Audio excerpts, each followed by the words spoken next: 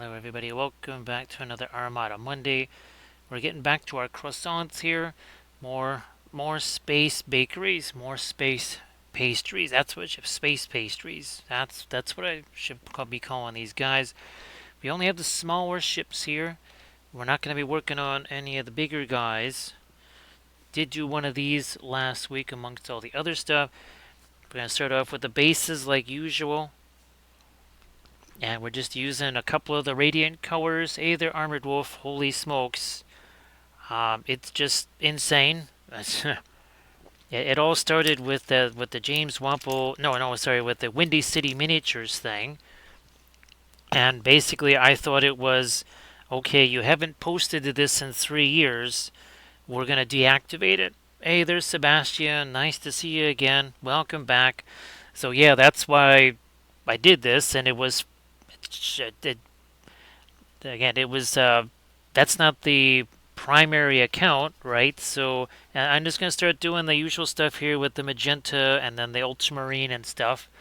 Hey there, Recoil. I hope that Mom gets better real soon there. Sorry that I couldn't really send you more of a message than that.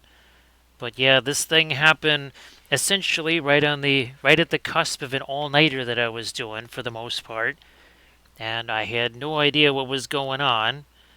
So I'll try and talk about it more as more folks come in, and then that way you won't have to hear the same story a bazillion times. All I know is that all of a sudden my Facebook name changed, and I was getting just every second there was another Facebook message coming from somebody that I didn't know. And when I changed the password, all of a sudden, I mean, it abruptly ended. That was it. There was no more new messages. The only thing is, I can't change my Facebook name for 60 days. So now I'm stuck with that, and of course, nobody's going to recognize that. And there's really no way.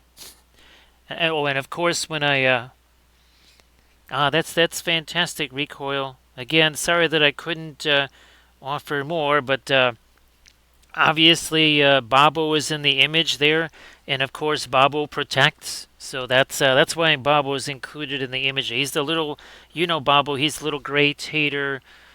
We have some thing. Here we go. So nope, that's not the right one. This is the right one. So there we go. So yeah, that's Babo right there. So Babo protects, and that's why he's in that image. So hopefully Babo protects today. And again, everybody, let's be thinking of Rico's mom there. So that Rico's mom will be right as rain very soon. And of course, Rico, I was trying to do all this two-factor authentication stuff, and I couldn't get it to work. I wasted at least 3 hours Googling stuff like that, trying to change my name back and all that, and it was a complete waste of time. Hey there, Lahamanas. Sorry I couldn't send you more messages today, but I think you heard about all the craziness that happened. So thanks, Lahamanas. Appreciate that. That is 50 months worth. So yeah, Lahamanas, it was a phishing thing that hit the Facebook page there. So yeah, that's why I didn't hear anything more. So sorry I couldn't send you a better message than that. I was just right in the middle of going, what in the world is happening here? So appreciate that, Laminas.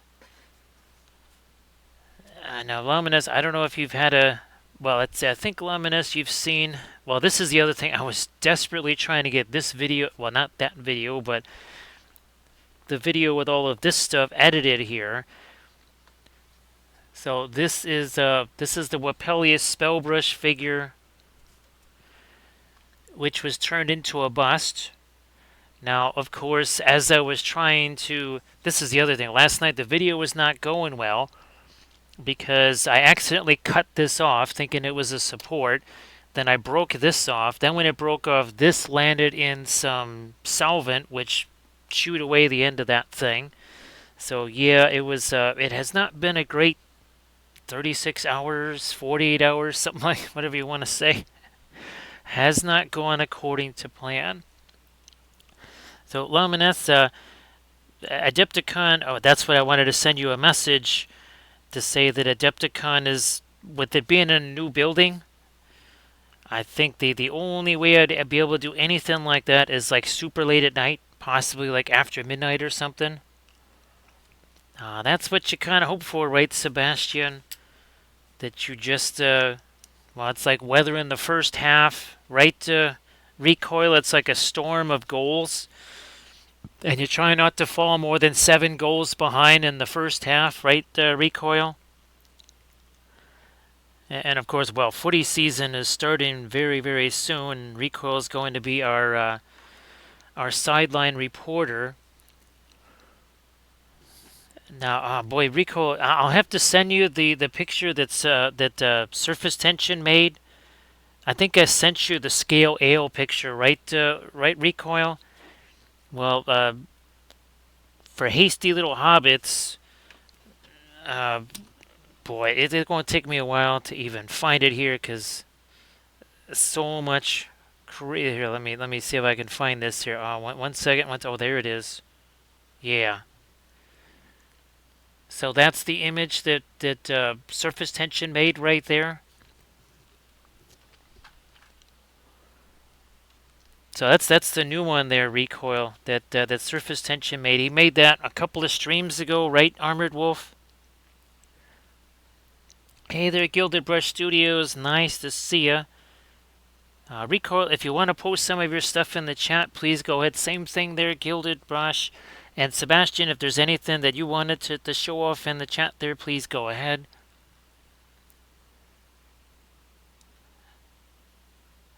So yeah, oh, Luminous, those giant busts that I printed out, since there's going to be really nowhere for me to set up a camera or lights or anything like that, I tried to print those out so that maybe people could see what I was doing. Either are imprintable. Nice to see. Are imprintable. I'm gonna download the files. I stopped doing all the printer experiments so that I could print out your files there. So are imprintable. If you want to post the previews to the campaign, so and again, everybody knows are imprintable because are imprintable. He's kind of like Mr. Giggles. He's a very fun guy. So this again, now check out all the fantastic figs from R Imprintable that we've done, and R Imprintable has a new campaign that's going to be starting. Geez, I'd let him know the date there. R Imprintable. So AD, great to see you. AD, sorry, I didn't even get to say that. That was really looking great.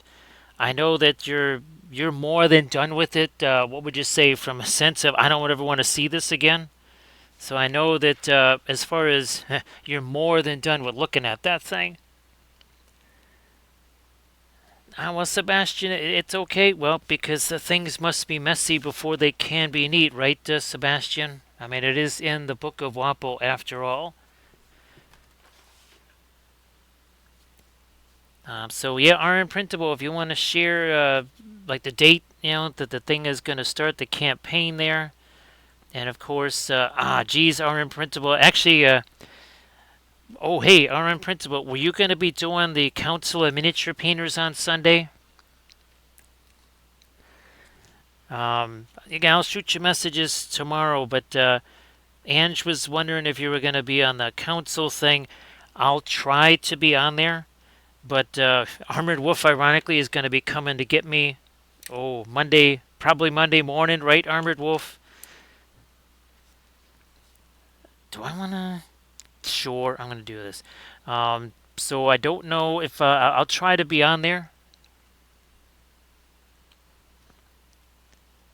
So AD, if you wanted to share anything in chat, please go ahead. And everybody, please give AD Creations a follow. Please give Recoil 13 a follow. So yeah, our imprintable. It's the 17th is when I'll be leaving. So yeah, that's this would be hours before I would be heading out the doors. So I'll try to be there. I'll try to have basically the smallest building. so that they can say, "Oh, I'll try to have some of the other ones too." Just kind of show things off. I'll try to have some of the scattered terrain. Okay, that's good, RM Printable. I tried to tell Blades that when you're about to start a Kickstarter campaign, there, it's just all craziness for the weeks leading up to it, not just the campaign itself. So I said, yeah, just there's probably all kinds of, and of course there were the last minute crazy things, right, with all of the making those adjustments to the files. Hey there, Night Whisper, how you doing? So Night Whisper, I know you got stuff that you can share in the chat because you've been posting it there on the Instas. Why don't you share that there, Night Whisper, and everybody please give Night Whisper a follow.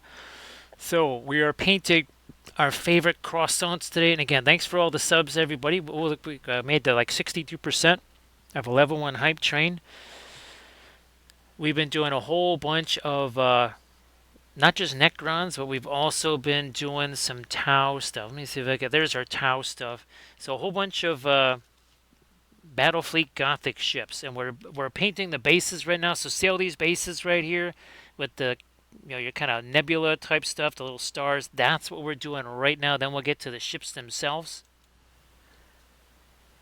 Again, so everybody check out that link to AD Creations just posted, and Night Whisper, please definitely post something in the chat. Now, our last stream was this thing here, though. This was the Shrine Anchorite Trench Pilgrims, right? Yeah, this is Trench Pilgrims. This is not the other guys, the Antioch guys. Painted this up, what, about 5 hours, 5 hours, 15 minutes ish, something like that. So everybody please check out that link that Night Whisper just shared. And ironically enough, oh, where's the minute? Oh, that's probably downstairs now. But at least I have the bust here to show. So that's pretty hilarious, right, Armored Wolf? Let me see. So everybody please check out again that Frost Giant Ranger that Night Whisper just shared. Let me see. So again, Iron Printable, if you want to share the link to the campaign, go ahead and do that. So it's just going to be one of them kind of days. Thanks, Armored Wolf. Appreciate that. Of course, right, Armored Wolf? Now, okay, here's the... So what we're going to do now, we'll just do we'll do the short version of it. So but then we're going to repeat this on all the other ones. So let me find some I can use as a blending brush here. So see, we just did that. And now we're going to do this. So Night Whisper also does the oil paints. And that's what we're using here. We're using the oil paints. So you can see we're just going to do that. And see how it all mixes together right here. So that's fantastic, Night Whisper. And again, everybody please give Night Whisper a follow. So here we go. Again, we're just taking that. See how we're making the adjustment here. Nice, and there we go. Look at that.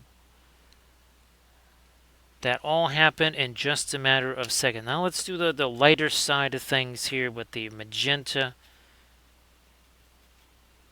Let's try this. We're just going to throw some of that out there, and we'll take ourselves a different one of these brushes here. Maybe this one will work. So we have all this magenta. There we go. Now you can see all this magenta here. What we're going to do is take this here brush, and we're going to do this. And all of a sudden, well, looky there. Kind of looks like almost like an airbrush, right?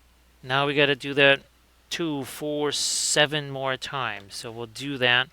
Now we're going to do it kind of more en masse, which means we're doing it like this. So it's a whole lot of don't blink here, that's for sure. So great to see you, Night Whisper. Of course, again, thanks for the raid. Appreciate that. And now Lamines, it'll be the 17th. That's when I'll be getting to Adepticon.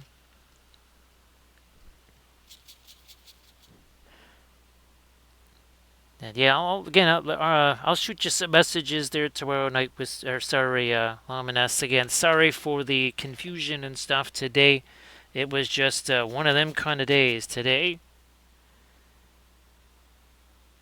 I think you could say, well, actually, well, you've had a lot of Monday too. Well, I know it's a happy Tuesday. Well, hopefully it's going to be a happy Tuesday.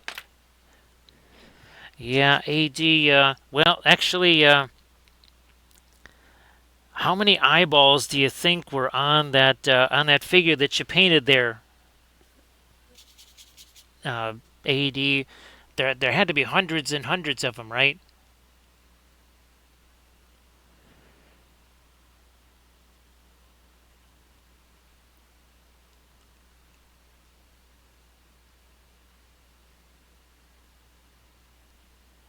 So, well, Armored Wolf. Is it the 17th or? I thought no. I think Adepticon is March 24th through something like that. Actually, Lamines, I would like that. Unless maybe, well, let me see. Let me see something here. Because it's going to be the Monday before. So, oh, I don't have a calendar. So I can't look at it. So never mind. I do not have a calendar. So it starts at 26th. That would be Thursday, right? Or is that Wednesday? Because it makes a difference. Okay, well, I guess it would be the 24th then. Oh, okay, so that's when you're coming up here, right, Armored Wolf?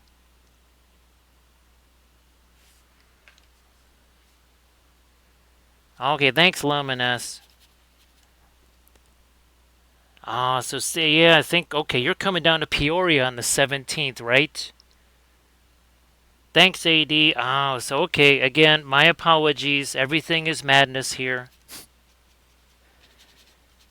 If that means I got an extra week, well, because I was worried about you there, Armored Wolf. I'm thinking, holy smokes, that would mean you'd have to leave on the 10th. And I was like, that's insane. So that starts to make more sense. So Luminous AD, I appreciate the the straightening out on the calendar there. So near you, I think, are you now? Are you referring to the oil paints where we kind of were in the early days? We were mixing them with the thinner and all that kind of stuff near you. That does depend on each individual paint. So yeah, Armored Wolf, I guess you would be leaving from Peoria on the 24th then, right, Armored Wolf? Which now makes a whole lot more sense because I'm thinking, holy smokes, the 17th.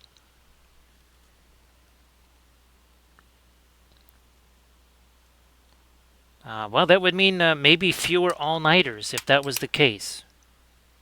Now we're gonna. Sorry, everybody, for the discussion on dates and stuff there. Now, which way do we want to go with the softening of it? I'm gonna go this way with it. I'm gonna go this way with it here. Okay. Thanks, Armored Wolf. Everything makes way more sense now. Yeah, that is significant. That is massively significant. Hey there, Landrast.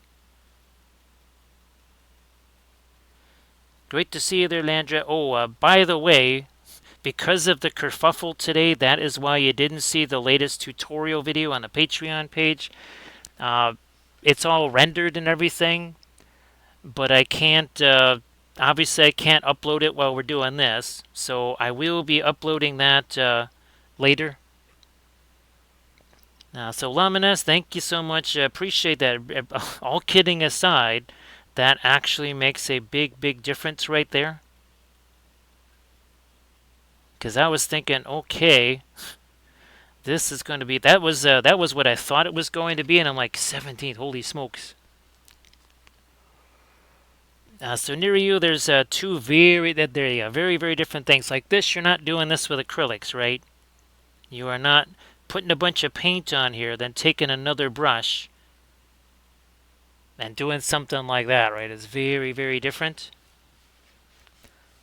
So again, thanks everybody, and thanks AD. Appreciate all the date checks there, because now everything starts to make sense. Which means, hey, our imprintable. I don't know if you're still awake, but now that means that Sunday is no problem. Yeah, I can do whatever for Sunday. Okay, that's great. That is very good to know. So you could here. Let's want to save that as kind of like that dust cloud type of thing, right? Look at this. See what I'm doing there? There, look at that. So now we save that portion, and then everything else is all kind of softened and smoothed out.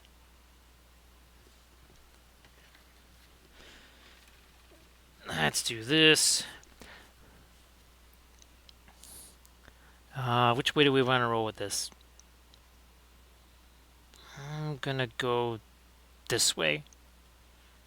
I'm gonna go that. Oh, look at that. So again, here we go. There. So again, we're just doing a little tap, tap, tap there, and see how it creates a nice soft edge there. Yeah, Laminesse.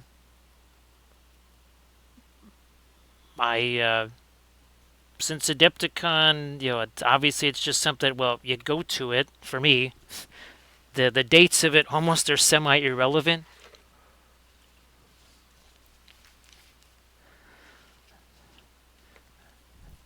So AD, yeah, I'll shoot you a message, kind of how that. Of course, today has been mass confusion, and that didn't help matters very much. That's for sure.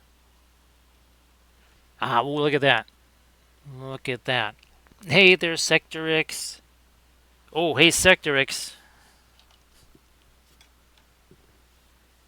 I was saving these for you. Sorry about the dust on them, but there's the Gimli and there's the Gandalf right there. So yeah, so everybody, we want to thank Sector X for oh there we go.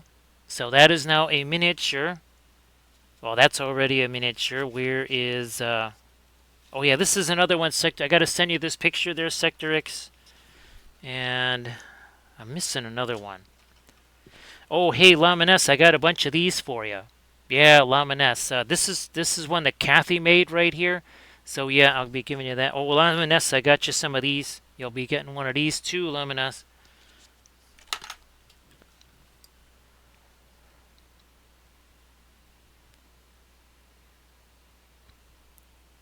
Yeah, Sector X, I think it was last night when I cured the prints there. Yeah, I think it was last night when I did that. Now, where is my... Oh, okay, this is the one I think I was using for the magenta.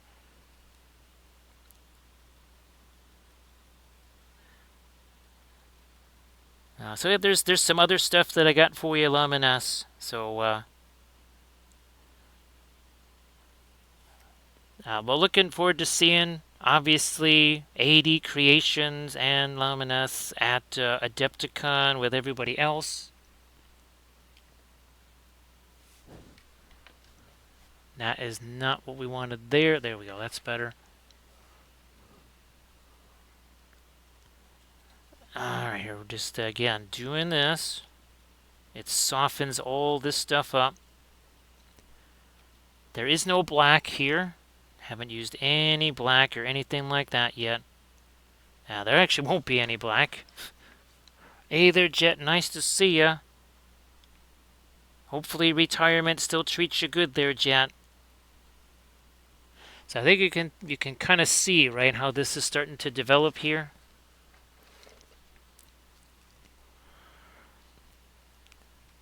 So yeah, Sector X, I don't know, maybe Wednesday or something like that. I'll shoot you a message and just to say, okay, is there a way, what do we have to do to rescue the machine and all that kind of stuff? That does mean that maybe I can. I think I might be able to go ahead and do that. Okay. Let me get this going here. Because there was stuff that I wasn't ordering because I thought there's no way that that's going to be here before the 17th. Okay, so that's a big deal there. That's a whole extra week.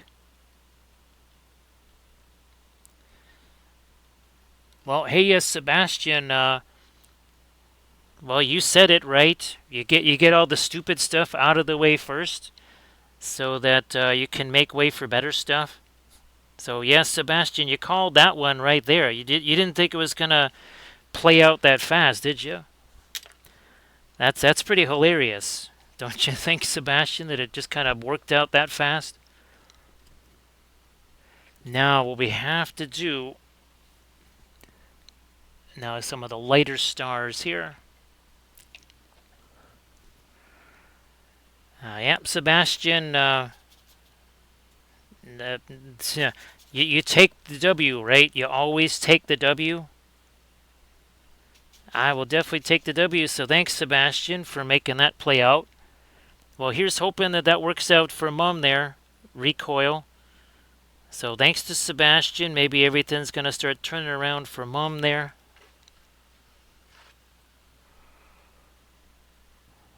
AD.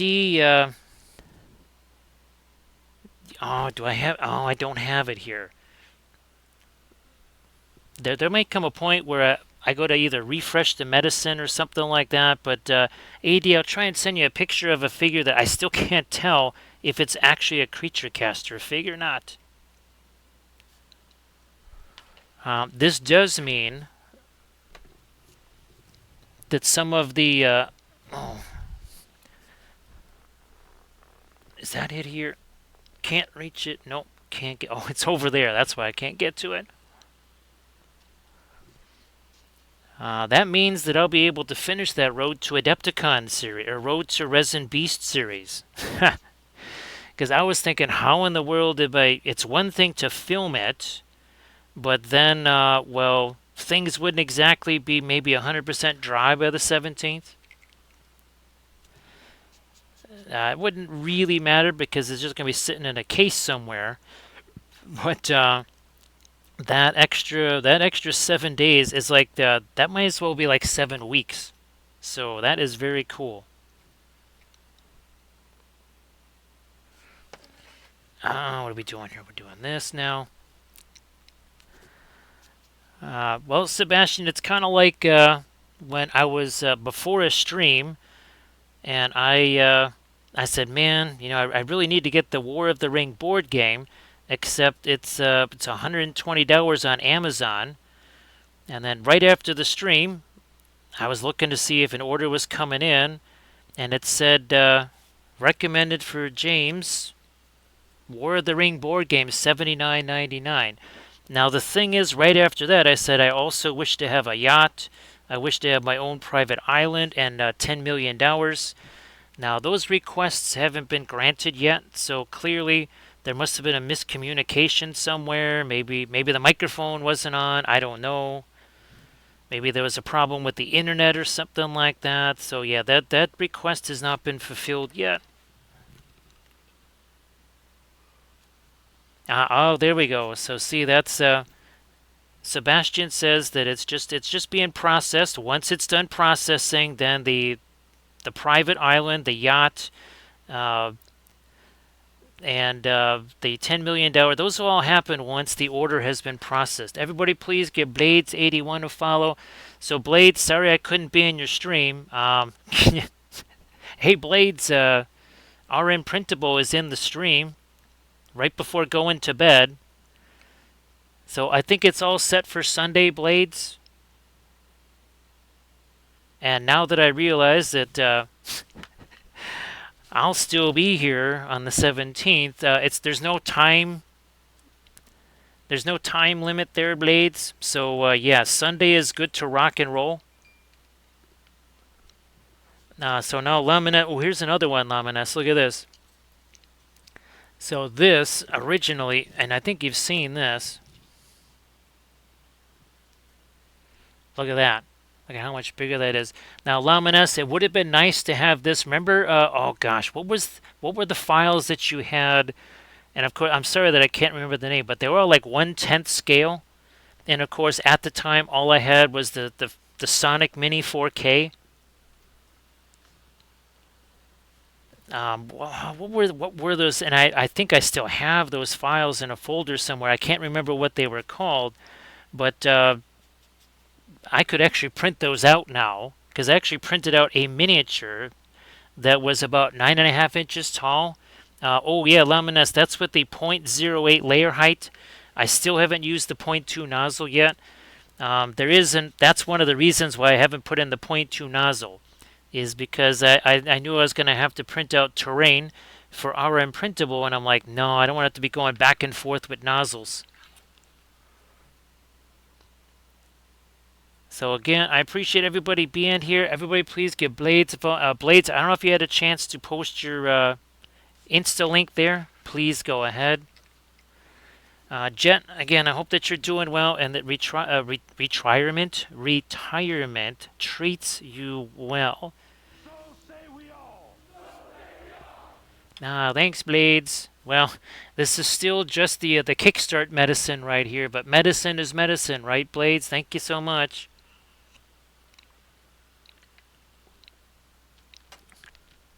So yeah, Luminous, I'll fill you in on stuff. Also, too, taking busts, and as you can see, you're recognizing this Nerixon print, right? I've stuck a million different miniatures and busts on these Nerixon plints in the slicer there.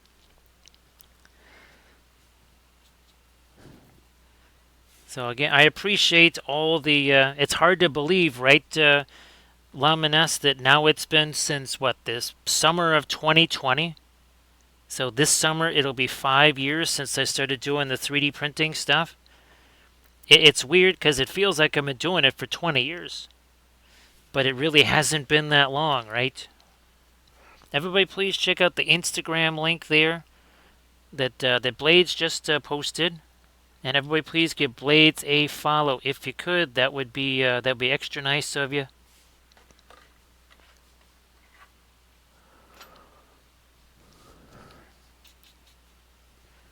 What am I doing here? Yeah, let's get some more of this over here, right in there.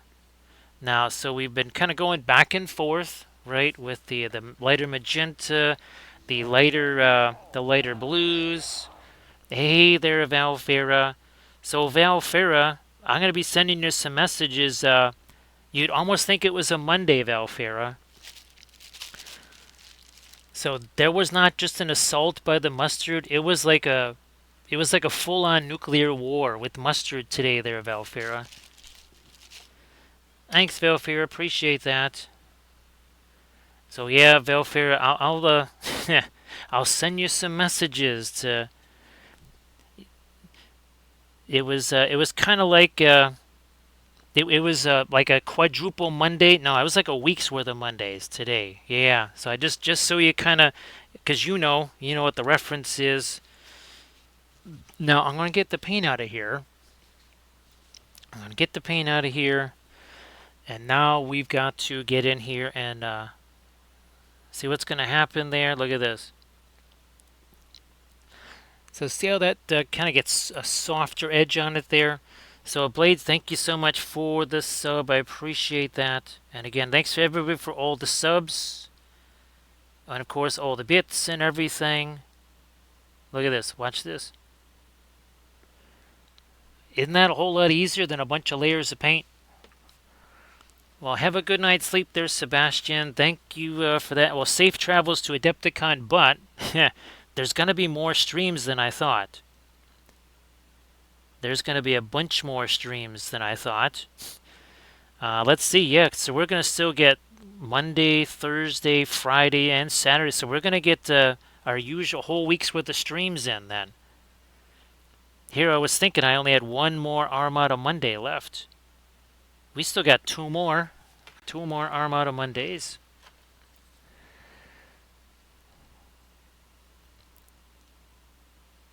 Now, you know what? Okay, we're going to do this here. Let's just, let's do all the magenta ones, then we'll clean this guy out, and then we'll do all of the not magenta ones.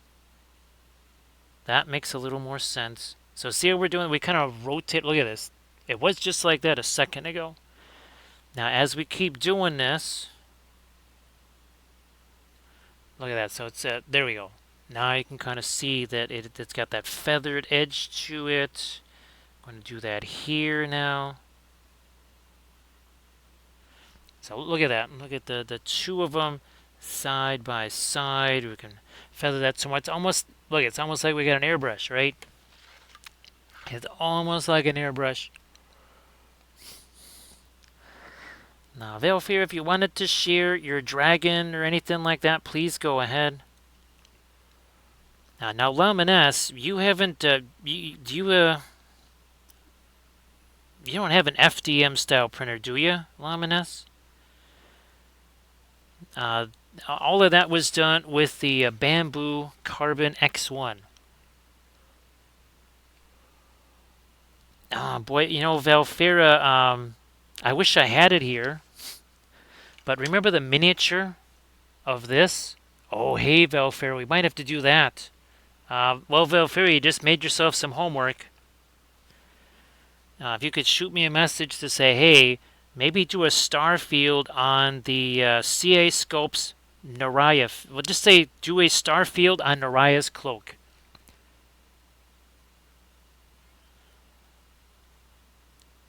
Lamines, that has really been, it's been a game changer, I gotta say. It's been a game changer.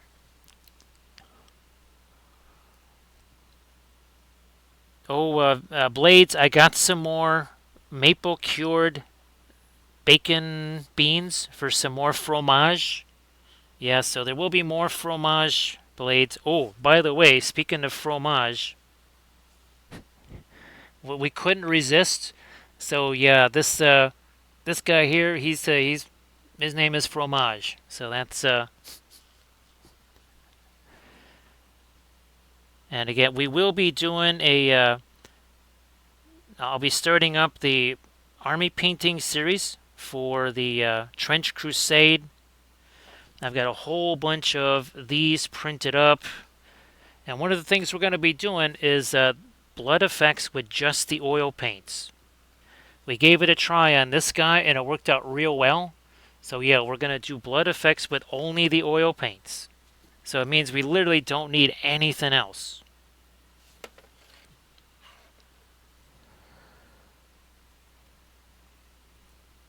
Velfira, and then, but remember we Chicagoized it too, because we added the Polish sausage to it. Yeah, chopped up some chunks of Polish sausage, sautéed those, or fried them, however you want to call it, in the pan, and dropped those in because this is a cuisine channel. I mean, we're making croissant, so it's definitely a cuisine channel.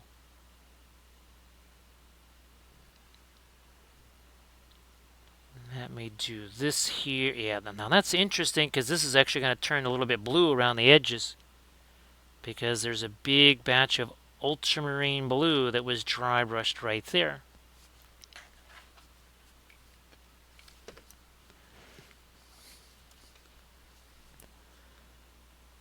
Doing that again here, and then we'll do all of the other ones. I'm going to clean out the brush right after this one. But we got to make sure we get all of the cleaner out of there because we're not going to have a whole lot of feathering if we have a whole bunch of cleaner on the brush. Oh, that's fantastic, Velfira. That sounds very, very yummy. All right, let's do that. There we go. There we are. Now we're doing this one here. We're just going to do this on the, then we are going to put the lightest light on all of the bases. Now, depending on how fast these go,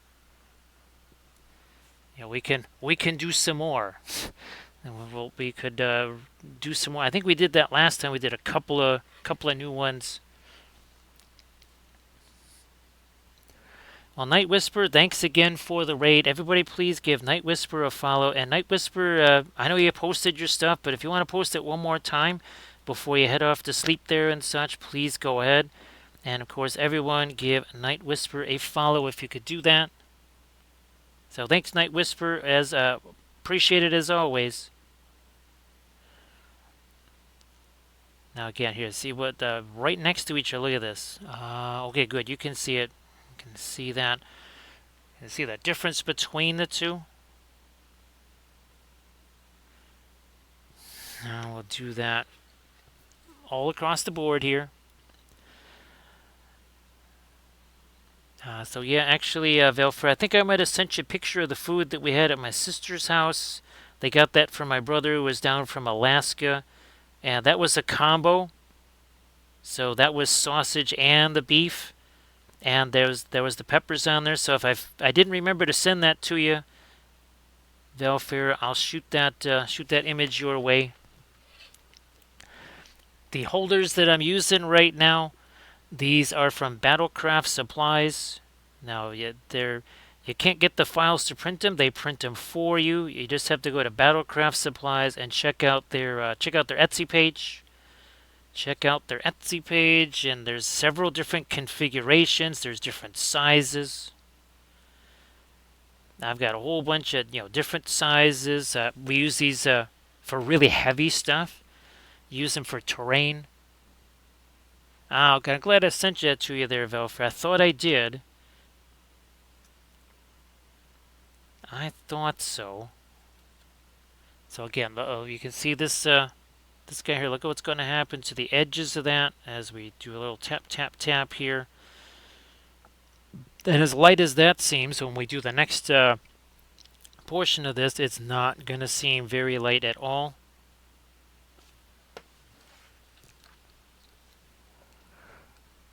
So we're going to do this some more here. Again, we're almost there. We'll do the lightest of the portion of the big stars, and then we're going to do the spattery thing. That's actually what all this stuff you hear. See it? That's me doing the spattery stuff for the stars. So again, here we got one that's. So you can see where it is that we're headed now. You can see how that works on the bases there. So I think we don't have too many more of these. Just one more of these to do. I think. Come on. Now, I might also do, I think, kind of missed that. There's a little bit of the lighter stuff I want to do on some of the nebula here. So, one second, let me do this. Alright, so we're doing that. Now we're doing this. I guess I'm going to have to get some thinner on that brush. Alright, here we are.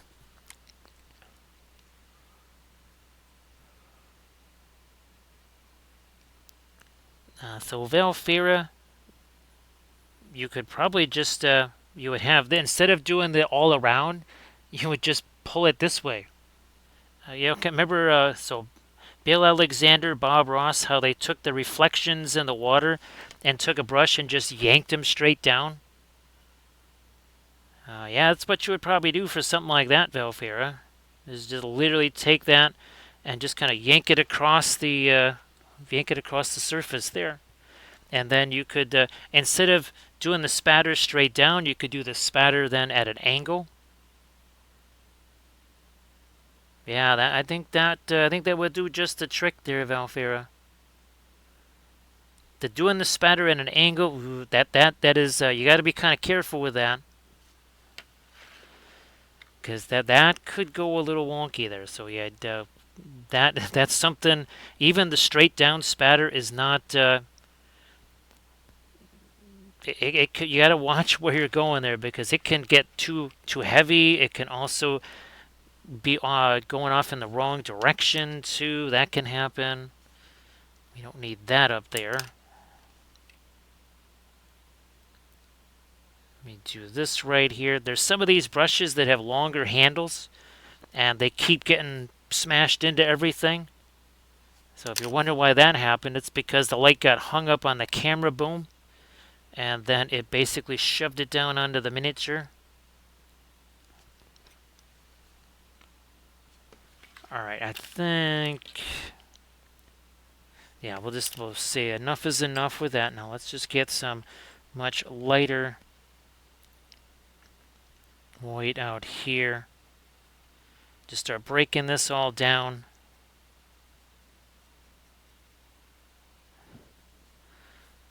Move you out of the way. So, see, we got the that little blur right there. Well, now we're gonna drop that on there. And now see how it kind of it looks like a star with a little bit of a glow around it. What are we working on? 8 of these things. 2, 4, 6, 8. Yeah, looks like 8 of them. Yeah, Valfira. There was a lot of that. Actually, Valfira, that Galeri. It's kind of hard to describe, but you know where the nozzle is. That seems that the primer really seems to collect in there, and then it really just starts to jam things up. So I don't think it's the inside of the airbrush. I think it's where literally the nozzle, where the paint's coming out, and it just builds up there. And I have no idea why. But that does create some mischief there, that's for sure.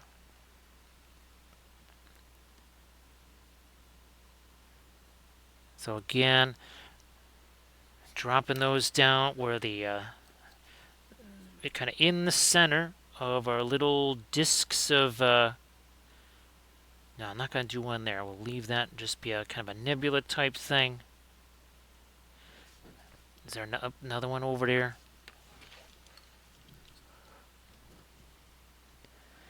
So about 46 minutes ago, all 8 of these were just black. Oh, by the way, the primer on the bases is just black Stynylrez mixed with Prussian blue ink.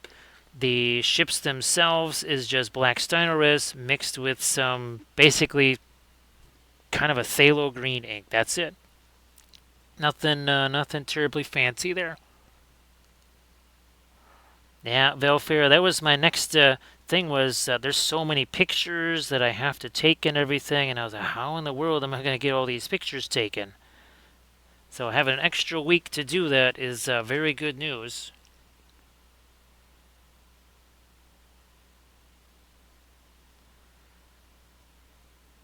Alright, we're doing this now.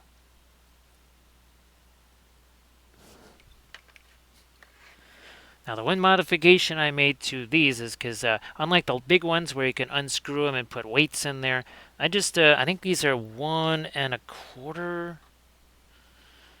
No, maybe those are 1 1/2. They're either 1 1/2 or 1 3/4 inch washers. And that little bit of it actually feels kind of nice in the hand. It's a nice little balance there. Okay, so I think we did we did all that. Now we're gonna do this. We're going to get our spattery stuff going here real quick like.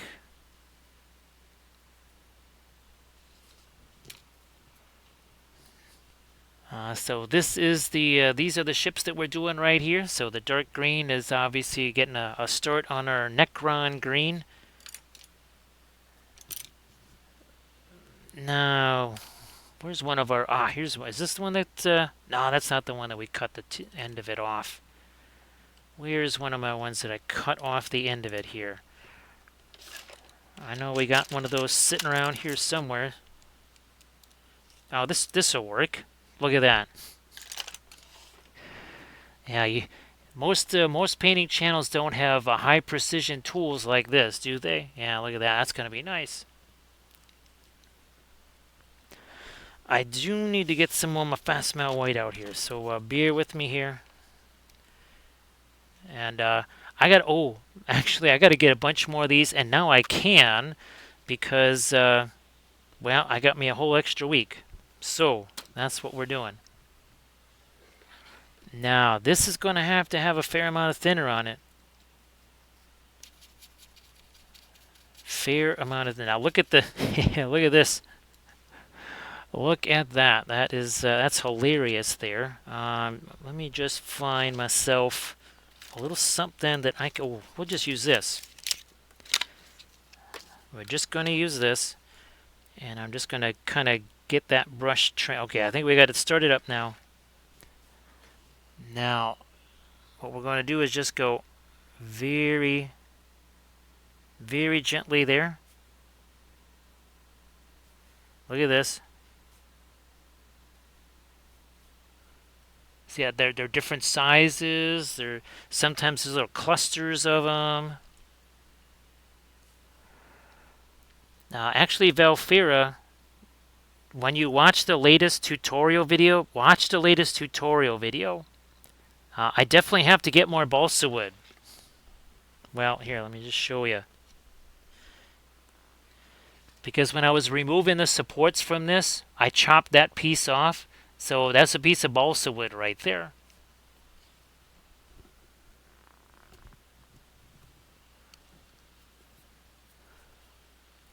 So yeah, Valfira, I'll shoot you a message on that because that's all changed. That was just, again, a little too much confusion on my part. Oh, look at this. Look at this. Look at that nice little cluster of stars right there. So yeah, Valfira, we'll get that. Because I think that should get here sooner than 3 weeks. Well, 20 days now because it's a happy Tuesday, right?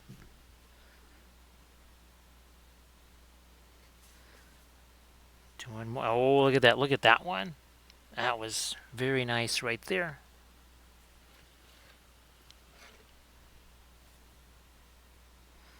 That one, see, look at that one. See how that one kind of went at an angle right there? Now, this is the kind of spatter brush that we also use for things like blood effects. Why would you not use this to spatter spatter blood, also mud. See that? This is brushed just like this here.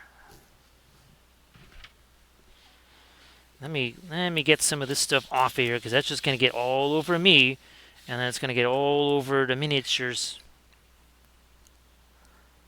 Yeah, thanks, Valfira. Appreciate that. Again, you have an encyclopedia of messages coming there, Valfira.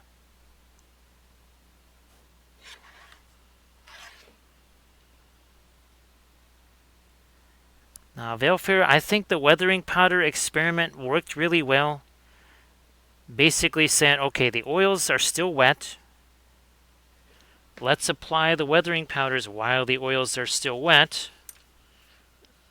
And that worked really well here.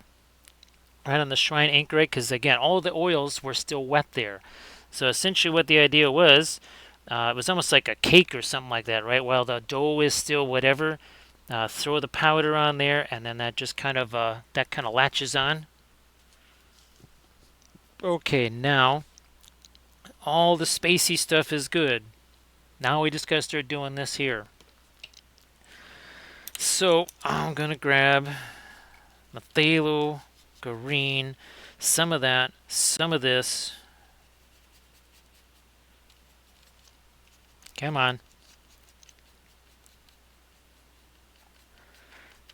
And really gonna look at it, really just smushing that paint down into that brush. And then looky there. It's super complicated here. It's almost like rocket surgery, right, Valfira? It's not even rocket science, it's rocket surgery. Which essentially is the combination of the euphemisms of it's like brain surgery or it's like rocket science. In case anybody's wondering, what is that? Now, I don't think we're going to have to, I don't think it would be a good idea to be making an AI image of that for the channel here. I think the scale in some of the other ones are Linseed Fellowship and everything else, those are good. Yeah, somehow rocket surgery Twitch might not be liking that too much. Although it could just be a bunch of doctors working on a Saturn V. Of course, well, there you go, Recoil. Something to entertain you. Oh, recoil. I was going to try out Mid Journey. I believe that surface tension uses dolly, and I was going to give try to see if I can learn Mid Journey. Look at this, but big difference right away, right? Big difference there.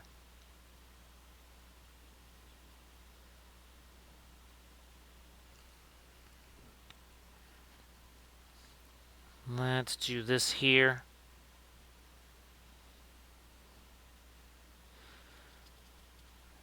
Don't want to go too crazy with that. I mean, if there's too much of the lighter stuff, we just do some darker glazy things. No big deal.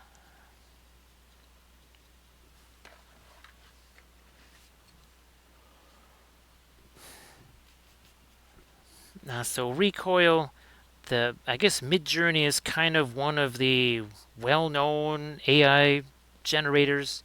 It's a bit more, I think, universal. It does more stuff. The other thing is that you can basically train it to say, okay, this is kind of how I like my images, more realistic or less realistic, more impressionistic, more photorealism. You can say, you can actually put a percentage down of stay loyal to the prompt versus be creative. So you also too, there is a you can have a beauty setting. So essentially, you can go for a nicer image, which is that means everything's going to probably look like a really nice Renaissance painting or something like that. But maybe that's not what you're looking for. Like in a logo, right, Recoil? Well, AD, thank you so much for being here. Appreciate that. And AD, I'm glad that there's probably more things you want to do to that, but I'm really glad at least you got it to this point, right? Got it under control there. So AD, again, if you want to post your the fabulous links to your marvelous miniature there one more time before you head off to sleep. And obviously, I'm glad that you got an extra week there, AD. Because that's why I was wondering, like, holy smokes, right? You're trying to get a little more mobile before you get there, and hopefully you were able to find out some options there as far as movement assistance there. Velfer, I think you can do some free stuff with it, but it's definitely more of a pay type of a model.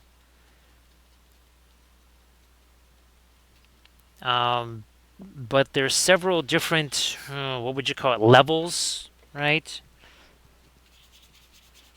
Yeah, there's different levels of it where you can go. Okay, for now I don't think I'm going to need it that much. I want to just play with it.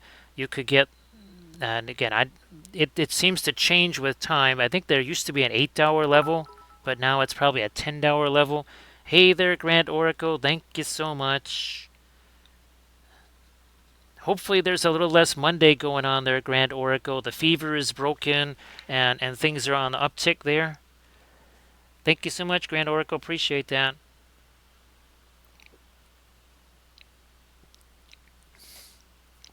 Valfira, that I don't know. Maybe we could do that, Valfira. Yeah, that doesn't seem too harmful, right? That that seems more like Salvador Dali than anything else, doesn't it? So, Grand Oracle, thank you so much for the bitses there. We almost, I think we were like 60 something percent to a level 1 hype train before. And again, we appreciate all of the gift subs and the subs and everything else.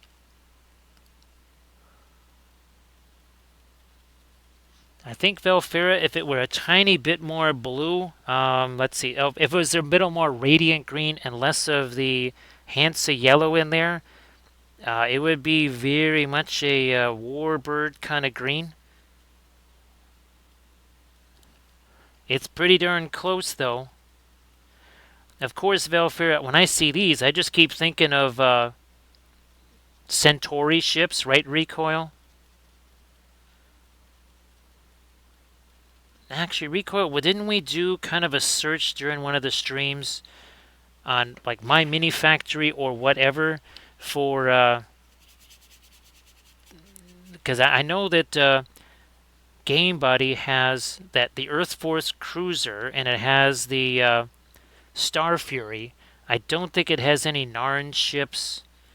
I don't think it has any Minbari ships or Vorlon ships or anything like that. So yes, when we see these, right, recoil, we just think the Centauri.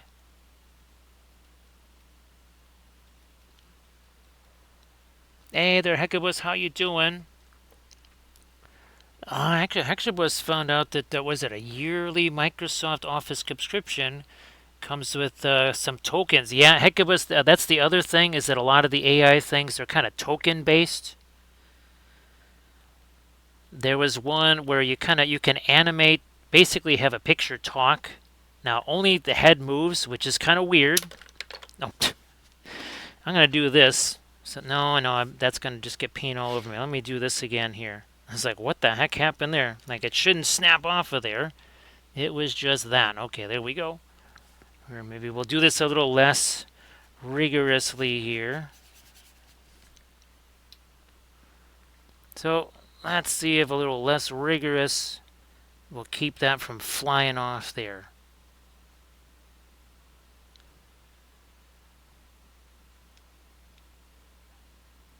Yeah, the Necron or this size BFG base is really kind of an odd size. The 25 mils, those are fine. I think the 32s were, the 40s are okay even. But these are kind of just an odd size. And of course, there's not as much for them to grip on, right? Because they're flat. You can see these are angled, right? They're made for beveled bases. And let's put it this way. We were doing some very rigorous driving. This is how you kind of have to approach the oils because we also don't want to have too much paint on here. So Grand Oracle, thank you so much. Appreciate that. So Grand Oracle, I hope that you're doing well. Again, I know that it's been really crazy there for several weeks now, at least especially the last week and a half or so. Hopefully, again, that's starting to die down just a little bit there. Come on, there we okay. Now we can go in with our next list. So we've got again, we got 9 of these things that we are doing simultaneously here. Let me get a little bit of the radiant green in there too. That's fantastic, Grand Oracle. I know that that's super frustrating because you just want to kind of wave the magic wand and make all that go away, right? So here is where we really start to get some of the yellows going here.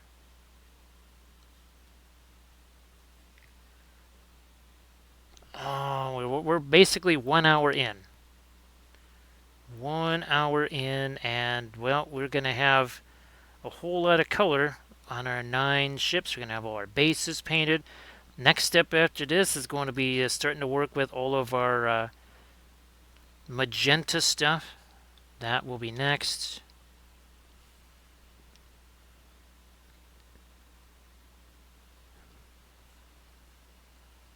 Oh, that's fantastic, Grand Oracle. Because, yeah, that Grand Oracle University. I think you're looking to shut that down, right, Grand Oracle? Yeah, it's time for Grand Oracle University to close and for the regular university to take over again.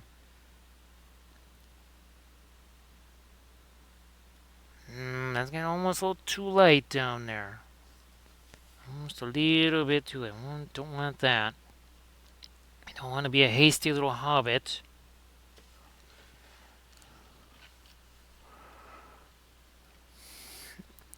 No problem there, Velfira. So, Velfira, let me, Oh, here we go, Velfira. We don't often get a chance to do this, so let's try this. Let's try a little side-by-side film noir and see what happens. Interesting. Wow, look at how the That magenta just totally vacates the premises. Look at that. I mean, there's shading there, no problem. But I mean, even look at that. Just look at that difference. And as we crank it up to our normal levels, bam! Look at that. Ah, geez. The Boy Grand Order, that would have been a super fun experience there too. I never actually got a chance to do that. Let me see. Klondike Derby, Grand Oracle. Did you guys? That's probably a more limited thing there. Speaking of Klondike Derby, Grand Oracle, or sorry, I guess there was so where they had to move the Iditarod, was it, or was it? Yeah, it was the Iditarod, right? Armored Wolf. Actually, Armored Wolf. They could have held the they could have held the Iditarod in New Orleans. If they would have had to do it real fast, it would have been a 1 day race. But yeah, they could have actually had the Iditarod down in New Orleans. So much for Alaska. Actually, Armored Wolf, I'm guessing that you had less snow this entire winter than you did like in 1 day in November of last year. Ah, so he did do the Klondike Derby. Now it's interesting because we did it several times here when I was in Boy Scouts. I don't know if you. I don't think there's been a Klondike Derby here in years, unless you're going to be using. I don't know. Unless you're going to be using water skis or something like that, because there's no. There's been no snow here for years.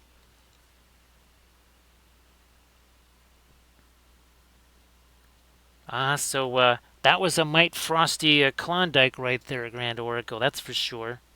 Yeah, there. I remember one Klondike Derby. There had to be a good 8 to 10 inches of snow on the ground. There hasn't been 8 to 10 inches of snow here like in the last 3 years combined.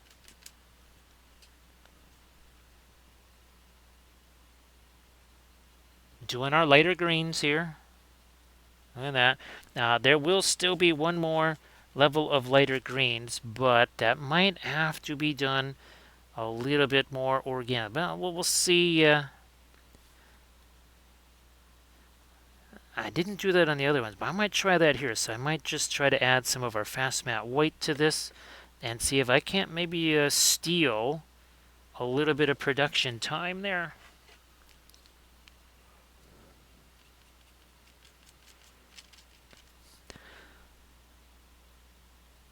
So yeah, Grand Oracle. I almost forgot about the Klondike Derby. I remember having to assemble the sled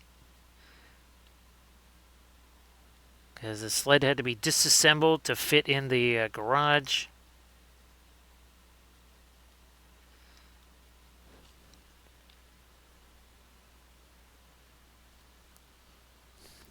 So it's the usual dark green primer Velfera, the basically phthalo green ink combined with the black Stynylrez and phthalo green mixed with the Hansa yellow. And that I've just been adding more of the Hansa yellow. Then we'll add the fast matte white. The one thing I'm trying to think, what the heck did I use I don't remember the miniature that I was painting. I think it was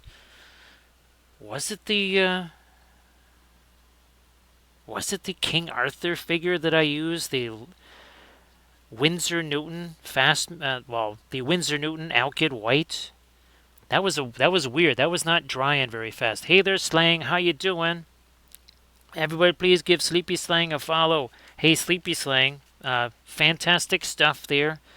Please share the Insta link like usual, so that people can see all the fantastic miniatures. Again, Sleepy Slang does some really amazing miniatures. You got to go see those on the Instagrams.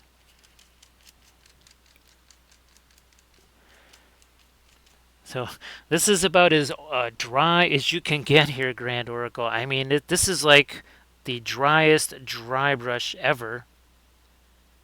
It's pretty hilarious. So everybody please check out that Instagram link that Sleepy Slang just shared.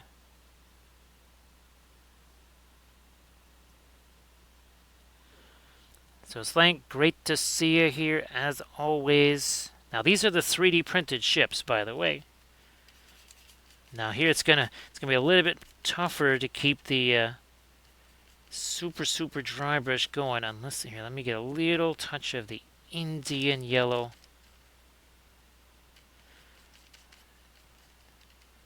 Hopefully, let me dry that out a little more. All right, let's do this. So yeah, we can steal a little bit more. Yeah.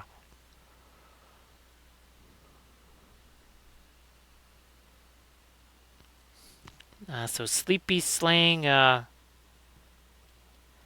if that was acting the way it was supposed to, well, let's put it this way, Sleepy. That yeah, I mean you've seen it, right? The fast matte white dries on the palette in a matter of sometimes less than an hour. Now, Sleepy Slang, was it? What other colors were you mixing with the fast matte white? It really shouldn't matter because now, unless it was the fluorescence, that's the one thing sometimes that can, I don't want to say overpower, but kind of negate some of the effect of the fast matte white. Yeah, Sleepy Slang, that should have dried. Let's put it this way: about 3 hours later, should be able to pick that thing up. Barely be able to feel any tackiness. By the next day, that should have been bone dry. I mean, like, absolutely bone dry. Now, a Sleepy Slang, were you painting metal, plastic, casting resin, print? I think it was printed a figure, right? Sleepy Slang. Now look at this. Do I have an? Good. Oh yeah, you can see. Yep, you can see the difference there. Look at that. You can see the difference.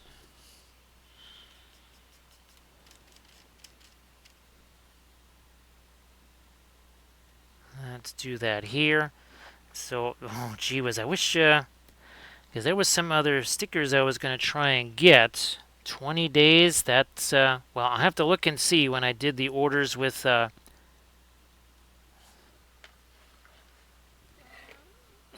was it, not Sticker Mule, Sticker Brand. I'll have to see when I did those orders with them and see if those came in less than 3 weeks.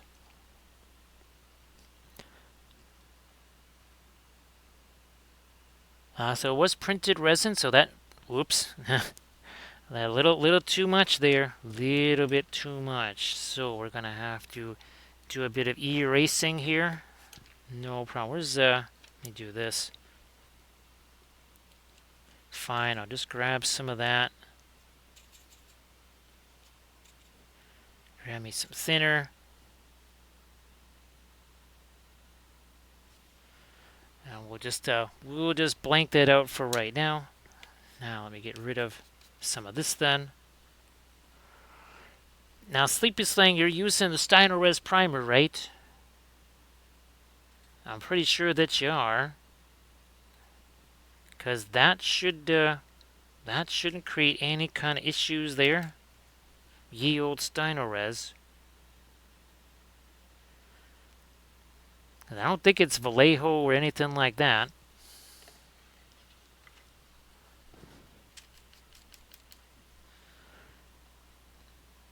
All right, here, another little shot of this.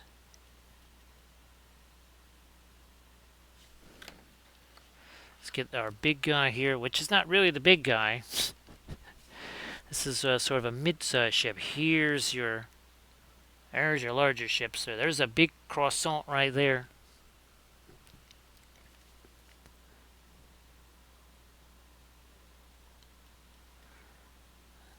Gonna hit these again.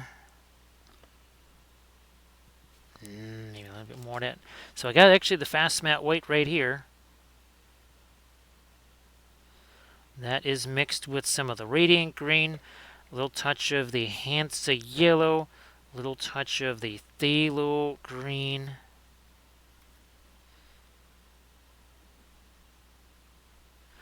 That's all going to be the magenta there, so I'm not messing with that too much. We learned our lesson. See, that's it there, Sleepy. Yeah, that could be doing it. Because the only other thing that I know of that obviously is just like the Steino Res, which is not Steino Res, that would be the one-shot primer because, well, it is Steino Res. Because Badger makes it literally in the same factory as all the other regular Badger Steino Res. Sleepy Slang, when it's newer, not so much. But once it gets to be a bit, shall we say, on the older side, once you get like two-thirds through the tube, it is going to do that. Right, Grand Oracle? I think you've noticed the same thing. Alright, so we got our lighter, dry brushy stuff in there. Grab this, and so that's what we got to add now. Is we got to start adding the magenta stuff there. Let's start doing that if we can. Which one of these are we doing? I'm gonna just use this right here. So I'm gonna grab some of you, Gamma, more.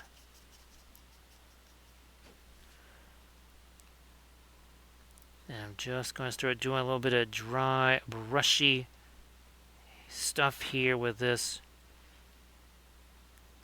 Change this around. I'm going to grab you back here. Get this thing out of the way. So there is a little bit of a... Yeah, whoops, not that much over there. And a bit more of our... There we go.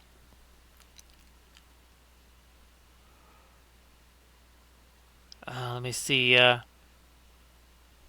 So Grand Oracle, when would you say that started getting to be more mischief with the gigantic tube?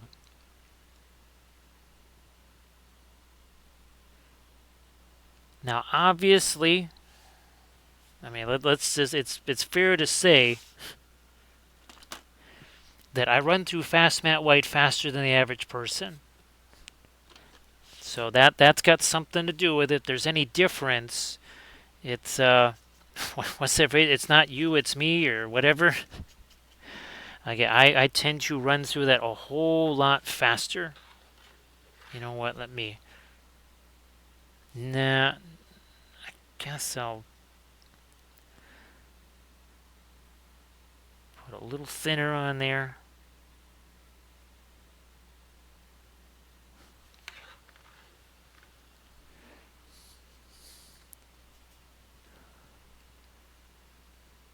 Yep, Sleepy Slang. That's definitely something I can say here. Is that you know you kind of thin it down. You do some little activity with it, and it just becomes like regular paint. And that is definitely what I have found here for sure. Let me do some of this now.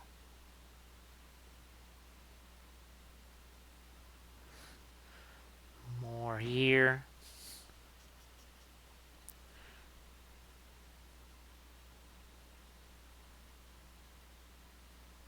Oh, that actually is also another little pyramid there too, huh?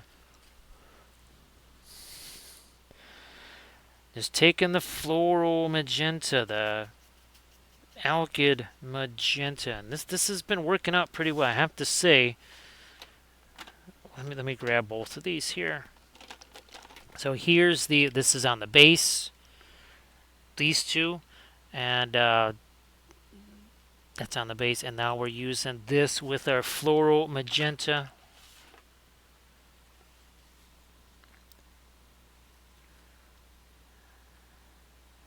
Just gonna take that again, do some dry brushy stuff here with it, and that is just gonna mix with the green all on its own. We'll let that just mix with it. So all of those the different dry brushy things, those are starting to act like a pre-glaze now. You do enough of the dry brush stuff, eventually it just starts to act like it's a pre-glaze.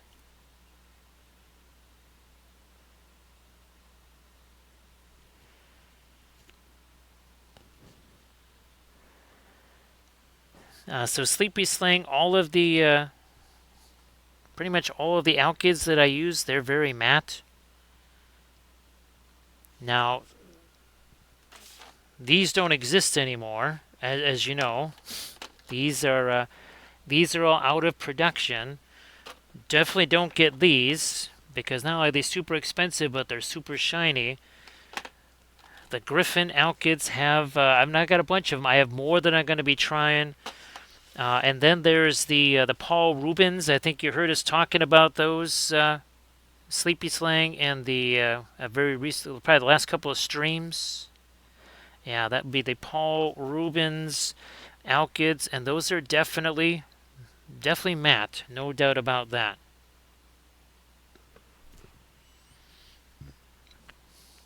The alkyd medium, holy smokes, that is not matte. Oh my god, that is not matte in any way, shape, or form. My goodness. It's like the anti-matte. I'm not sure what Matt did to have people be so against him, but yeah, it's very much anti-Matt. They just don't like Matthew, I guess. Now, where is... Fine, I'll just give me a little bit thinner in this.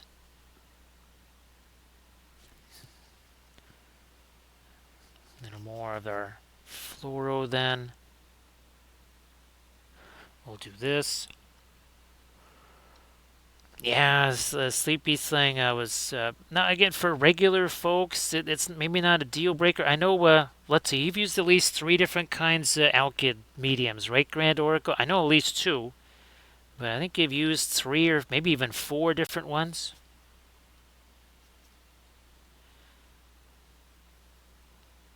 And there was, well, there was one that was okay, but again, they were all ultra shiny. I mean, like massively shiny. So,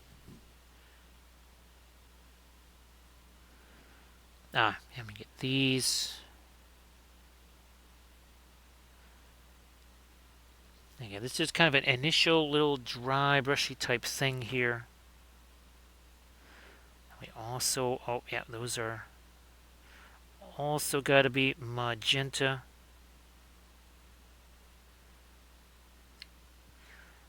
Just shoot some of that down into there.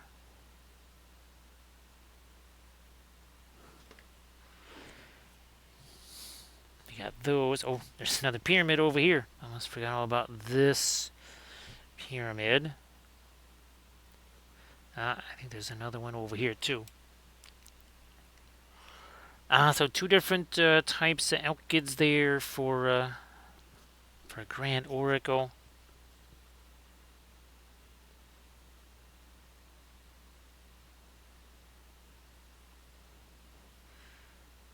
Let me do this.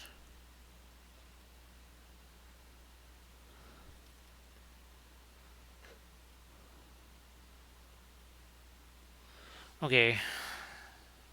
We proceed. We keep moving on here. I think this is our, yeah, this is our smallest ship again here.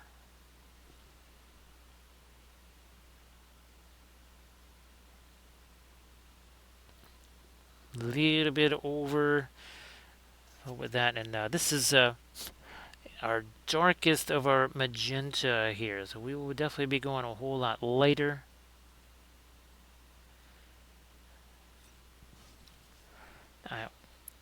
I see. Let me get a little thinner on there, because I almost forgot about these things here.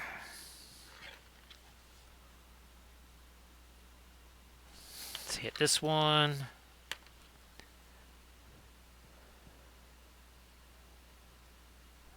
Sleepy Slang. Oh, you know, that sounds familiar there, Sleepy Slang. That sounds familiar. Well, actually, if you wouldn't mind sending me just a little Instagram, just say, "Hey, check out Godforge."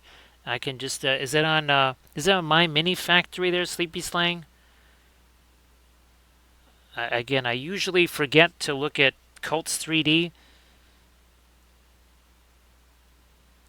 Of course, I almost never look at something like say a Thingiverse or something like that. I always kind of forget to do that too.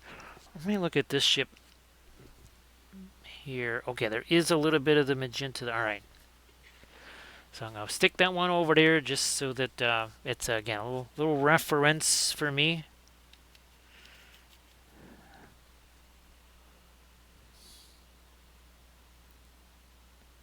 So these are a little different. Okay, so that also extends out there. All right, good to know. Good to know. Thanks, Sleepy Slang. Appreciate that. Again, I appreciate when everybody sends me the reminders or the heads up or something like that, because it's so bonkers on a regular basis that there's things that we're talking about on stream, and I really, really, really want to dive in on those. But obviously, once the stream is over, it's almost like a light switch goes off, and I just forget everything. And there's times where I'll see those weeks later.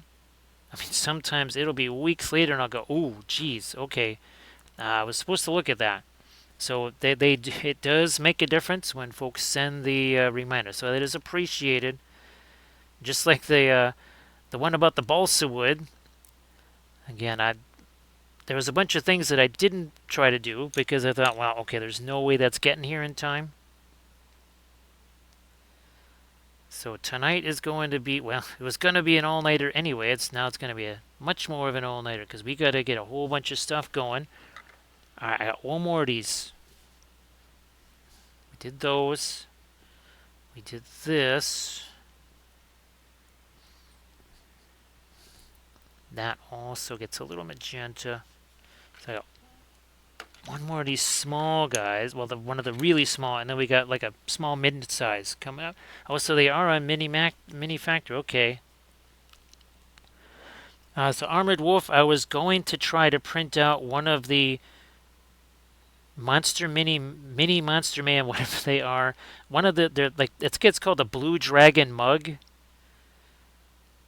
But well, we got to try and get these RM printable terrain pieces going here for not this next Sunday. Okay. So I guess we're gonna make much more progress on our Road to the Resin Beast series. Where's it? Oh, I do have this here. This is one part of the miniature. So we can only show the back of it because reasons. Or we can sort of maybe show you some of that. But yeah, that was I'm working on a giant bust and also a so that means I can look for that other figure, maybe get that one started too.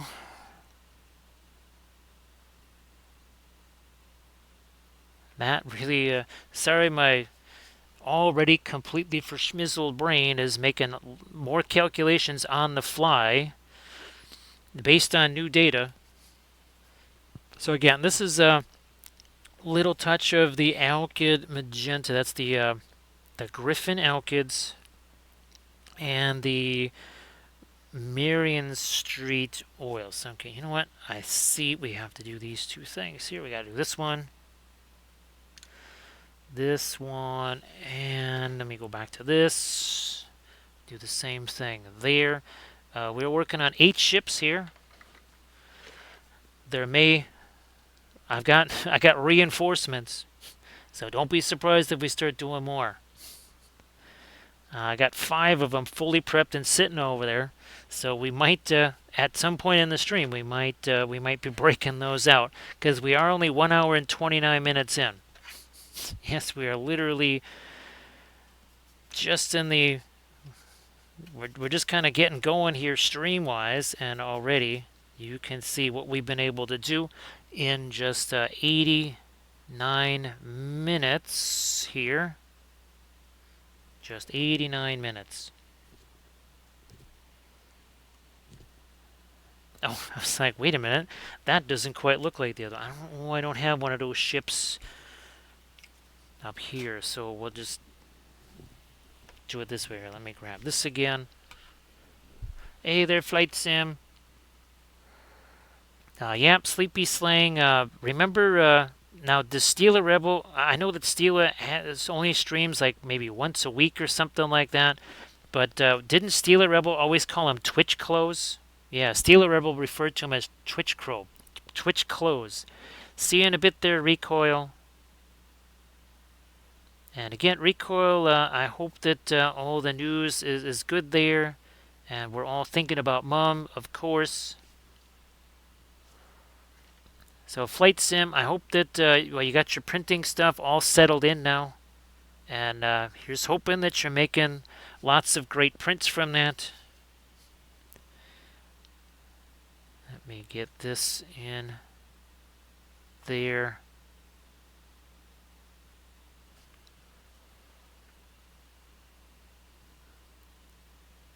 Like so.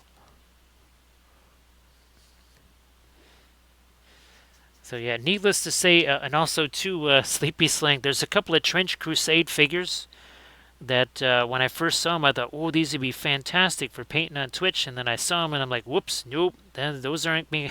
We're not painting those on Twitch.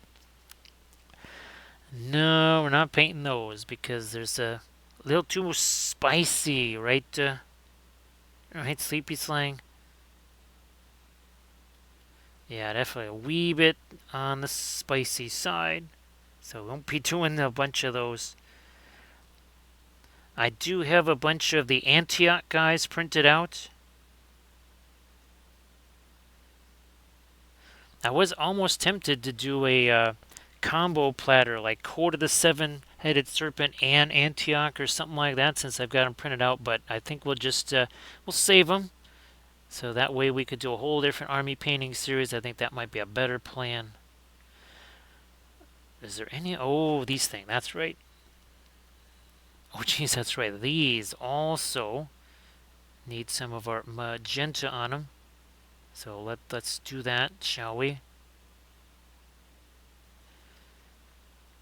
Almost forgot about those. Yeah, Sleepy Slang. Even some of the critters, they well, even the you saw on the Antioch, or sorry, not the Antioch, that Shrine Anchorite, where we chose a little different water wheel there, the one that was a little less spicy for, shall we say, reasons. Yeah.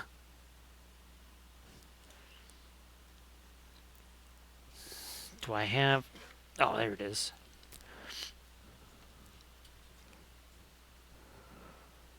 So Flight Sim, what's interesting is, well, now that I see that we've got time here, the actually well, it's not my gray version 2, but it's the same. It's just a different color, but the Soraya Simple is back down to $22 again. Yeah, there was a big spike, and all of a sudden now it's starting to drop down again. But I think I'm still going to get myself another container of it. And that would be the Soraya Simple, not navy gray, it's the aqua gray. Or is it aqua velva? Could be aqua velva, I don't know.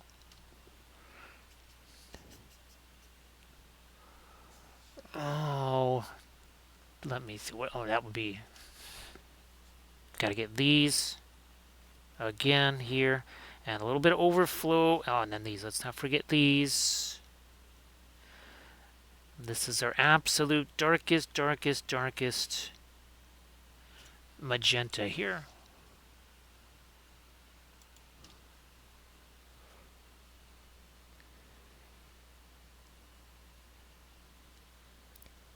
Sleepy Slang, that's like when I'm buying the filament, right?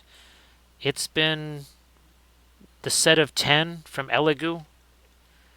And the nice thing about Elegoo is that there's no sales tax, no shipping. And actually the sales tax is almost more important than the no shipping because, well, when your sales tax is as high as it is here, that leaves a mark. Boy, Flight Sim, every time I see these here, I just think, man, if I only could have had the oil paints back then. When you see these, oh my gosh, it would just. Actually, there's probably somebody that has 3D printable versions of these. But man, this would be sensational to be able to paint these with the oils. And I don't mean, for weathering. I mean for the whole thing. Those golds, those reds would take seconds. I mean, literally, the golds and the reds that we could be doing that whole batch of miniatures on stream. And those are big. You can see those little 25 mil bases. You can see how big those other guys are. And all of the vehicles, all of the treads and the track assemblies were wide open, right? So there's an interior to all of them.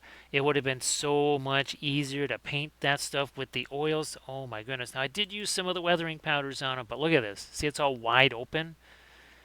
That would have been a lot easier with the, look at this. Again, the red would have been, what, Fanchon red, wouldn't you say there, Grand Oracle? So much easier. Oh, and then there's this. Yeah, that's like 6 Land Raiders put together, because that ray gun on the back, that's almost 5 pounds of solid resin there. Oh, and look, more open stuff. There's also, I think, three, or maybe there's 3 articulated, can't, there's an open cockpit. Oh, and there's a giant telescope on there too. And all of that stuff articulates. Yes, it articulates kind of in the center there. The giant death ray moves up and down. Holy smokes, that would have been so much easier. I mean, unbelievably easier.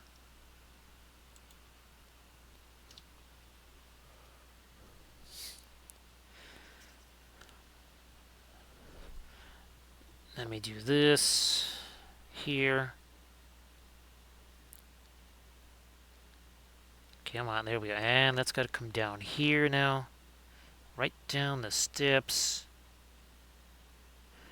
Now there's 2 little pyramids over here. Oh yeah, that's right. There's these pyramids down here. Better get these.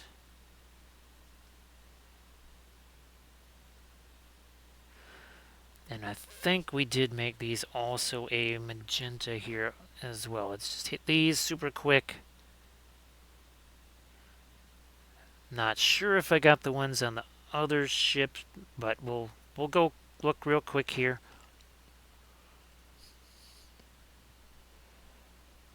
Hey there, Fido. Welcome back. Great to see you there, Fido. I hope that you're doing well.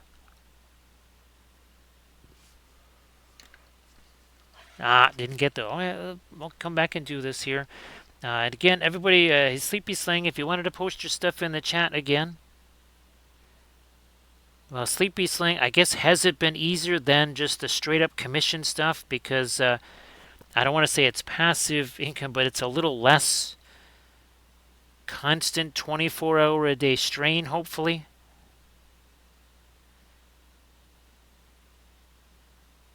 And again, everybody, please check out Sleepy Slang, fabulous oil-painted miniatures. All right, so now we're going to start doing stuff like this, right? We're going to start getting our lighter magenta in there. Let's do that here.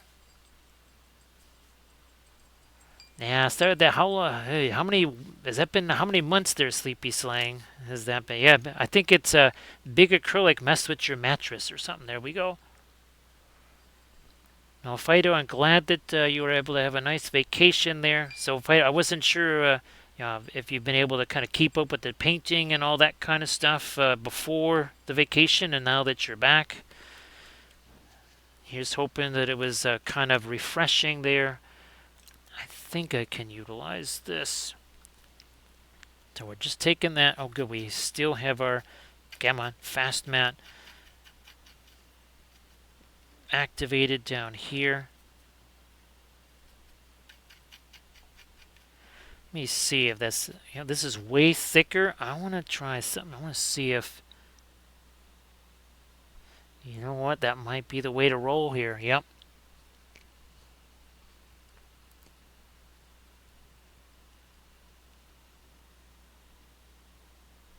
Now, Slang, actually, well, then it's extra good that you got this, right? Extra good that you were able to get this, that hustle going there. But here's hoping that the back heals up and you can get back to doing the painting.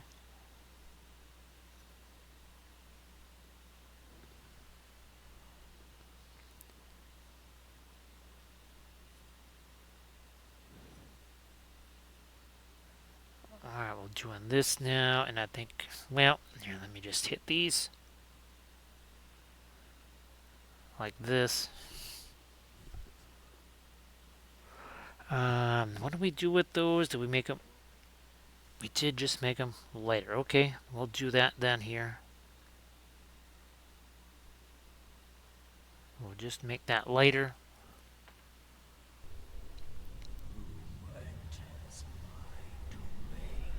Hey there, Teals. How you doing?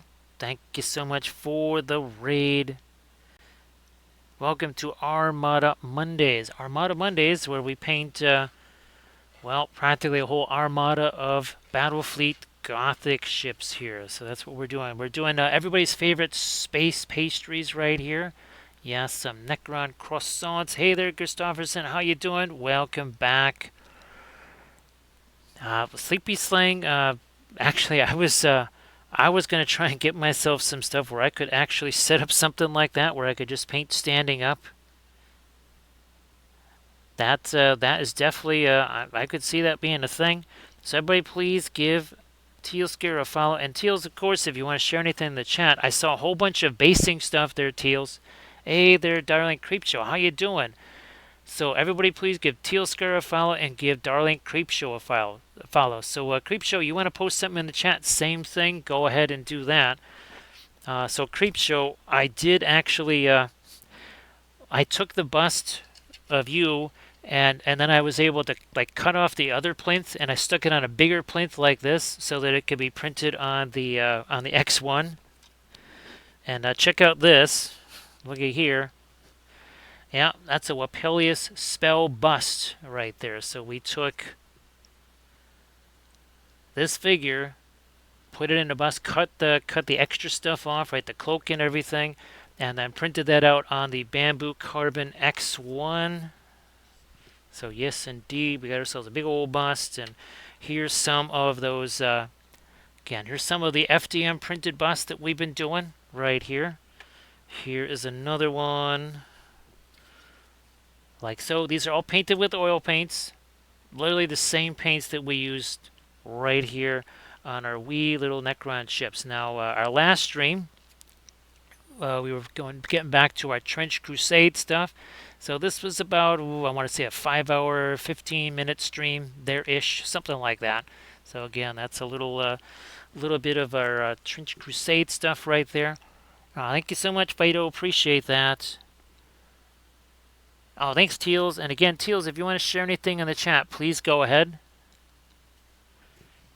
And let me see. Here's some of our other Necron ships. So you can see it's a little bit bigger. And there's a big croissant right there. We've also been doing some Tau stuff here. There we go. There's some Tau. I think we've done 3 streams. We've done like 22 of those ships or so. Now the Tau ships, those are just regular Forge World ships. These were 3D printed. I don't know the name of the sculptor. I was sent the files to print, but it could be, actually, ironically enough, I do believe it's the same person that makes our 1/1800 scale ships. In that case, on my mini factory, that would be Coco's Models. That would be Lee McCall. So I'm pretty sure it's the same person that makes the our 1/8. This is what we also paint on Armada Mondays. Now we have also painted 28mm ships. That's one of 4 ships that we painted, and those happen to be for our Corsairs of Umbar. Oh, we also paint terrain on stream. There you go. There's some terrain and miniatures. We kind of do a little bit of everything. Hey, there's Surface Tension and Wassercat. Nice to see you both. Surface Tension, I was showing off the picture that you made, and I was telling Kathy's family about the idea. I was telling them all about Welsh Grey, and of course how you marked yourself safe from the sunshine, and all the various grays that go into a Welsh landscape painter's kit there. So I can't click on that Cat because otherwise everybody's going to start hearing a YouTube video. You'd have to tell me what it is. Yeah, if you could tell me what it is, that would be fantastic. So Grizz, I actually have an entire Moria board. I mean, like an entire Moria board, as in, the stairways that were falling apart, the walls. I've got Balin's tomb or Balin's tomb, however you want to phrase that. So yeah, we have a ton of Moria stuff. So yeah, surface tension. We are having a good old time talking about all the various aspects of being a landscape painter in Welshlandia.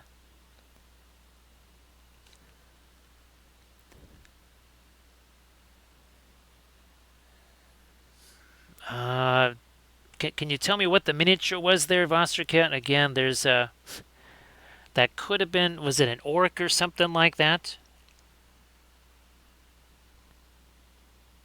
Now, of course,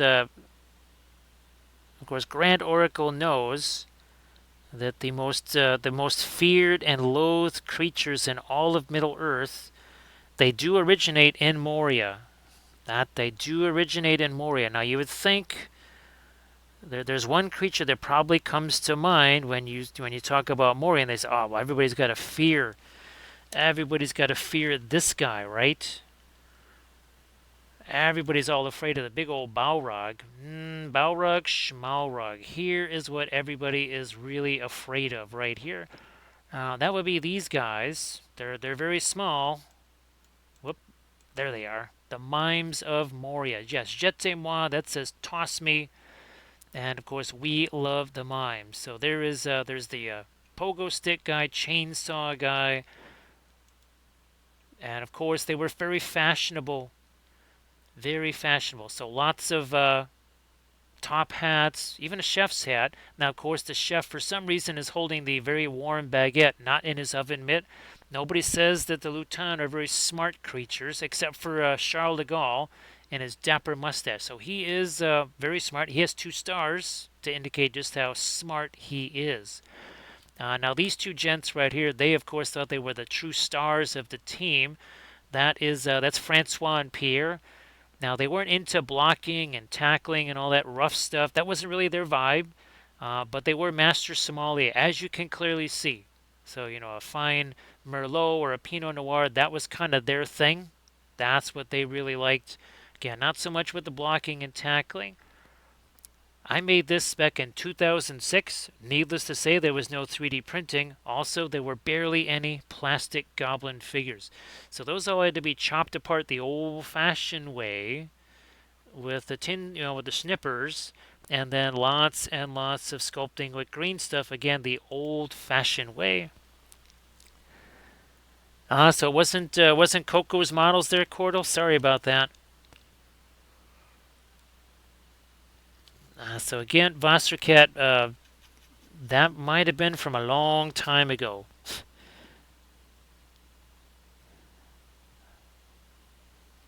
Um, I'm wondering if that could be like an arch villain figure or something. No, not arch villain. That could be Artisan Guild. That might be Artisan. Was it like a demon type figure? Hey there, Arid. Nice to see ya. Everybody, please give Arity Canwife a follow if you could. That would be sensational. And of course, Arid, if you want to post any links in the chat there to your fabulous Pinterest, please go ahead. Well, happy birthday there, Surface Tension. Everybody say happy birthday to Surface Tension.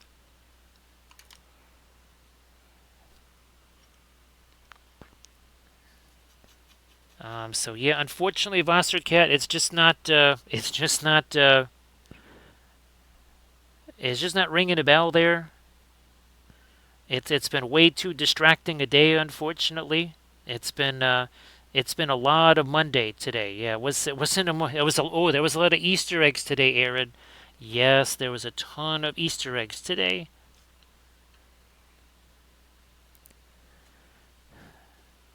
Now, if somebody else wants, well, again, I don't think that would help very much.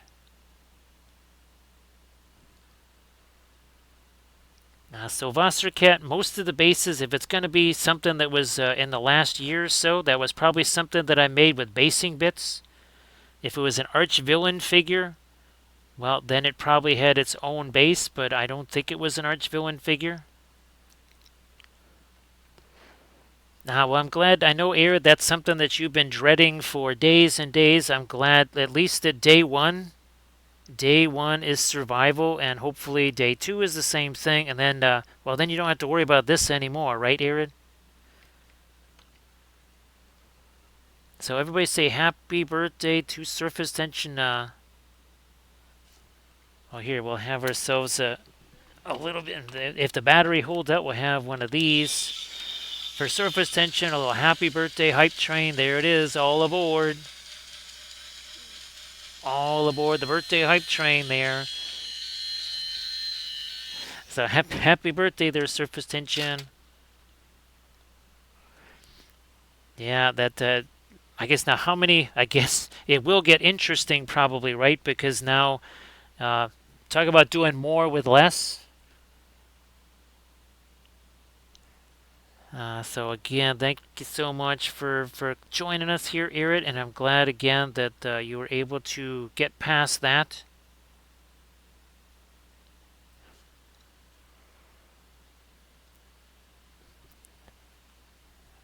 Now, of course, Irid, if that was somebody that you didn't like, that would not be the worst thing. But I'm probably thinking that that was somebody that you liked and got along with, which will make it a bit of a sad thing.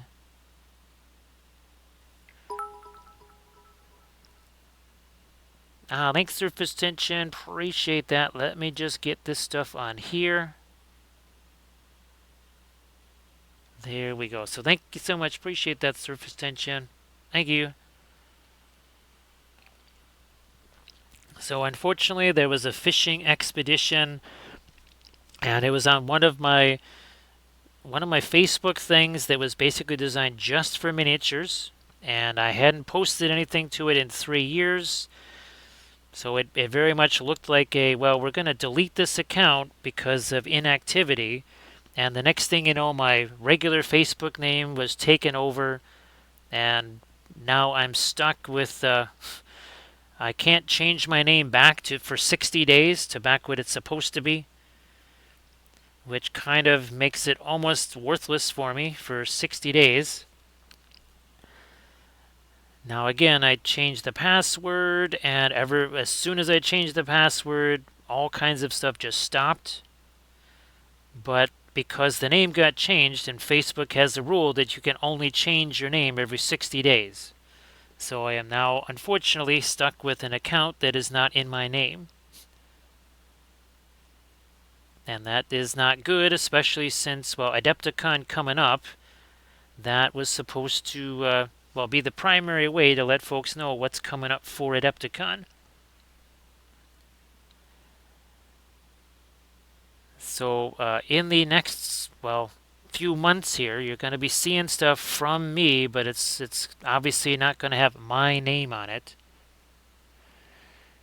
Oh, thanks, Darling Creepshow. So AD, I tried doing, or Arid, I tried doing that. I spent about 6 hours trying to do all the Facebook health things, and wouldn't let me do any of those.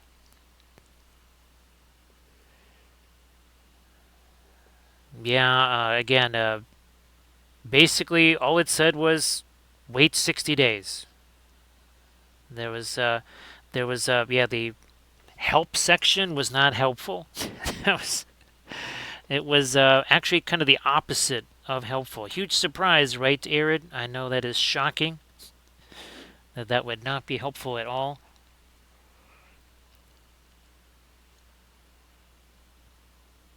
So yeah, that's most unfortunate again, because that is our primary way to, well, let everybody know what's going on with the channel and with everything else. So not quite sure again, and that means sometime in early May, that's when I can change it back. Because I must have spent at least 3 hours just Googling videos. Okay, how do you do this, that, or the other thing?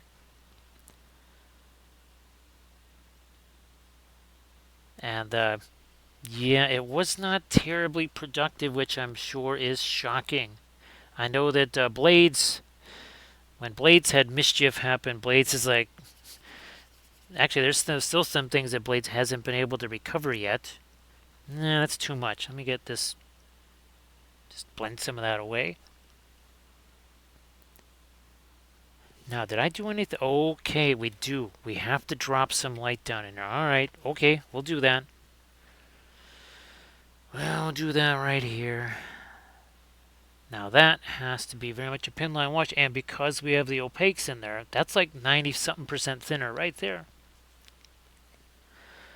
Actually, Wassercat, I did put, well, you can have a nickname on there, and I put Wapelius Spellbrush as a nickname, so it does show up. So if you were to look at, well, what used to be me, my regular profile name, if you look at it now, you will see that it's not that name, but there should be Wapelius Spellbrush in there somewhere. That I was hoping that people would see that and go, ah, okay. And now we count down the days until we can get things back to where they were. Did I do the? Oh, I did do the lighter stuff there. Okay.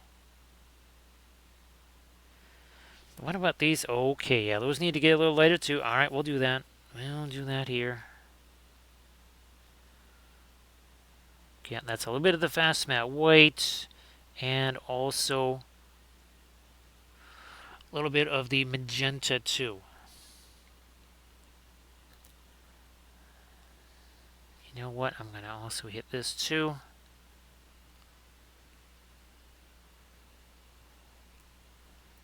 Surface tension.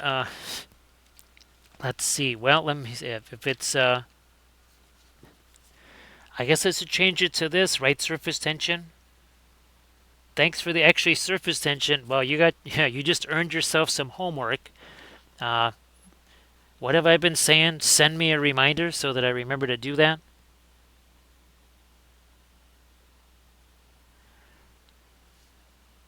So thanks, Fido. Now the other frustrating thing is that, of course, when you start changing passwords, and of course, because of the immediacy of this, I wasn't just taking my time writing up, Tolkien-esque passwords. It was just use whatever Google creates. And now there's like a bazillion passwords that all say, oh, they used to be Facebook passwords.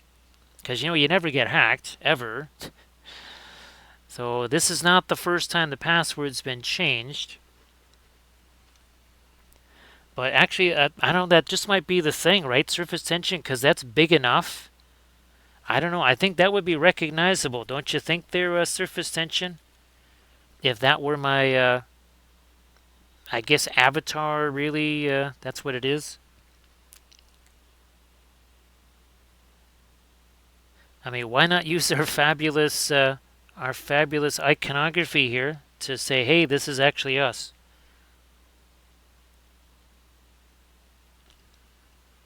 So thanks, appreciate that surface tension. Again, my apologies for the brain being scattered. We're essentially operating. Let's see, when is the last time there was sleep here? I don't know. Sometime. What's today? Tuesday. Yeah, sometime on Sunday there was sleep. Since then, not so much. Hence the fact that the medicine would be our Mountain Dew Kickstart, which again, I actually went to the store. This is a Cuisine Channel after all, and I was looking at orange juice, and not the Sunny Delight or something like that, real orange juice. And I went to look at the ingredients, and I'm like, wow, that has a fraction of the nutrients of this stupid Mountain Dew Kickstart. Yeah, Mountain Dew Kickstart is 100% of your vitamin B, 100% of your vitamin D, 80% of something else. I mean, it's incredible. Not the cheapest thing, but if most of the flavors tend to be about $15 for a 12-pack on Amazon. Okay, so see now we got some of our magenta working in here. So again, this is a Cuisine Channel. We highly recommend, instead of those energy drinks or, well, just straight up caffeinated things, uh, this could be handy because, again, it's not just the caffeine that you're having. You're actually having some genuine nutrients. And I'm thinking that's where the energy comes from. Because caffeine, okay, it might give you a little boost immediately, but you all of a sudden have 100% of your vitamins on like 3 different vitamins. That's gotta help energy wise. Could be wrong. I do actually have a package of that coming for Adepticon. Okay, where's our so you can see kind of where we're headed with this ship right here.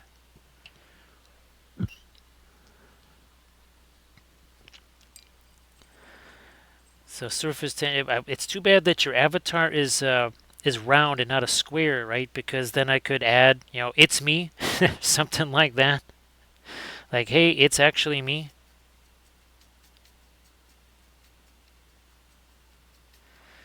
So we will be doing, well, later, probably tonight, which is, by tonight, I mean something like 8 o'clock in the morning. We'll maybe put that up there. Now we're getting these a little lighter. Oh, I did actually use the AI on this here to remember to generate some references, and those were neat ones. Surface tension, you use Dale, right? I've been kind of trying to check out some Mid-Journey tutorial vids. Well, before all this started, there are definitely some interesting possibilities with Mid-Journey.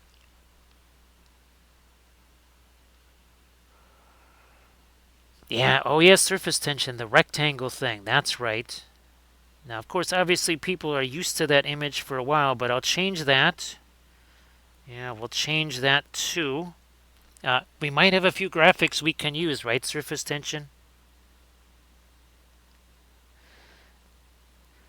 And that might have to be some, maybe some painted miniatures. That's the second time that we've popped this guy off of here.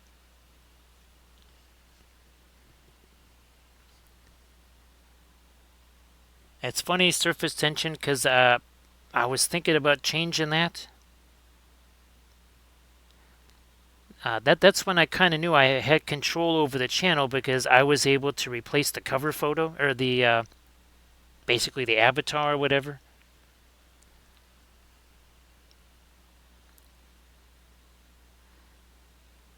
Oh, there you go, surface tension. The Rio Wapelius. That's what it should be, like a little image of some of my painted stuff, and it would say the Rio Wapelius.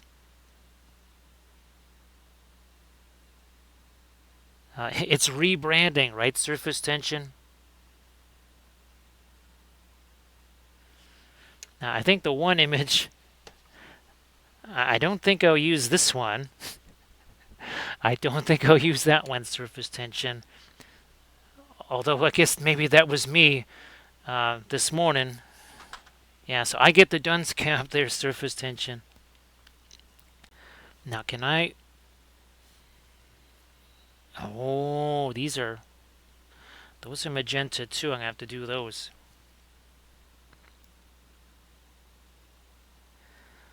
I'll have to do those too. All right, well, I guess I got my homework cut out for me here.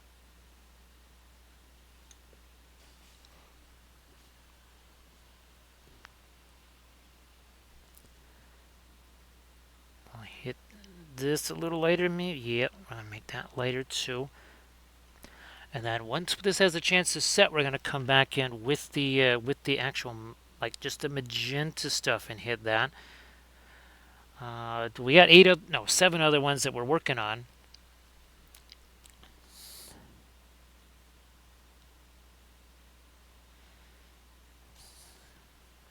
We'll also come back with some of our darker stuff. By the way, 2 hours ago, these had no paint on them. Yeah, none of these had any paint on them at all.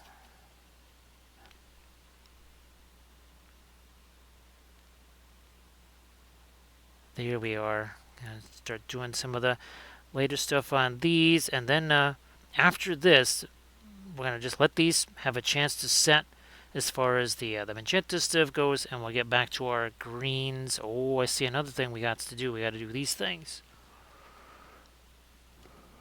We have to do those too. Now again, well, thanks to Armored Wolf for posting a link to the Patreon page. Today's video, which, well, is now all edited and rendered and everything else, that still has to go up onto YouTube so that I can put that onto the Patreon page. So that is, it's our latest printing workshop video. And you'll get to see you get to see a happy little accident, which was by happy little accident, like as in mostly a disaster. When where I actually snipped off a part of something that I thought was a support, it turned out to be like one of the main parts of the figure. So that was a little bit of an oops right there. That was actually surface tension. I was just about to put your image on screen when that happened of our hasty little hobbit. Get some more of that magenta out here. Again, everybody's favorite pastries here, the Necron Croissant.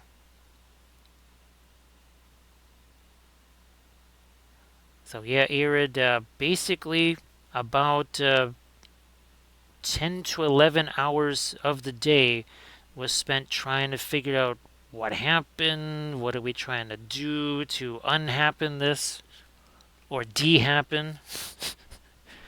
Yeah, I was looking for the undo button. For whatever reason, there were no undo buttons. There was no redo, no undo, no delete. Again, this other stuff, we'll get our lighter greens in there. Where's another one of these? Okay, we've done all of those. Well, let's do these two here.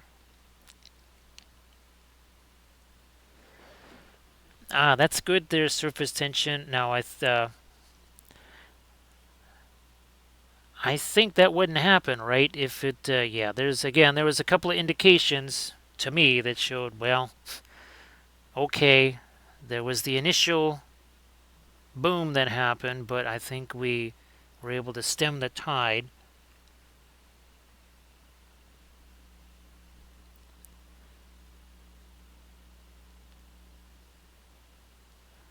Let me do this here. So actually, what? Oh, that's a good. Thanks for reminding me of that, there, Arid. What I was gonna do was just tell people, why don't you just shoot me messages on Instagram? Because to be honest, Instagram was almost starting to take over for that, anyways. So yeah, Arid, that's something I think I'll do also, amidst the other things, is just say, you know what, it might just be easier for you to shoot me messages via the Instas.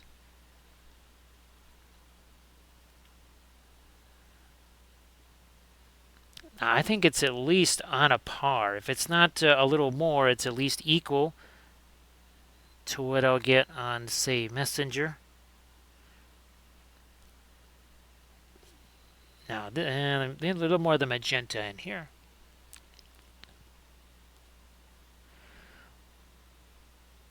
Over there. Then we'll get the green out here. We'll do some of our lighter greens. And that will give us a chance to let some of this magenta stuff have a chance to settle here.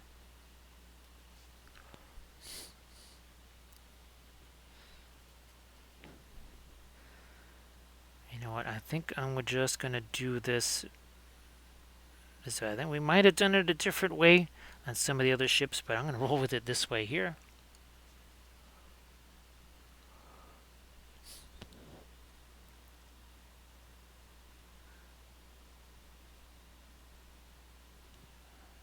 Boy, sorry about that, Arid. Now, of course, that's another way I've kind of said, well, wait a minute. Maybe things were halted because Instas are just normal. There's nothing going on with the Instagrams.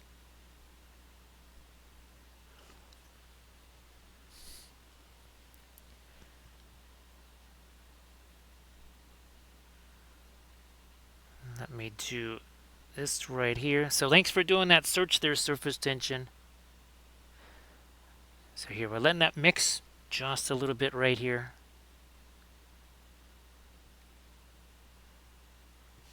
Now we're going to go a little lighter here. Again. So I think there's two of, there's two of these. I still have a whole bunch more of the teensy little ones, depending on how things go. It's only like 2 hours, 10 minutes in. I might be doing some more Spacescape stuff on some ships that have nothing on them yet. Oh yeah, we've got other ships that have nothing on them, and we might be doing some Spacescape things there. You know what? I'm not going to do that. I'm going to do this instead.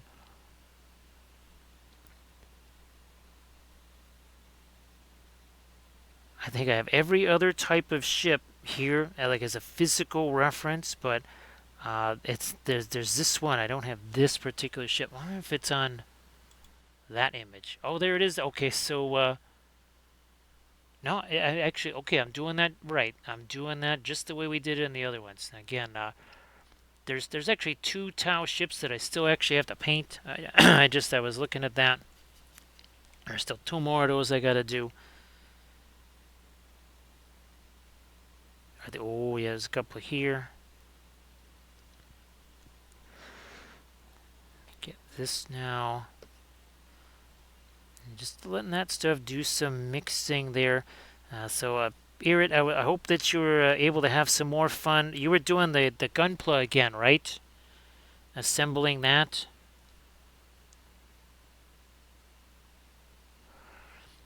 Yep, surface tension. Because folks were saying, why don't you just change the name? It's like, well, no, they don't like that. They don't like you changing those names. It is ironic because it's for security, right? Surface tension.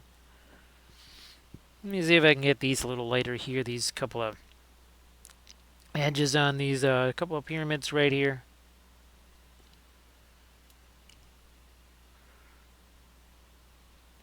Now, everybody give Iridicam Wife a follow on Thursday, 7 p.m. Pacific time. Arid will be streaming again. You'll still be working on your gunpla, right? This Saturday, or sorry, this Thursday coming up, right, Arid? Oh, well, there you go. I promise I didn't, or I did not read your chat message when I said that. I didn't mean to double up on your message there. So again, everybody please give Eardicam Web a follow if you could. Now, where's our... So you can see the difference that already makes here.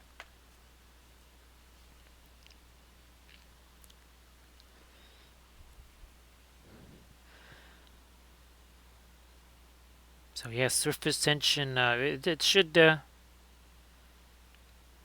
I don't know, surface tension. Actually, it might rejuvenate the Facebook page, right? Having all the new graphics on it.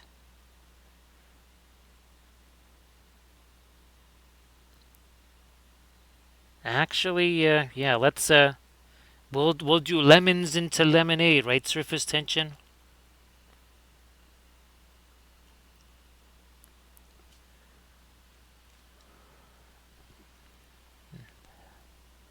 Actually, surface tension, you don't have any of the work trips coming up, do you? I think that usually tends to happen more in the summer. At least it seems like it.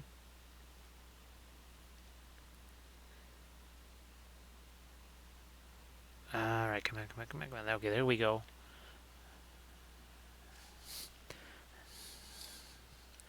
So again, now we're gonna do the same thing with this. Let me just push these guys over here, and this one too. No, he's got his later. Okay, so those 2. We'll put you over there, maybe where you can see them.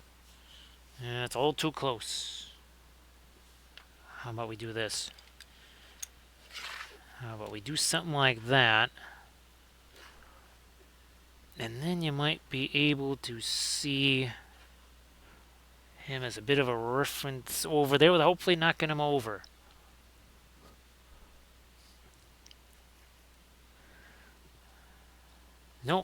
It's just gonna have to move. Thank goodness for these kind. Again, they just a couple of washers. Try to get ones that were as heavy as possible, and that seems to have really done the trick.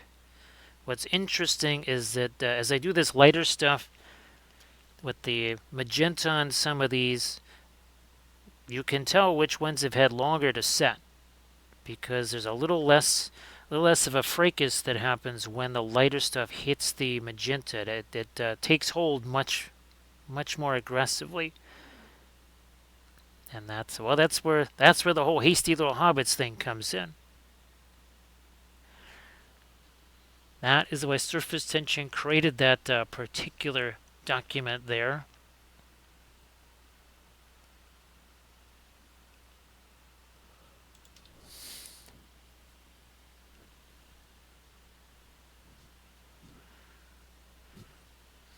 Let me try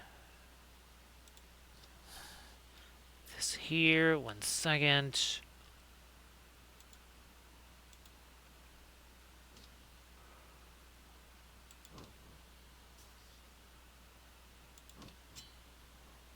Hey there, Doji. Nice to see ya. So, Doji, hopefully there's no more trees for you to cut down. No more one-to-one terrain projects there. And of course, Doji, if you want to share anything in the chat, please go ahead and do that.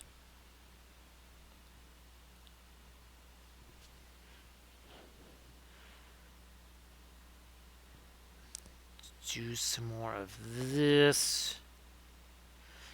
Well, since we have an extra week of streams that I didn't know we had, then maybe I might just be able to get those creature caster figs prepped and we try to paint those. Well, like the mounted baristas, right? Surface tension. We gotta have the mounted baristas. The most hated cavalry unit in all of Wappleville. They ride around on their horses. They just yell out people's names and they just chuck cups of scalding hot coffee at them. Let me get some more of this magenta over here.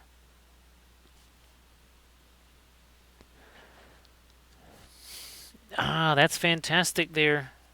And of course, Doji, if you want to share anything in the chat, please go ahead and do that.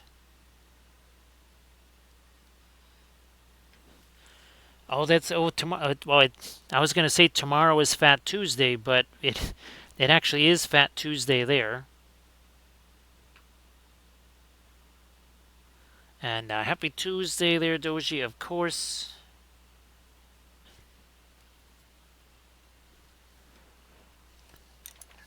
With all of the Monday fracas going on here, I forgot that now we're entering into Fat Tuesday, which means Landrast there should be lots of Viennetta. Sorry that they didn't have any Viennetta there, Landrast.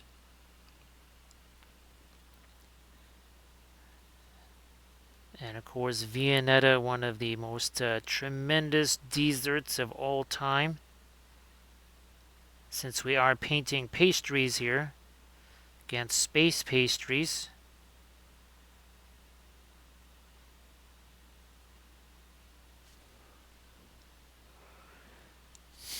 So surface tension says there is absolutely nothing worse than you show up to a pitched battle and the cavalry has gotten your order all wrong.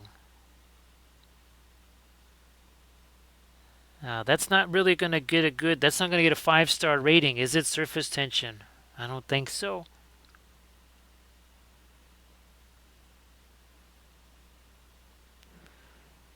So I guess retreating from the mounted baristas, that's a little different version of DoorDash, I guess. Let's do some more of our lighter lights on here.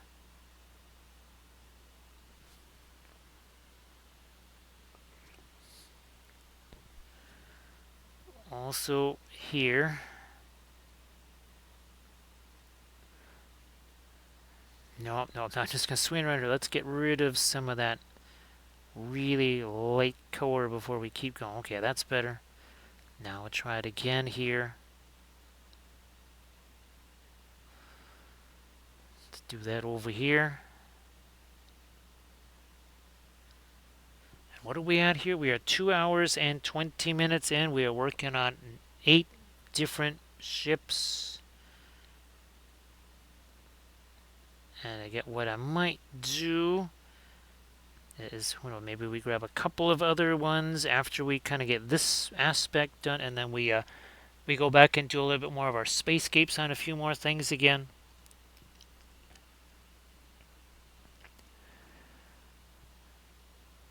So surface tension, there's oh, that's what we forgot to do here, didn't we?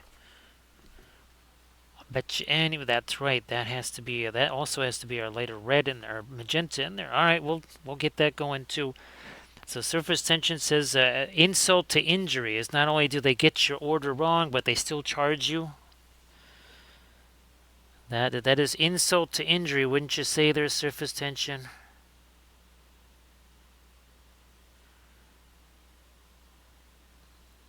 Okay, there we go.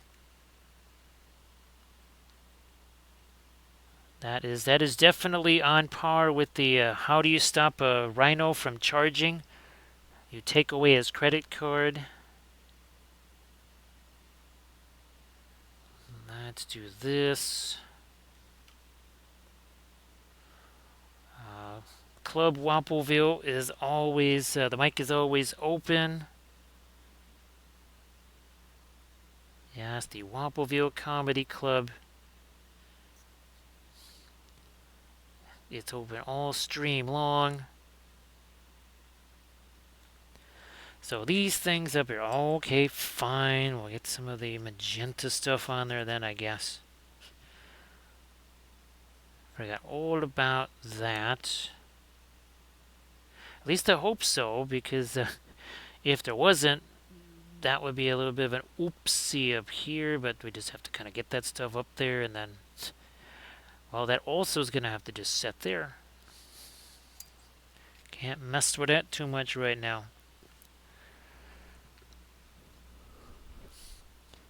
So Doji, sorry that work has been so crazy, and that's kind of kept the paint brushes out of the hands there.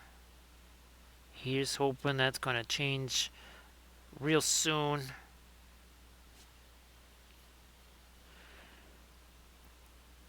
Let me maybe get a little more of the magenta in there. Yeah, let's do something like that. Something like that.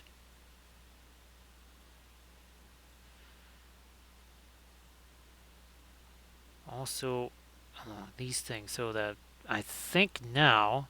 Oh no, there's still the two littlest guys there to do. Once we do the magenta stuff on them, then we rotate back around to the lighter green, and then we go back around to do the lightest of the magenta glow. Let's push you over here. So now we're back to these. We got two of those guys to do.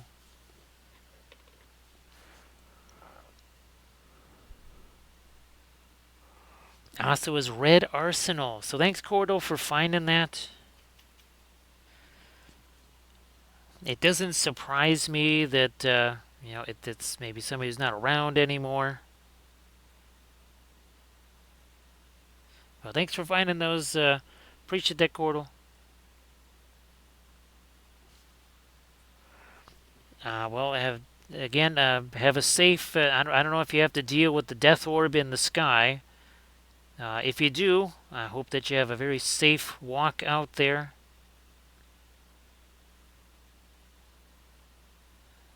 And just enjoy the wonderful panoply that is Welsh Grey. There's every gray in the spectrum there to be found in Welshlandia.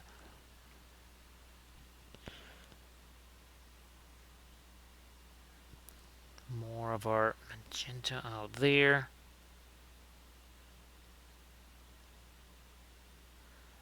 Also, oh yeah, over here too. These things, if I remember right, we did a little bit of magenta on those. So I think we got two of these. Yeah, we got two more of these to go yet. Well, one more after this.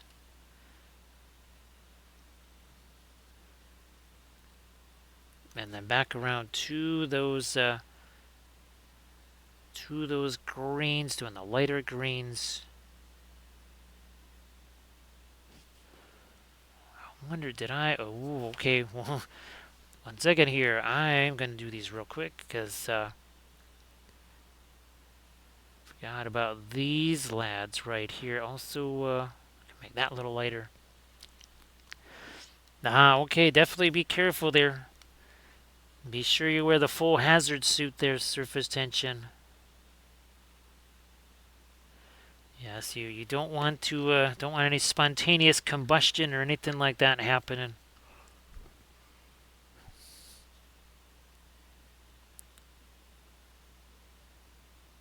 So I wonder how many of these littlest guys that I have that are essentially ready to rock and roll here. So we've got okay, so we got a few of those. We'll set those aside and we'll keep these. Okay. Where's back to this one here. Back to this one.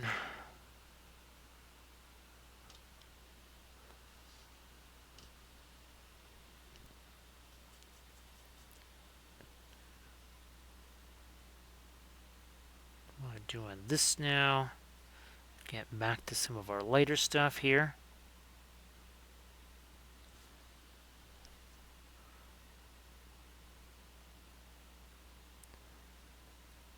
And that is going to go away a little bit. Try and bring that back in. It's not our latest stuff anyways.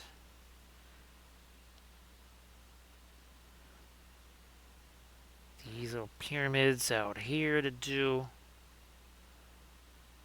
There are tons and tons and tons of these little pyramids here.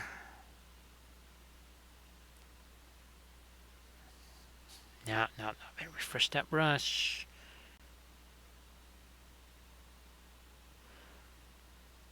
Now when it comes to our greens, yeah, there's especially on these guys, I think there's a lot of the lighter green stuff we can do on them.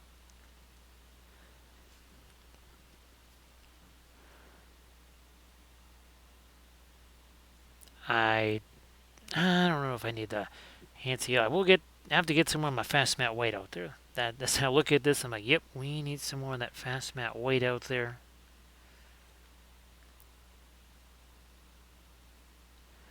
And that would be why. Well, it's a 150 mil tube. It would even me. It would take me a while to go through a 150 mil tube. Also, that would be ginormous. Grand Oracle, I'm just visualizing a 150 milliliter tube of, say, something like either black spinel or one of our oxides or something like that. You could almost throw that through a wall. That's how heavy that would be. Because remember, you can have a 37 mil tube that weighs 3 times as much as another 37, depending on what the color is. If it's a cadmium, or again, any kind of iron oxide type color, of which there are many. There's an awful lot of pigments that are made from metals.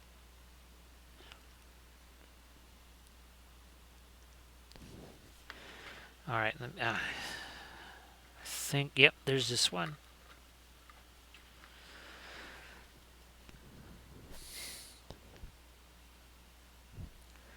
And after this one, yeah, then we'll start rolling with some of our greens.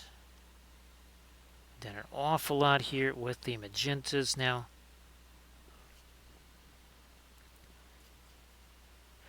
Might also do a little bit of a medicine refresh.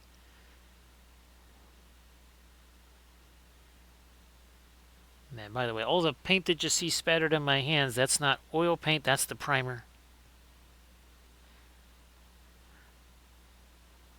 if I did have the paint spattered on my hand, gosh, just a minute or two with some warm water and some dish soap, and that is all gone. So yeah, if you get some of the oil paint on your hands, it's real easy to get rid of it.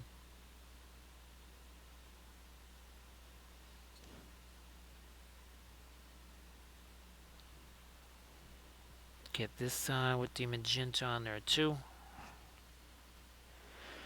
Now, of course, if you're 3D printing these, you will have nitrile gloves. You just wear the nitrile gloves, take them off, throw them in the garbage. You don't have to wash your hands.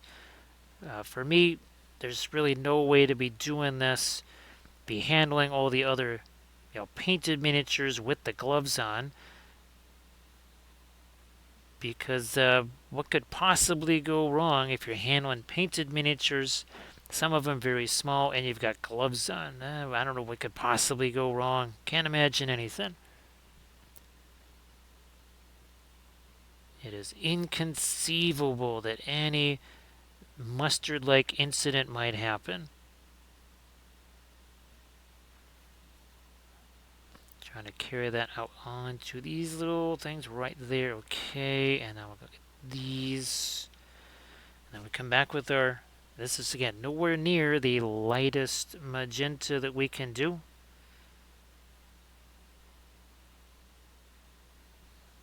Just gotta be, again, patient. Not be a hasty little hobbit.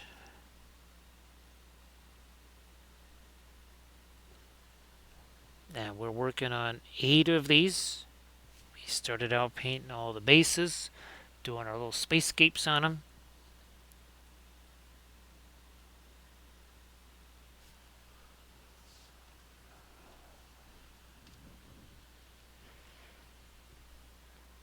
Let me hit this a little.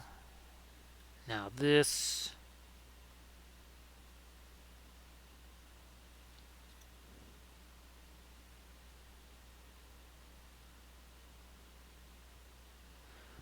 Okay, got those. Oh, these. Didn't get these yet. Alright, we'll do those. We'll do something on there. We're going to get that a little lighter too.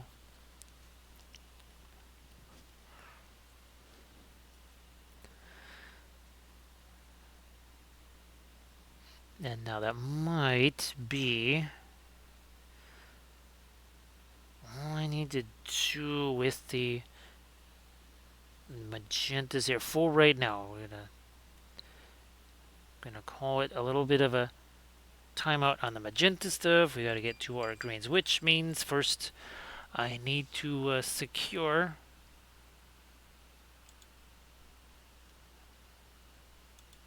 I need to get my fast mat weight out here.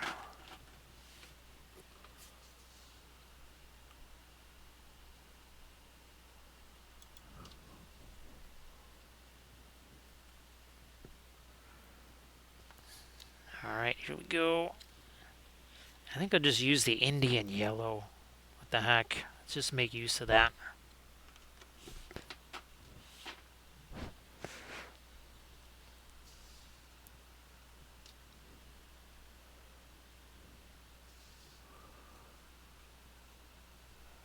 Actually, let me do this. Get that stuff out of there. Take some of our white. Put that up there and get a little bit of the Indian yellow just to make sure that doesn't get too much on the cool side there. Just a little touch of that Indian yellow might just do the trick. Now we gotta break this down a little.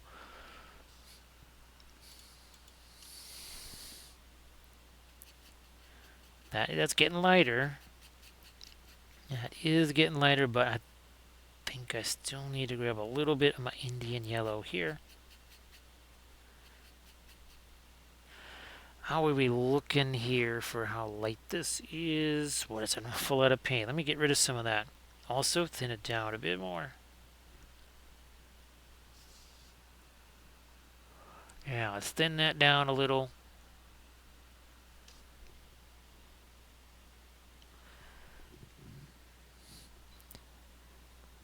there's just a couple of these leading edges here that, like this one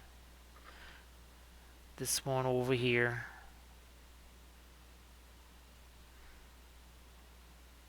Did we do those more? Okay, we did those more with the magenta. So, I'm just going to grab a different brush to do that.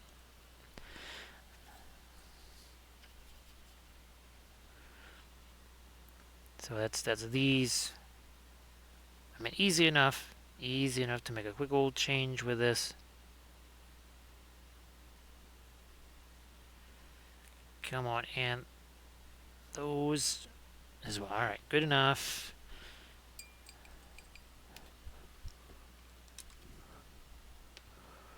All right, back to our lighter greens here.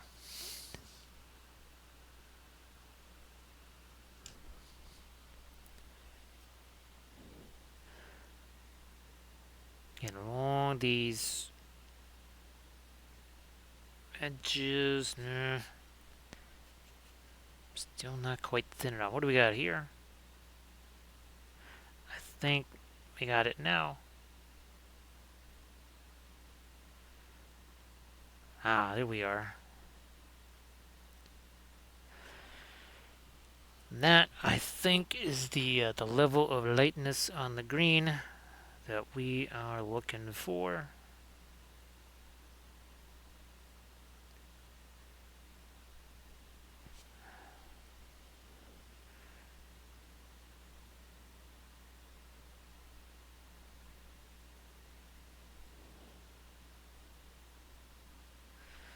And we'll do this.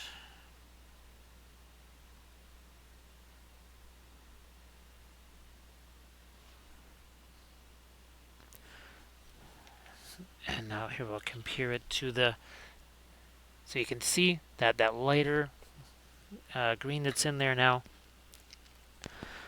So yeah, the other reason why I got all confused about the dates is that, well, Kathy's family sent me a new wall calendar. Their wall calendar,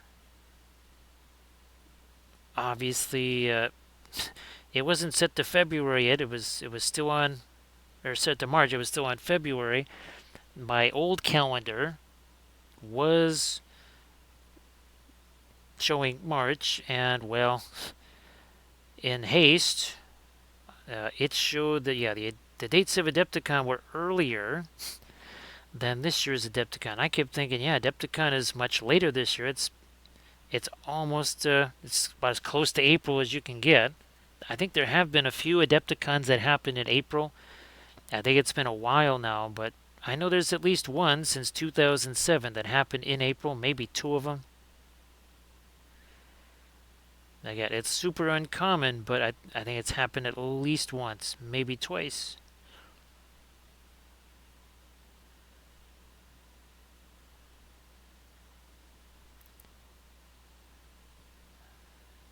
And of course, keeping in mind that now that it's in Milwaukee, you might want to consider that snow preparation might be more. You might want to do a little more of that than you might usually do. It might only be 90-something miles away, but sometimes, especially here with lake effect snow, and I think they typically have more lake effect snow than we do. There could be a little more chance of snow up there than you might get down here. So see you later there, Doji. Thanks for being here. Appreciate that.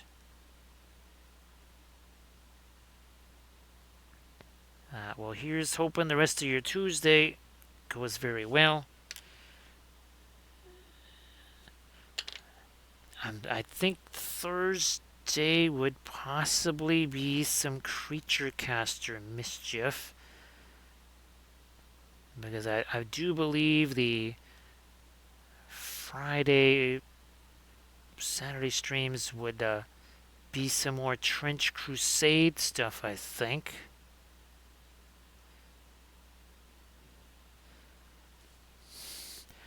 Those little guys. I think I have one of my little ships here. Okay, so those, okay, we did do them with the magenta. All right, good to know. Good to know. So I did get, okay, I got the lighter green on that stuff.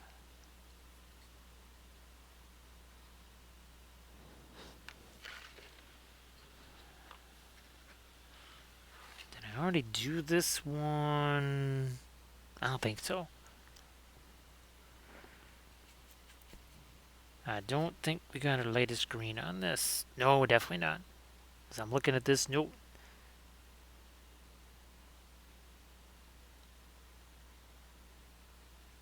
And again, there can't be too much paint on the brush. Can't be too much thinner on the brush. If there's too much thinner on the brush, it will become a pinline wash, which and pinline washes are great unless that is not what you want. In that case, they're not so spectacular. Only way you can do that, yet not have too much thinner on that brush. So it's a little bit of a balance.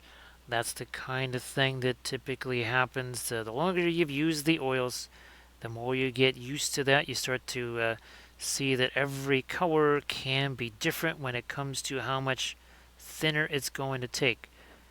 There are some colors that just take a whole lot of thinner to break them down. That usually extends to the more opaque, lighter type colors, where it takes more paint to break it down into something like a pinline wash. There are exceptions. Actually, the fluorescent colors are one of those exceptions. And it can take a considerable amount of thinner to make those into something like a pinline wash.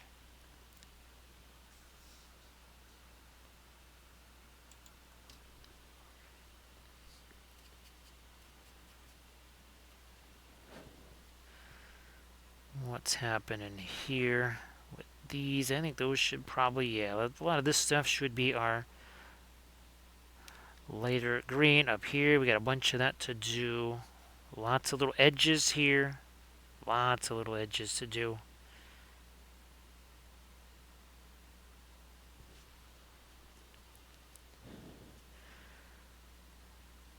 I think, ooh, that might have been lighter than we wanted with the green there, but yeah, we can make a change on that if we any. Oh, those are supposed to be magenta there. We'll change that back.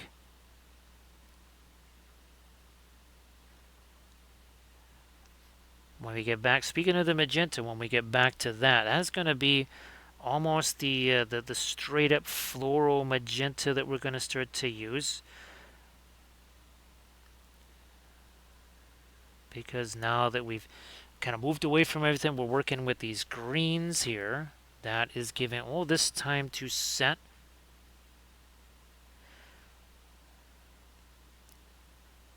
That one of the last things would either be some darker green things to sharpen up some edges, and or the lightest of the light magenta highlights.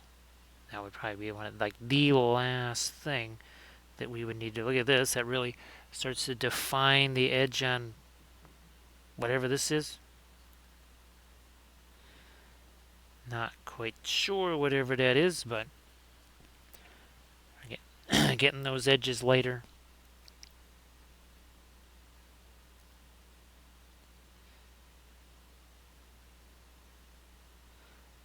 We're going to do this now. Now we need to try and get some of our lighter greens on all of these leading edges here. Let me see if I can do this without popping it off of the holder like I've done twice already.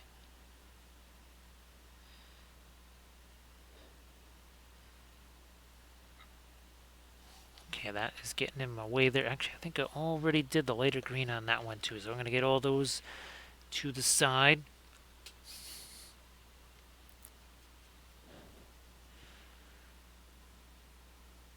More of our lighter green along all this little stuff here.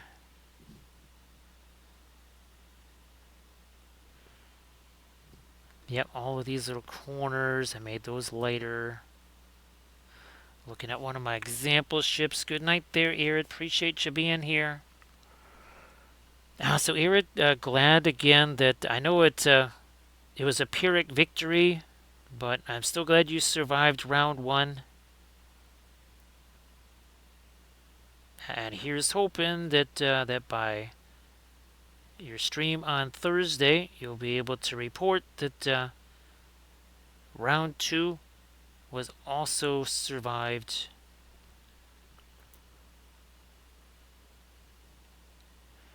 We're gonna throw down some more, yes, some more of our lighter core here. And we're gonna get this going here.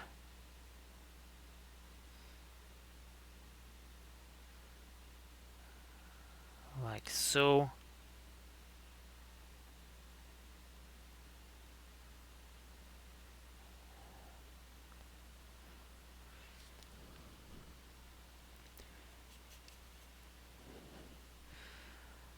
Yeah, well, that worked out reasonably well right there. Now let me get back to our... Ooh, there's a little too much stuff on there to do those narrow edges. Let's do a little heavier edge first.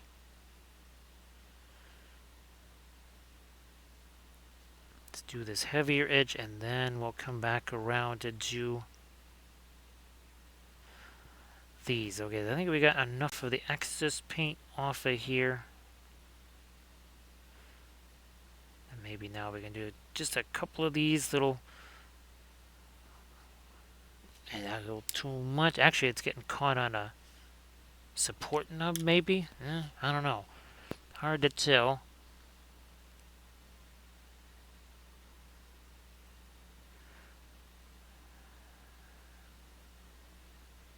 Almost a bit of just a dry brush there. Using our synthetic liner brush.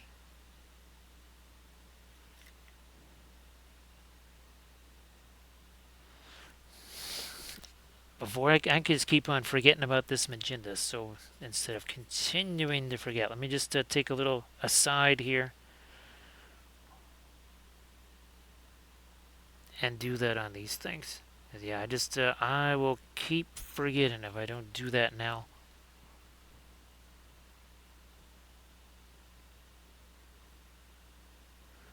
I'll do that here.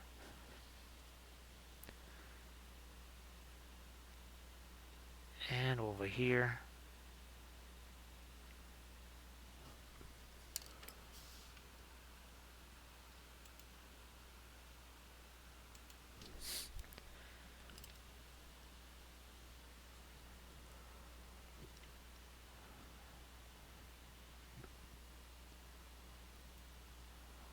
What do we have here? Let's do this. Okay, put you... Nah, we're just going to get you cleaned up, put back there, because otherwise I'll just forget that. Where were we going to go with the lighter greens? Along these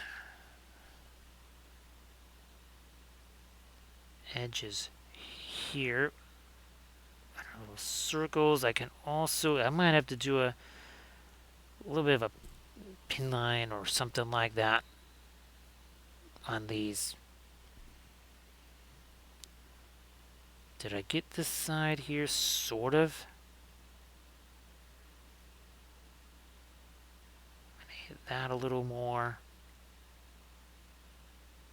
Plus that.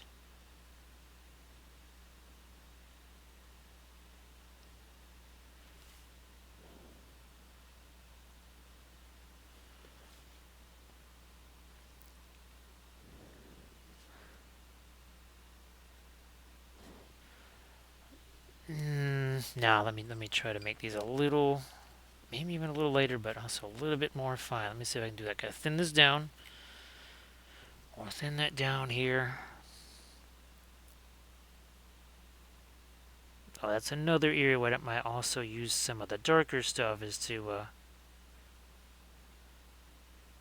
define some of these edges even a little bit more. Oh, I didn't do these. All right, that's we did it on the port side. Let's do it on the starboard here.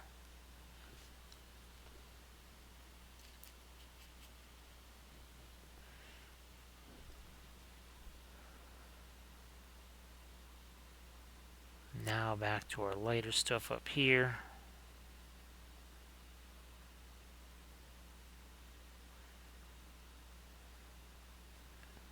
This 2, whatever that is.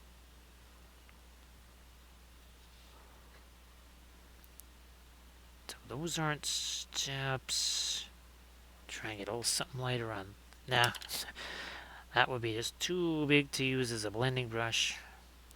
So yeah, like here, we're gonna have to get those greens. We're gonna restore some of the darker greens there. But I think it's time to skedaddle on over to these little guys. Hey there, Lead Logic. How you doing? So great to see you there, Lead Logic. I hope that you are well. You know what? Let's go back to that brush because I see here there are some other little magenta things that we have forgotten. So thanks, Lead Logic. I hope that your Tuesday is off to a fantabulous start there. So yeah, Lead Logic, we got 8 more of these. Of course, started out with the Spacescape type stuff there. Hammered that through real quick like.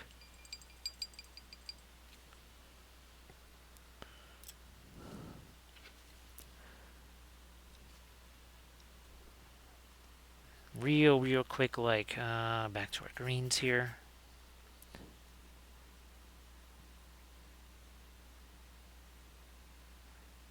Like this.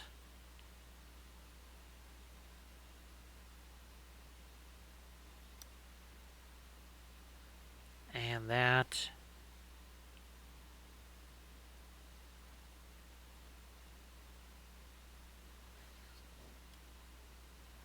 I think that doesn't get the pink on there, at least from what I remember from our other ones.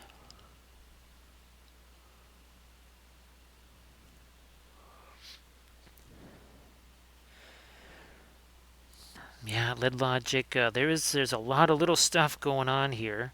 Now, of course, these are, you know, being 3D printed. You can really do some. There's a lot of little things you can kind of do detail-wise that you couldn't probably get away with when you have to cast something, right? Lead Logic. I mean, that's why these also are tau ships. When you break it down, they are actually much simpler. I mean, they seem pretty complex, but I think they're actually simpler shape-wise than this here. And of course, those were several pieces to put together. Let me do something real quick here. 1 second. That's there. Back to our green again. Oh, I still gotta get the magenta in there, which means eventually I get to a place or a point where I didn't forget to put magenta somewhere. We'll get there eventually. So Lead Logic, if there's anything you want to share in the chat, please go ahead.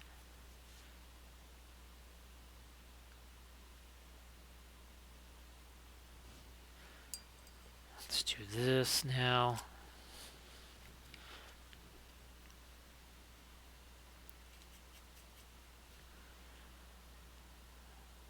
Let's do these really light greens along these little crazy circles here, whatever those are supposed to be.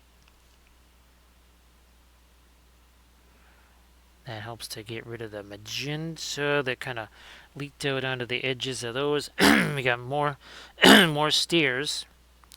There's a whole lot of external stairwells on these, or staircases on these Necron ships here. Of course, they're everybody's favorite space pastries. As we combine Cuisine Channel with Armada Mondays, with the best croissants interstellar space can provide.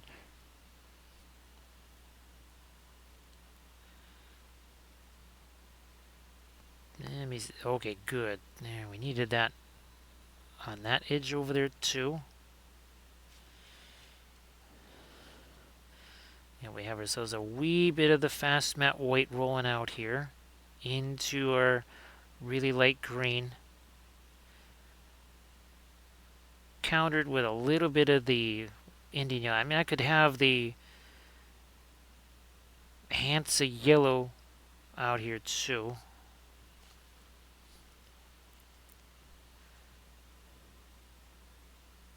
Hit these.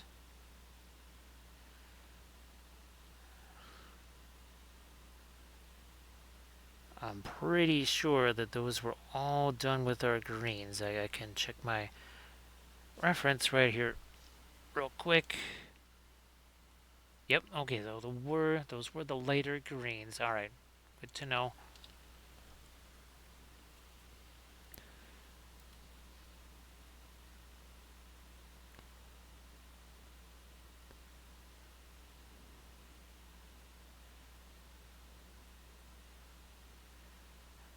And we'll do this.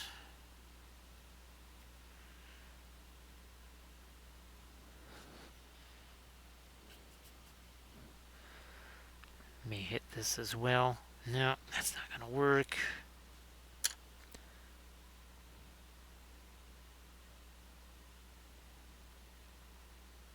I can't tell if we... You know what? I think I just found yet another thing that was supposed to be magenta here. Alright, well, let me get this brush back. Because I found these.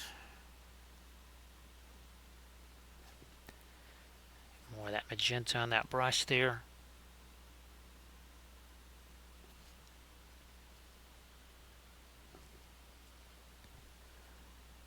Sneak it into these. I think there's 6 of these, right? Yeah, 3 on either side. Before I forget, let me do this one right here. So we welcome at 3K Painting Studio. Okay, so I'm not quite sure that lambda bread's supposed to look like that. It's like not a croissant. It's like you're also not lambda bread apparently. How disappointing. That's gonna happen. First big Gandalf 6 roll of the night for 3K Painting Studios. And it's a good solid 3. 3s and 4s are good. If he mentions pipeweed, that's 6. Tends to turn into that. So thank you so much, 3K. Appreciate the follow. And here's hoping that your Tuesday is off to a rockin' start. We usually sometimes am tempted to say that hope it's off to a smashing start, but then if you're commuting somewhere, you probably that would not be as good of a salutation. Okay, there we go. Yeah, I haven't done as many of this one. Actually, I've probably painted just as many of the giant ships as I have of this one. Maybe even more. Because I'm pretty sure I've done it. I think 3 of each of these. And again, you can see it. And this is one of the mid-sized ships. Here's that's not even the smallest ship right there. So you can see the difference in our croissant there. Of course, after there's only a week or so ago, we were painting these massive printed busts there. Gee whiz. Who knows? Maybe I got to paint one of those. Maybe that will have to be our Thursday stream. I don't know yet. I do not know. That might as well be next year as far as I'm concerned. We'll deal with Thursday when that happens. We really need our lighter green here. And then we'll have to do this again on the other one too.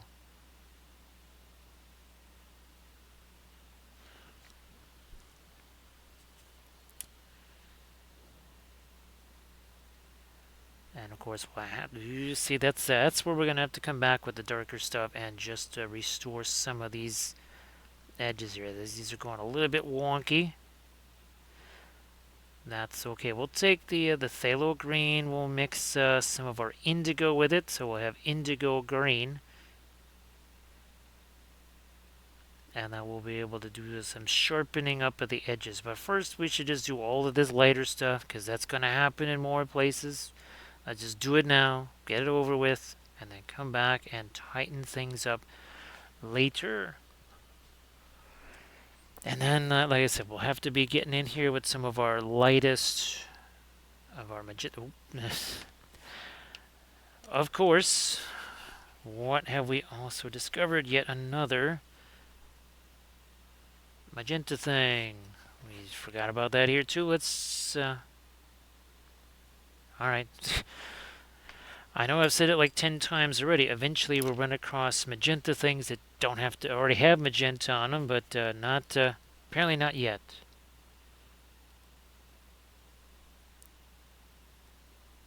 We are gonna do a bit more of this now.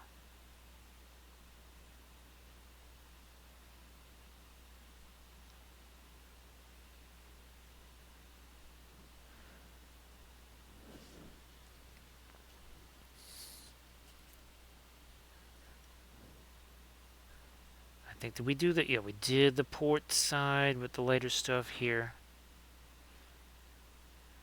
Now let's real quick like try and shoot some of that over here.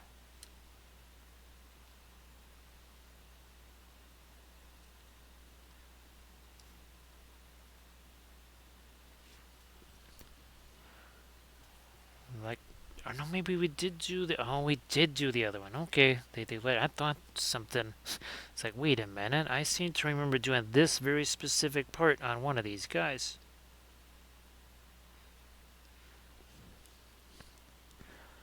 Not that my memory means anything today or tonight.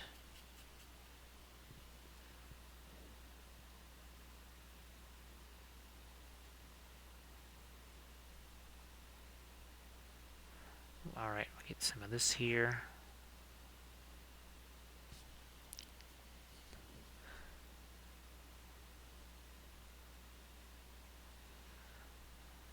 And we're going to do this now. A little more of that lighter green there. Over there.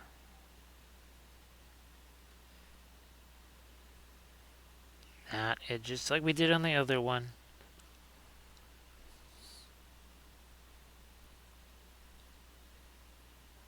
The stairs, yes, we got all the crazy stairs here. Let's lighten these up.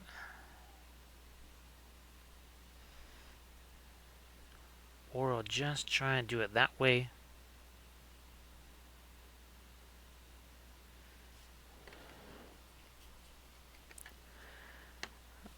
We got these little.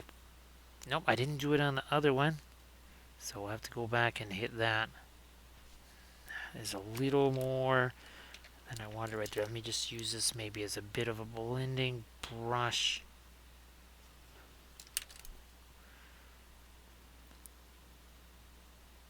Pull that some more.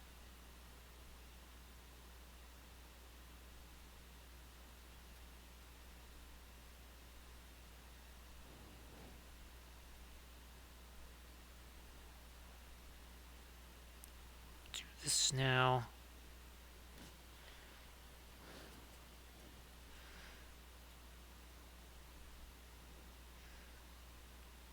And we're going to rock and roll this way.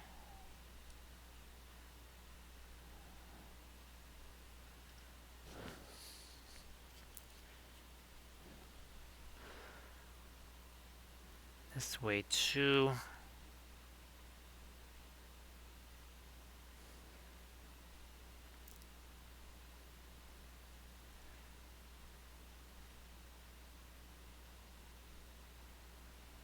There.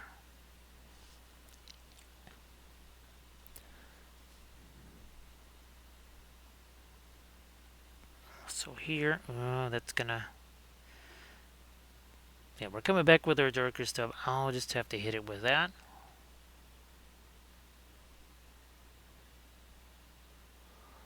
Try and lighten that one leading edge, this same edge on the other side.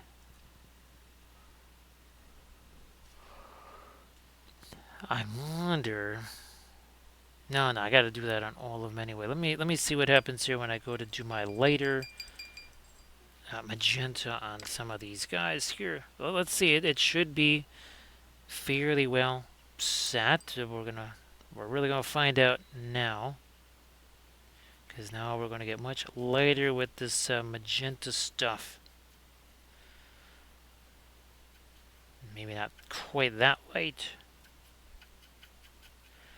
Just breaking it down with some of my thinner here. Remember, you can thin the oils, but you cannot dilute them. So if it's practically white and you do a whole bunch of thinner in it, it is still practically white. That's just kind of how the oils work. That is very different from acrylics. There's going to be a difference. And as we've been talking about, it'll take a little while to adapt to those differences. If you've used oil paints in 2D art before, that's an advantage. If you haven't, again, it maybe will take some attempts. You also want to simplify your first attempts, as in maybe not do a whole bunch of colors, just do basically a value study. One light color, one dark color. Doesn't have to be black and white. You could use a really light yellow and a really light brown or something like that, or a indigo and whatever. You use those, and that can maybe give you a little idea of how the paint works without having to, say, struggle through a whole bunch of, well, yeah, these colors. What colors do I use here or there? How do I mix the colors? That way you don't really have to worry about that, at least not early on.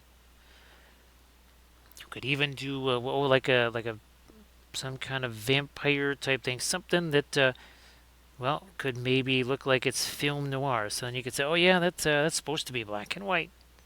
That wasn't just a value study. It was always supposed to be that way. Hey there, Donkey. How you doing? As always, for Adepticon, it's getting to see the people, right, that I never get to see. Because usually it's more like a wall of text on the stream, right, Donkey? So that's the thing there is instead of just a wall of text, it's actually a person with a voice.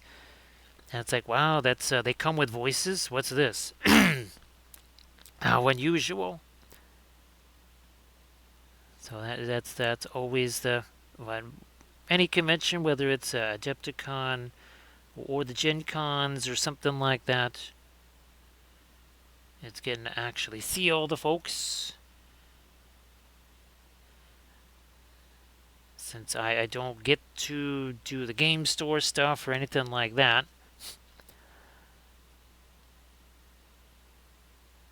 The extent of my outside the activities are while working on the outside of the house, walking to various places in the neighborhood where I need to either go to the store, drop off packages, or something like that.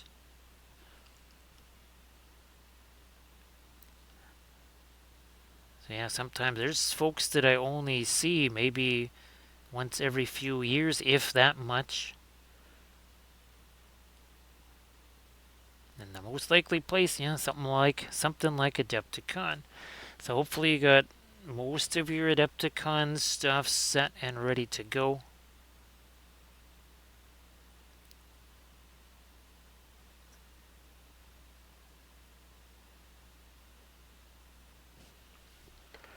Now, look at this. See, we've got it much more in line with what we had before.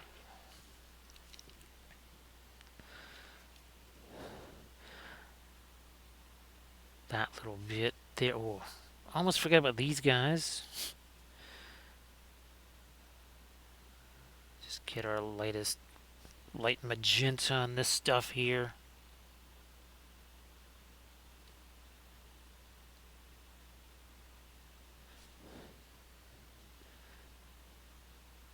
And we're doing that. Okay, there we are. We got a couple of the smaller ones to do, it looks like. Yeah, a couple of the smaller ones here.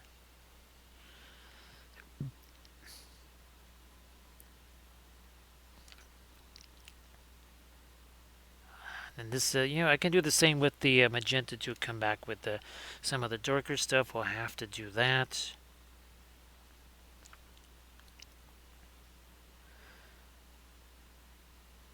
And that's probably nope. After this, we'll do the really dark, taking again our indigo green as we're gonna call it, and just making sure that there's all the edges of our lighter green. Those are what they should be.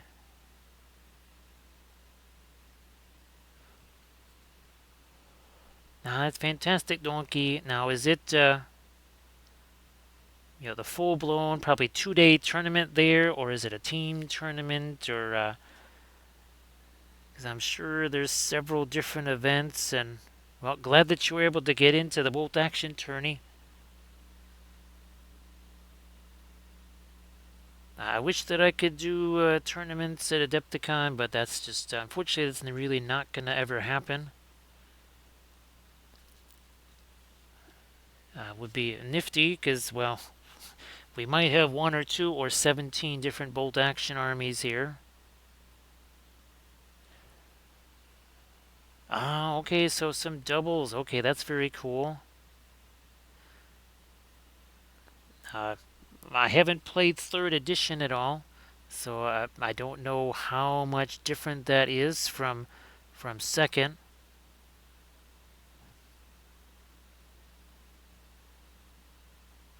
And I guess are they doing theater selectors for the tournament? Now that's interesting. Let's see. Let's put you over here. Yeah, let's get you over here.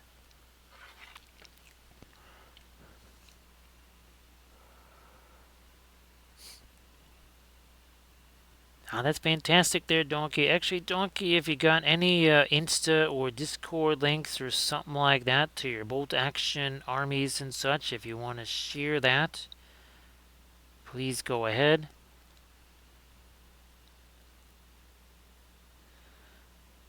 It'd be interesting, yeah, Donkey, because all the warlord stuff is going to be taking place, well, in the main building this time around, not in the satellite hotel.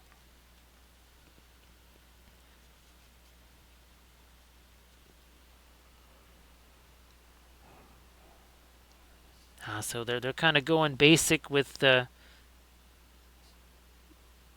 I mean, the new edition was it September of last year, Donkey, that the new edition came out.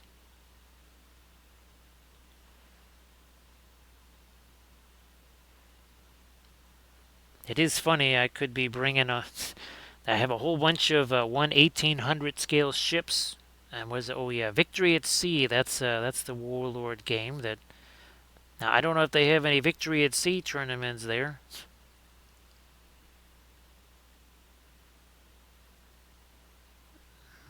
Guessing that there probably is of some kind.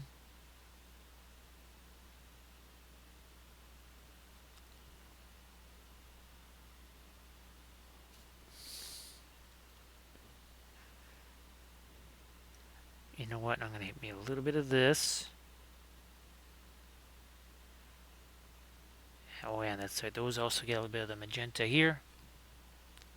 Same over there. So now we're about 3 hours in here. Yeah, working on 8 different ships. And when we first started on these a little over 3 hours ago, the bases were just a dark blue primer, and the ships were just a dark green primer, and that's all there was. There was no other paint on these whatsoever. So I like to say, don't blink because you will miss something.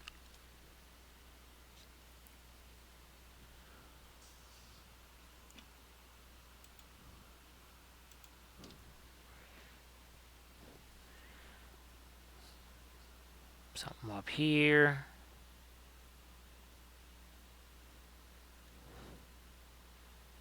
Sure, we'll get the lights on those.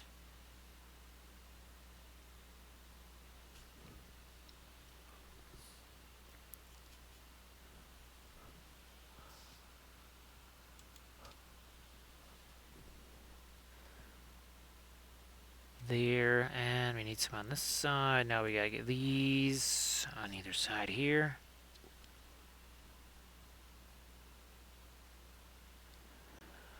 Now, I guess now Donkey, it was with the new version, it had more to do with the army structure, not so much about point values and changes to prep bombardments and all that kind of stuff.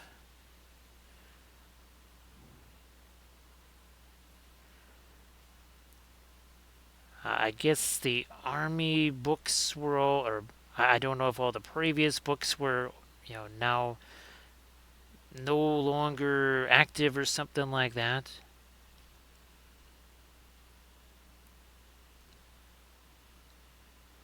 So everybody please check out the Chicago Dice link there. Check out the Chicago Dice link and check out Donkey's fabulous. Let's see there. Last year's double army.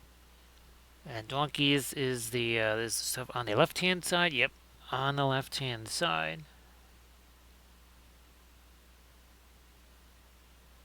So congratulations there, Donkey, of course.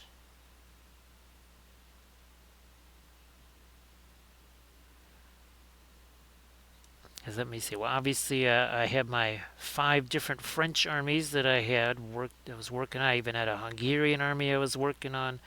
I had a couple of different Soviet armies. I had even a couple of different Italian armies.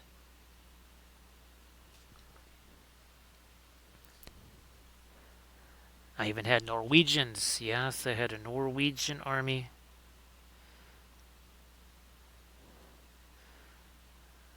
So let's see. We had well, typical early war French. Then we had French in Anorak. Well, very early war. Then, and that was for the Narvik campaign. Then I had Free French in the desert. I had Vichy French. I had a couple of different resistance armies.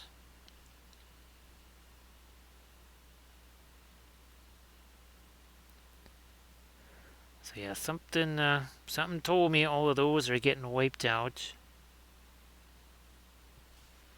Alright, there we go. We got our nice lights. No, maybe I'll just sometimes when in doubt, make things darker. Now I think this guy has a portion of his. Nope. Well, we'll do lighter stuff on him. Alright. Let's do that here. Let's get to some of our lighter magentas on this here. Oh yeah, we did. We need to do our latest magentas on here. All right, that's good. Here we're gonna be doing some glazy stuff with the straight up regular magenta. This is where we're really gonna be doing a lot of stuff with our darker green too.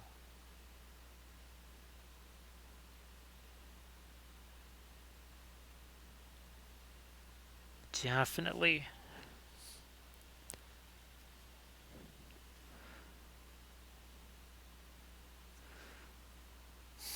For a second, I thought I was just popping this thing off of the holder again for about the 4th or 5th time.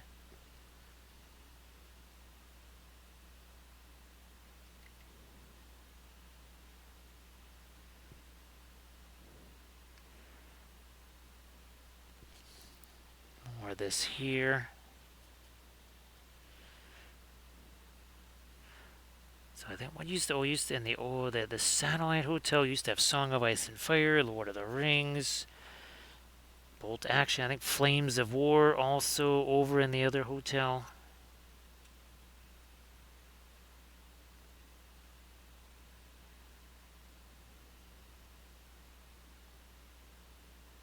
Let me hit some of this here. Get with our light. Oh yeah, on this side with the lighter magenta. Let's do that. Breaking down some of the fast matte white here.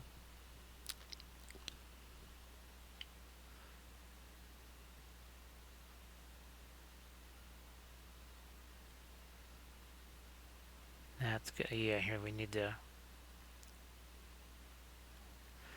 We'll come back with our darker stuff and work on that edge too.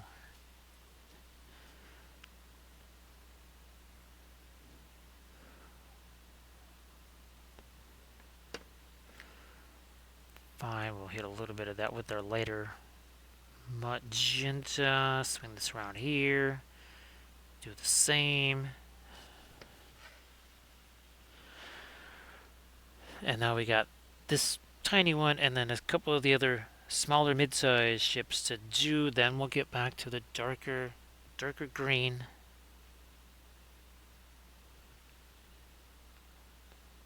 Like you do.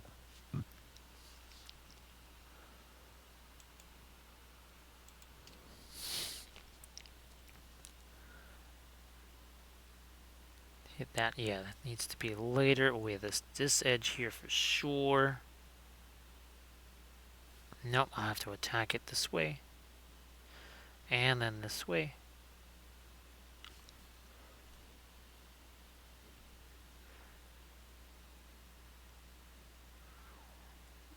And like so.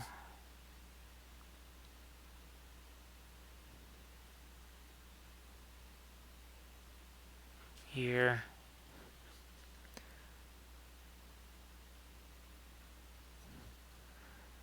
Let's get this a little later.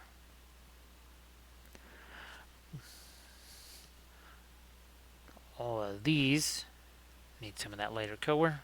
Again, that's just the fast matte white, and that is mixed with the mixed with our floral magenta. So what are we at now? 3 hours, 22 minutes. Again, working on 8 of these ships, all simultaneous.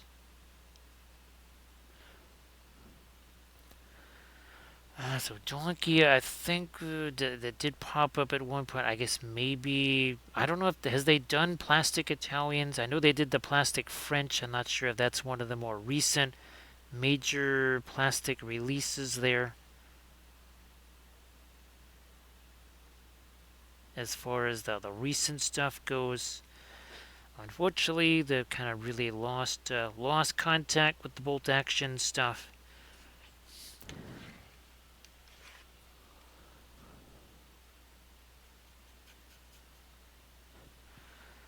Now there's gonna be quite a bit of the, I think, lighter magenta stuff to do on this one.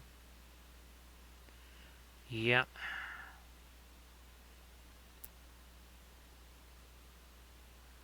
Somehow gotta get that lighter stuff down in there.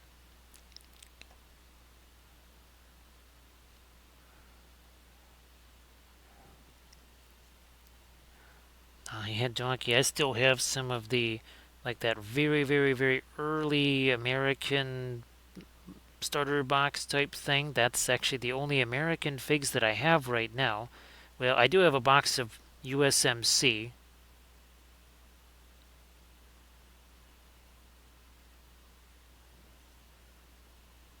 That is, yeah, I think that's still unopened. Yeah, that is still pristine.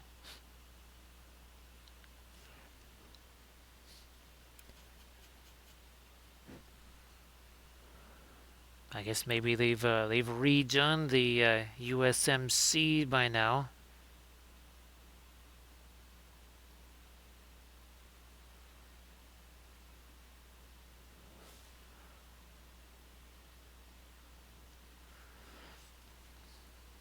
Okay, let's do this. Blending brush. Blending brush, maybe this one. Because those got a little dicey there, some of those edges. I'll fix those up.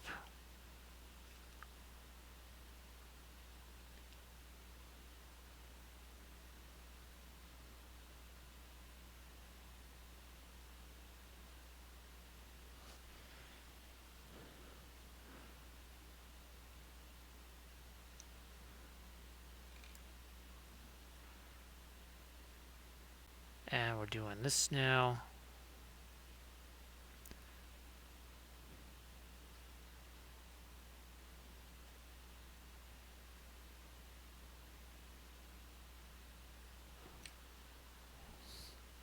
And we're doing this, lighten this up a little, right along those edges.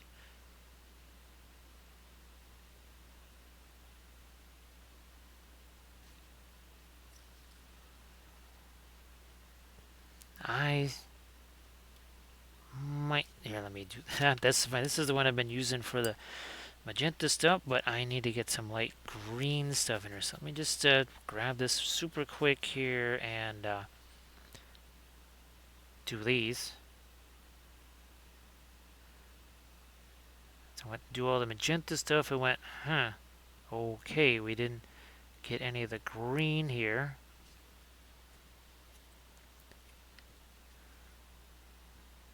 Hit this now.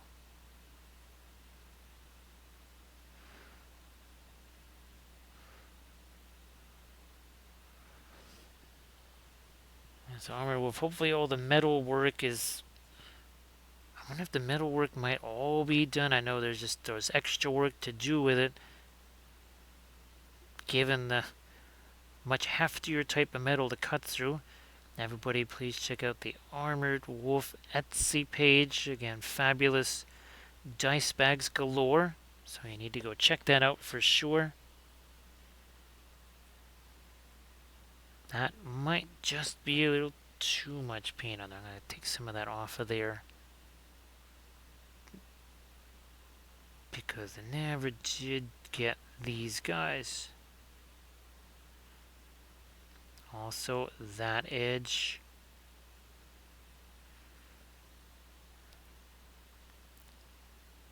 See if we can super quick try and catch some of those.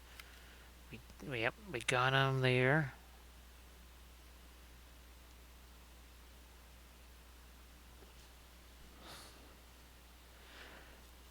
Oh, geez, yeah, Armor Wolf, I gotta send you the picture that Landras sent me, because M. Toey's brought his dice bag over. And I've got got a picture of M. Toey's dice bag to send you. That was just, if it wasn't for all the confusion and all the craziness, I would have sent you that.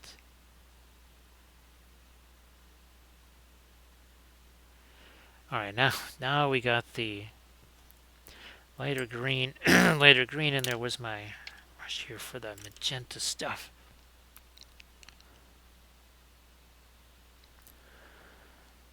Well, glad that you're back there, Recoil. Sorry about all the traffic. And I'm sure that Squeak and Mum are much happier with everybody being home there. That's for sure.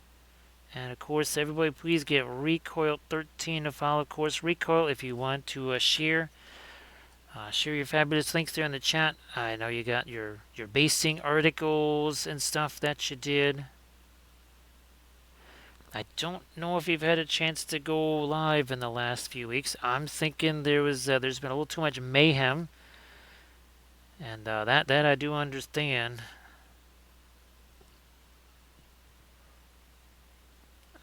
Can I get a little more light on these steers with the magenta here? It's going to be interesting. Looks like we managed to do it there.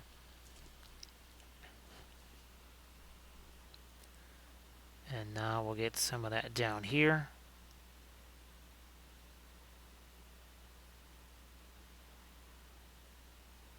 Come on. Okay, there we go. Oh, no problem there, Recoil.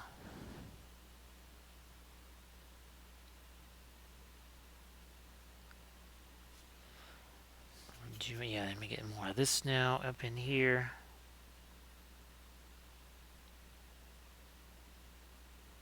Like that. A little more of that light here. So we'll have to definitely come back with our darker green. Okay, so we got the first one. Nope, there's still some more of our pyramids to do.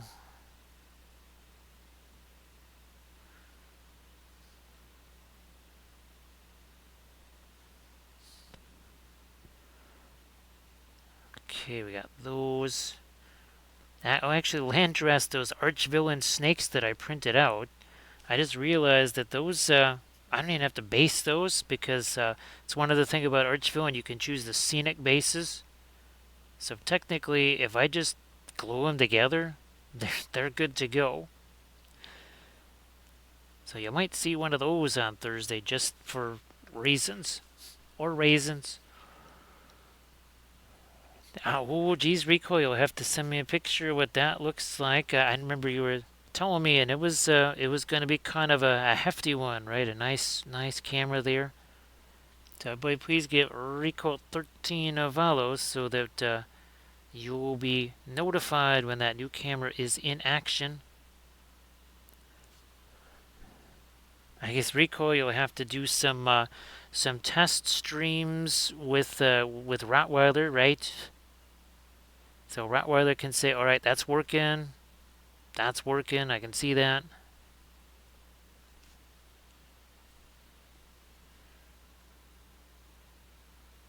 Actually, I don't think we saw Rottweiler tonight. I think it was, oh, it must have been our Saturday stream. Yeah. Actually, I wasn't sure if you guys have had a chance to do any Valheim. That's right. Probably not. It seems like the Valheim stuff, it goes in those cycles. And I think everybody's in a playing something else cycle right now. Hey there, Camda.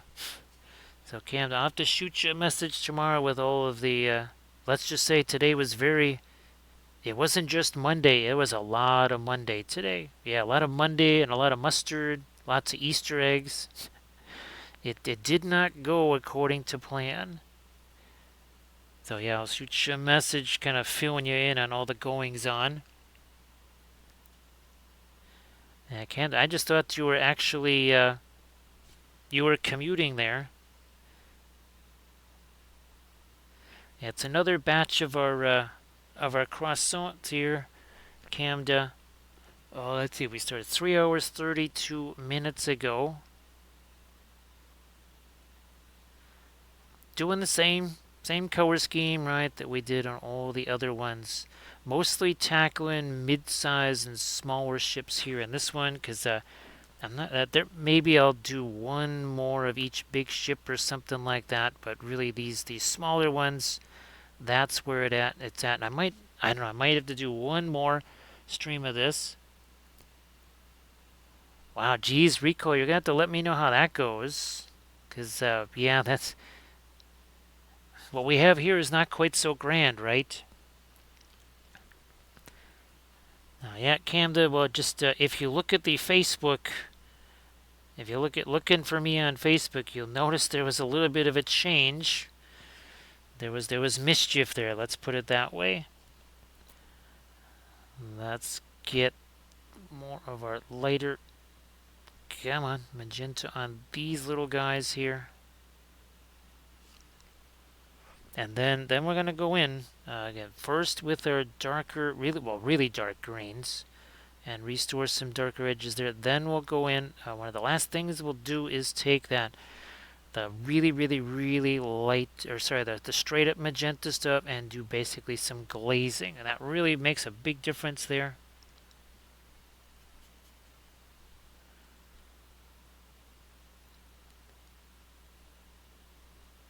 Oh yeah, even that makes a big difference. Yeah, just that little bit right there.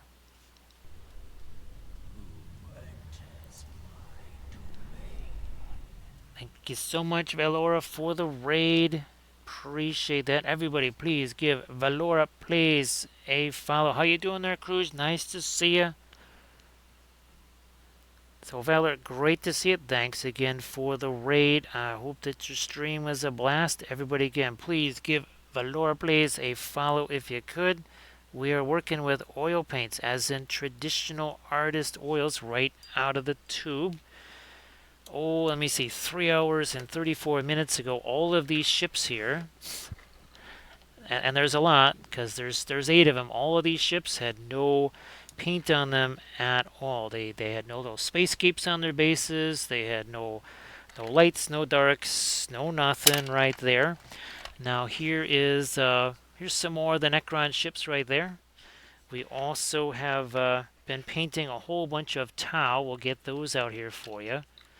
I think we painted 21 of these. Yeah, we painted about 21 of the Tau ships on stream there. So again, you want to post anything in the chat, please go ahead and do that.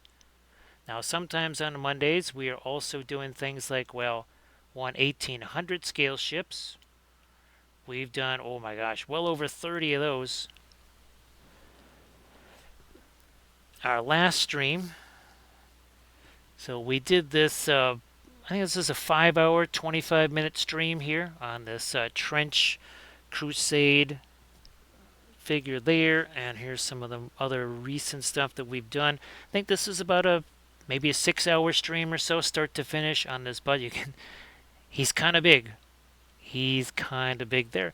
Yep, that is his name is Fromage. His name is Fromage. Here's another bust that we painted up on stream. Again, these are actually printed in FDM. Let me see. Can we? Well, and again, we do lots of different things here. At some point, we'll be getting back to our shatter point things. And again, we're using regular oil paints right out of the tubes here, just like these here. We're gonna throw out our regulars. These are, well, now they're the big four. It used to be the big three. Once we added Richardson, that was number 4. So these 3 guys right here, Richardson, Winsor, Newton, Gamlin, they're all about the same when it comes to price and quality. Very similar. Each brand is going to be a little bit different. Now this here, the Williamsburg, that's going to set you back more. That's the highest quality of all the paints that we use. And again, hey there, Thranuel, nice to see you.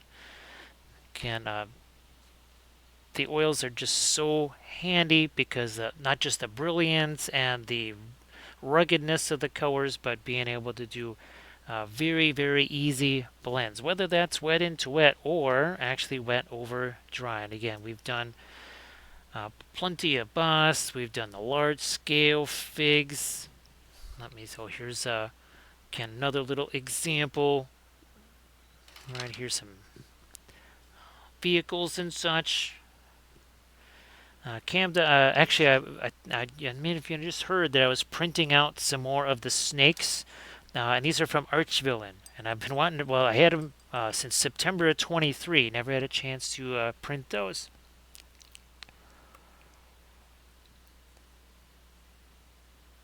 No problem there, Valora, no problem. Just miniature painting, that's something we've been doing for a long time. Now, of course, when we're not doing miniature painting, we're also painting things like ornaments. Yeah, I just relocated these. So yeah, we've had some fun with ornaments, and we like all things Middle Earth. So that means we've done plenty of armies here, like our Moria army, done Lendings. Where's our dwarves here? Where's our little dwarves? They gotta be around here. Oh, there's our Eldar tank. Yep, we've been doing that. There's our Medbury dwarves. Again, combination of terrain.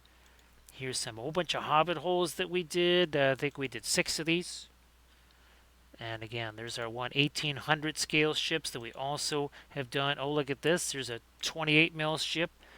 We did 4 of those. That's just one of them. And that was for our Coursers of Umbar. Camda. Now, of course, there's so many different types, right? So Camda, there's Medbury, there's Printing Goes Ever On, there's Kurz Look, Davale, that they all have wargs, right? So yeah, I'll shoot you a message again with the goings on, just to kind of fill you in and such. So Valora, maybe some of the fluorescent parts, those might take a little longer to dry, but in general, by this time tomorrow, these should all be dry. Now, painting on the FDM style stuff, it dries really fast. I mean, this was basically dry the next day. Again, that is printed in FDM. You can see it right there. So printed in FDM. That is a bust from Nerixton. Now again, the Trench Crusade stuff, this is 3D printed also. And these again, roughly by the next day, those were dry.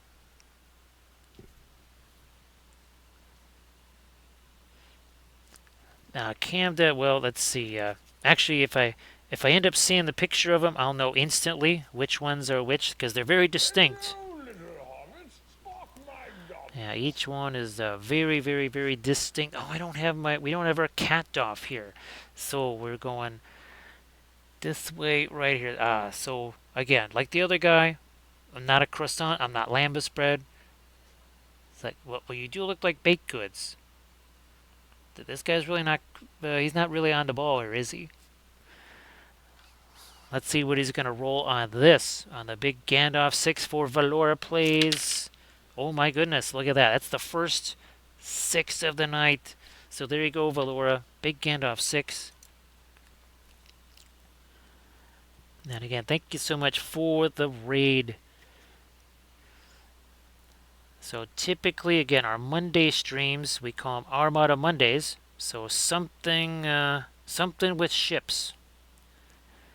And we've done all kinds of different ships. Oh, that's right. We've done these ships here. Let me get down to... Oh, there we go. There's some of our Armada ships. Right, that was the original Armada Mondays. It kind of evolved from there.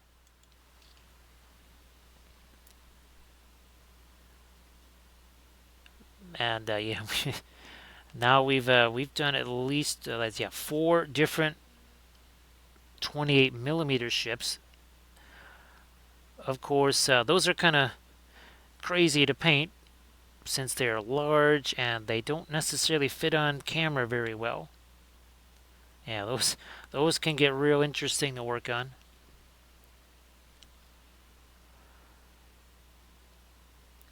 So yeah, Camda, it's funny. I guess GW released some kind of, I think it might have been Bolg or something like that, and people are like, really? That's what they're going to release? And I think they stuck him on a 40 mil base or something crazy like that. Now here we go. We're going to start filling in some of our darker greens here, just to reset a few edges along the way. Now again, this is one of our smaller ships here. We'll be getting to some of our big... Here, let me actually tackle one of our bigger ones here. Now all of these, all 8 of them, 3 hours, 42 minutes ago, that is what they looked like. This is it. There was no spacescapes on the bases. There was nothing. There was no color on the figures themselves. I think actually our last stream... Oh, yeah, that's right. Didn't we paint 8... I almost said Song of Ice and Fire. 8 Trench Crusade figs. I think so. Yeah, we're going to use this darker stuff here to really power up a couple of those edges, which got a little funky, like this one here. That magenta doesn't need to be there.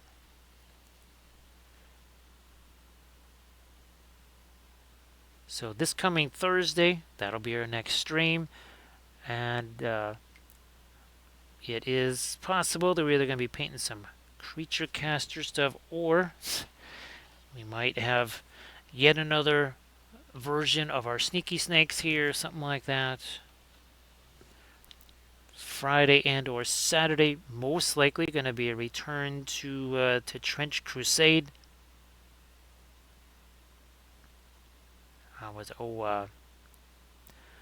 I think most likely it would be some Antioch figs. Yeah, I don't think we'll get to the Heretic Legion just yet. So I think, yeah, we're just going to darken that down for this side too. We did it on the other side. Let's do that here.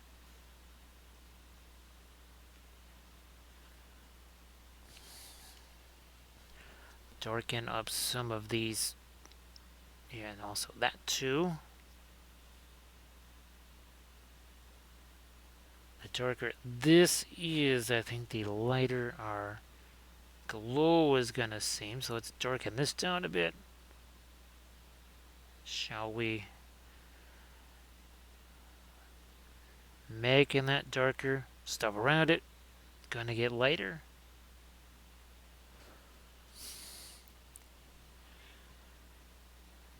I wasn't sure what... I know we've been talking about basing and such there, Candace, so I don't know what kind of a basing scheme that you went with. Again, this was For Wolves of Isengard army, that was, whoops, I think I already went past them there.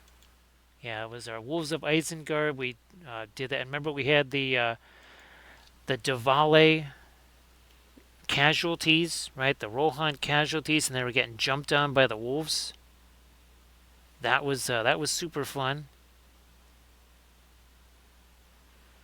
That's not something that you usually see when it comes to basing the wargs and such. Oh, that's fantastic, Camda.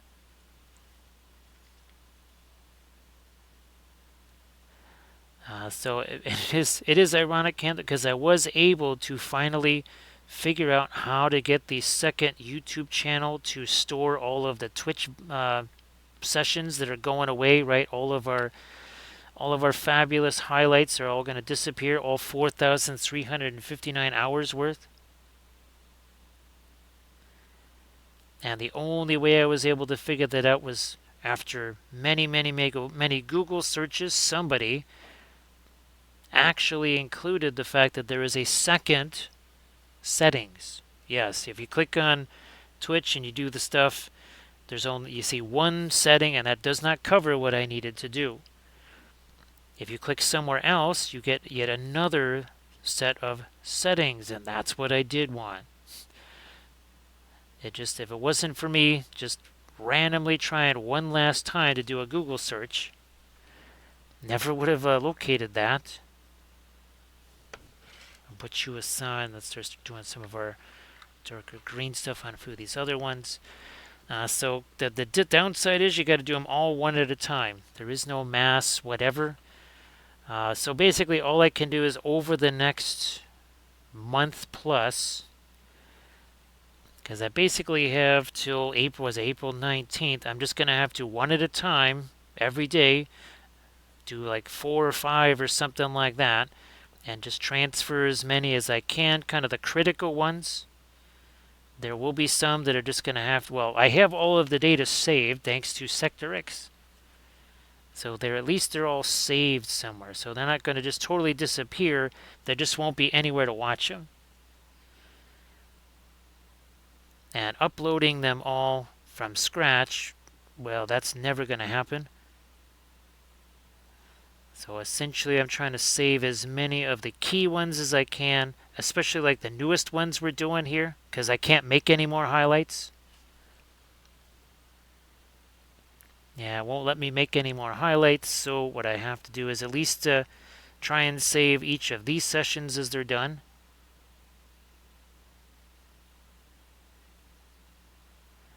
Now, all of the sessions on the other channel, which I think is called the Linseed Fellowship, Camda. I don't know if a search for Linseed Fellowship on YouTube makes those come up or not, or makes that channel come up or not. So yeah, we will have all of the raw data at least saved somewhere, so they could be turned into those more, you know, like short form YouTube vids over time.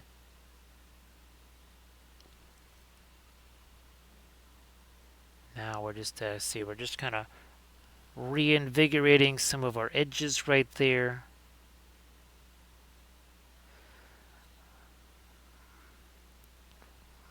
I think, yeah, we kind of have to do that up here too. Oh yeah, oh, we already did that edge on that one. I don't know if we did these guys yet, so let me get to these here. For sure I know I need to do these. So again, many thanks to Sectorix for doing that. That required a wee bit of programming there to be able to get all of those downloaded in a timely fashion. Even Kathy's sessions were saved.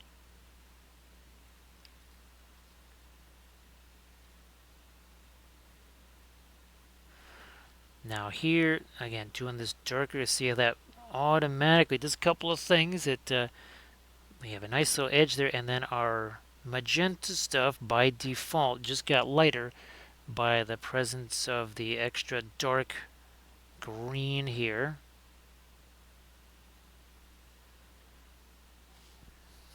Gonna get some of that down in here. Yeah, this is another area where things, oh yeah, these got a little wonky over here. Did I do this side yet? Nope, didn't do this side.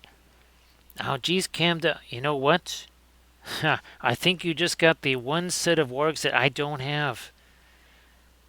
I think I have just about everything else from Dandelion and Middle Earth except those. That's hilarious. Oh, you just reminded me. I know I downloaded it, but I gotta try and print out that, because the latest Dandelion and Middle Earth release was Galadriel and the Mirror Pool. So, where is our, oh yeah, here we go. I mean, we have infinite numbers of Galadriels, right? We've done a bunch of these. Actually, this is one I was almost thinking of printing out really large with the FDM printer. Again, we have we even have Catladriel. And of course, we have Dark Queen Shmaladriel, which of course led to this right here, which again, I'm so intrigued by this sticker because it does glow in the dark, as in like it casts its own light.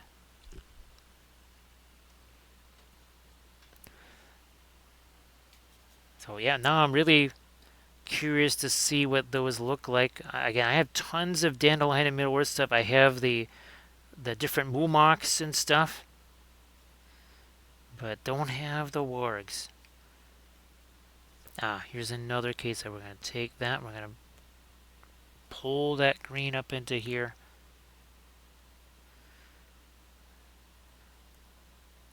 Because there was some of those edges, remember, where the white just went a little, or the lighter green went a little too far.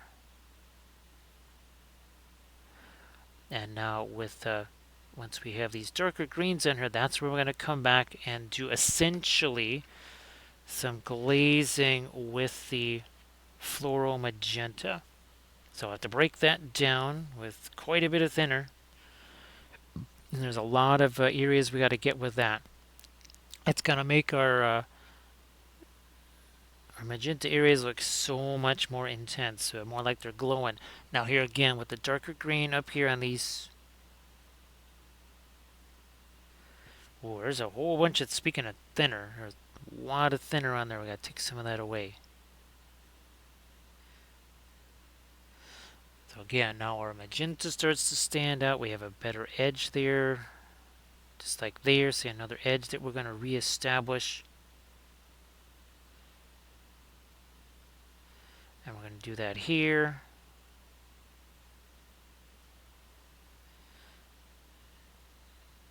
We're going to do that here.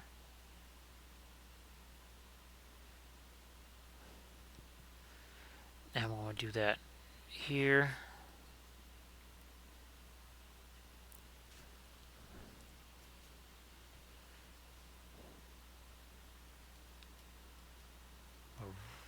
Sort of pretty good back here, yeah.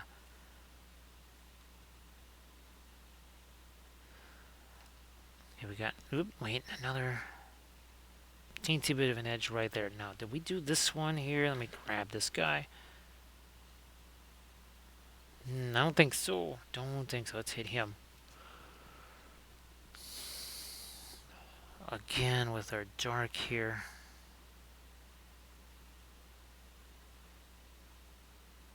Also there.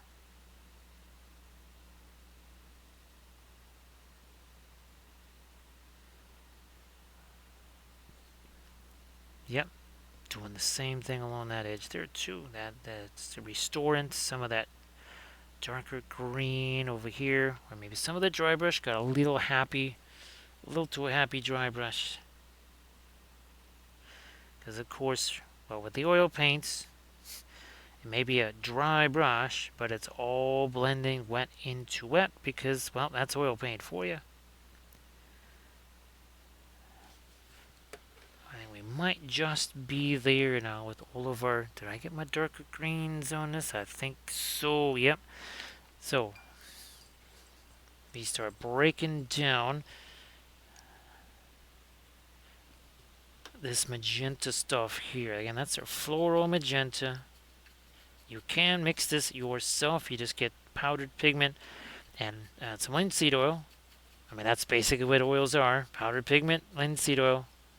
But we're mixing these together here. It takes a lot. It takes a bunch of thinner to really break that down. So we're doing that here. Again, breaking all this down. It takes a little while.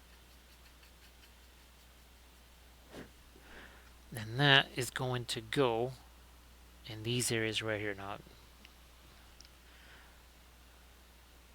another drop of that to really, really, really, really break this down.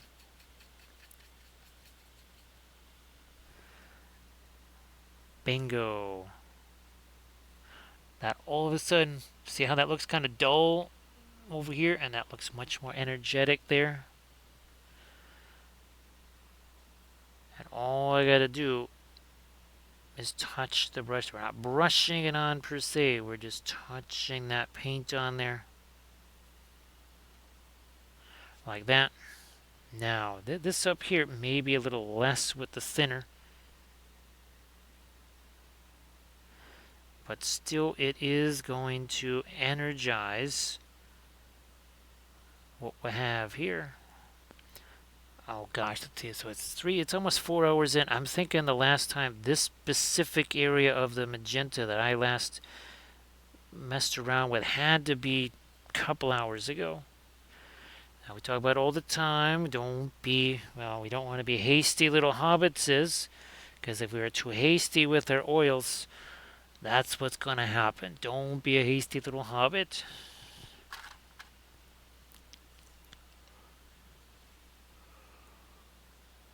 Now, Camda, think of them. Those are the not iridescent. They're the not what do they call them here? Oh yeah. That would be these things right here. Your interference colors. Remember the Army Painting Series 42, was it? The bugs, the Tyranids. I think that was Army. Yeah, I think that was Army Painter Series 42. So yeah, Camda definitely. Well, there was. What did we think it was with the? Oh yeah, recoil. Someone had found the Paul Rubens Alkyd fluorescence on AliExpress, and I tried to order from there, and the order never went through. And I was speculating that because obviously it's a U.S. address, maybe that's why it didn't go through. I thought maybe that AliExpress was maybe more of a Australia kind of thing. So yep, Canada. That was the whole thing with the Tyranids in that Army Painting Series 42. I think that's what it was, Series 42. Again, that is on the Patreon page.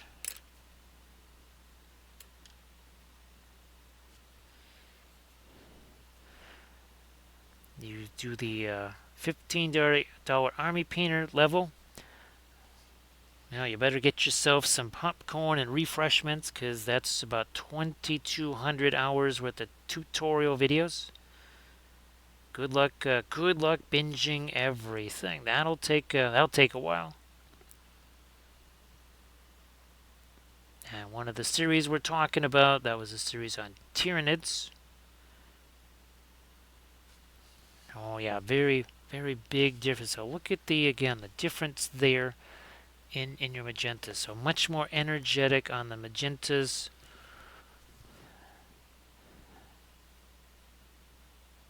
Back to our little glazy thing that we're doing here. Little bit out there. No, that's not quite as much thinner over here. We want to, because a pin line wash with the oils, I mean, it will travel everywhere. It'll even go against gravity. Never forget the time I was able to show somebody that they said that's physically impossible. That can't happen. I think I had a vehicle or something like that, and they literally watched the pin line wash just go straight up against gravity. And I said, I told you. I told you that was going to happen. So, oh yeah, and thanks everybody for doing the subs. Let's see, where are we at? Maybe, I forget what, oh, we're at 10 there. Okay. Yeah, we got to maybe 81 there in February. Obviously, it's a short month. Uh, Ironically enough, this is kind of a short month too because of Adepticon, although apparently I can get a few more streams in, and maybe there could be some days where we either do longer streams or maybe even some sneaky cheeky non-Monday, Thursday, Friday, or Saturdays.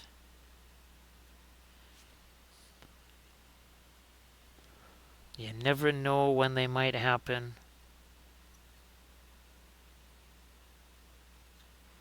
Let me get this 2 here. Yeah, just doing a kind of a little bit of a glazy kind of thing here, letting that stuff go.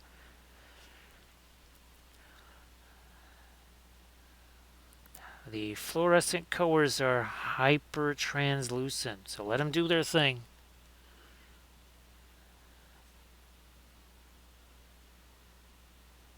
Yeah, they're not going to be opaque if you want them to be opaque. But you can do that. You just have to, well, in this case, we mixed some of them with the fast matte white, and that worked out real well. So, I hope that's not too thin. Let's see what we got here. Nope, actually, I do need to go thinner.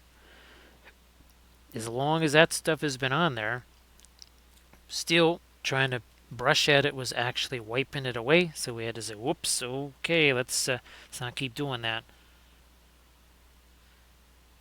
And see how it sneaks in between those 2 little light areas there. Let's do that on this side here.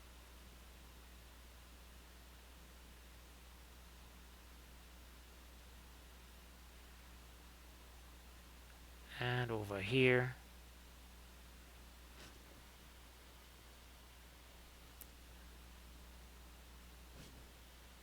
Now, in fact, if it wasn't for all the craziness earlier today, we would have had our next video already posted to the Patreon page. That will happen after the stream. It's another exercise in our printing workshop. And Camden, there was a little bit of mischief in that one as I cut off part of the figure that I thought was the support, turned out to be part of the figure. Then there was another part that broke off. There was another part that broke off and landed in some of the thinner, which then basically disintegrated part of it. So yeah, there were some things that did not go according to plan when it came to the that particular video. But it's all in there. Yeah, that doesn't get edited out. It all stays in there.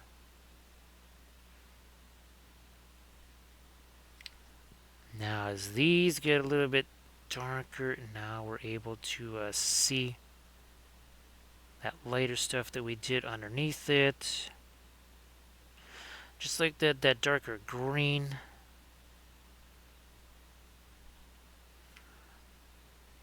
You must have dark to show the light.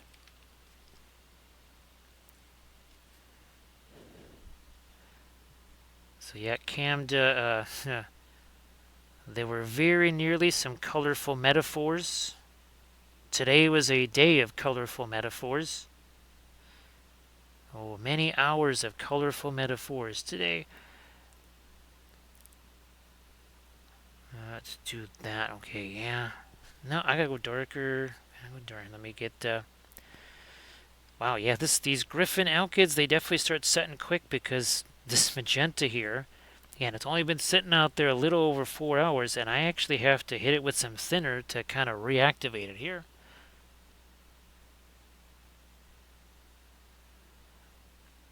Now, again, the Alkid colors, they're not going to have quite the same kind of energy and such as, well, like a Williamsburg straight up oil paint there, but they really shouldn't.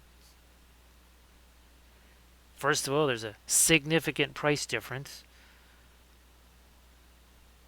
And the other thing too, the one thing about the alkyds is they will subtract a little bit from your color intensity. It's just how it is. It's something you factor in.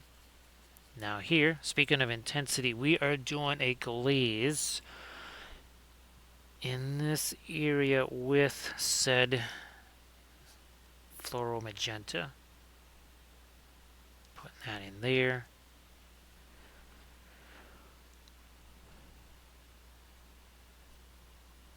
Now which ones were you using there, Camda?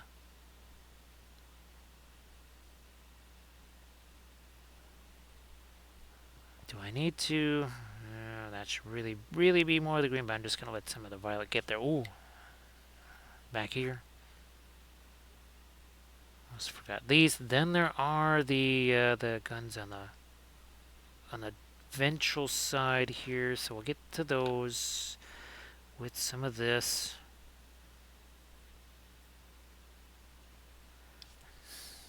Turn you upside down. Blammo. And there too.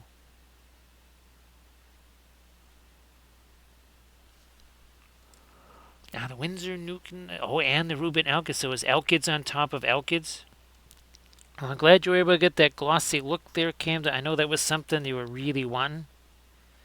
Actually, Camda, if there's anything that you wanted to show off in the chat there, painting-wise, I know you probably don't have pictures of that necessarily, but if there's other stuff you got that you want to share, that people could get a chance to see some oil-painted figures. Did I? Oh, okay. I see. We got to do this one over here. Did I do that one? Didn't do that facet yet. I did all these other facets. Okay, I did all those. Now there's this little guy. First, this, we know what we got to do there with our little bit of glaze, and it really fills in some areas that got a little wonky. And now we do that here. Like so. That is a little more than I wanted right there. No big deal.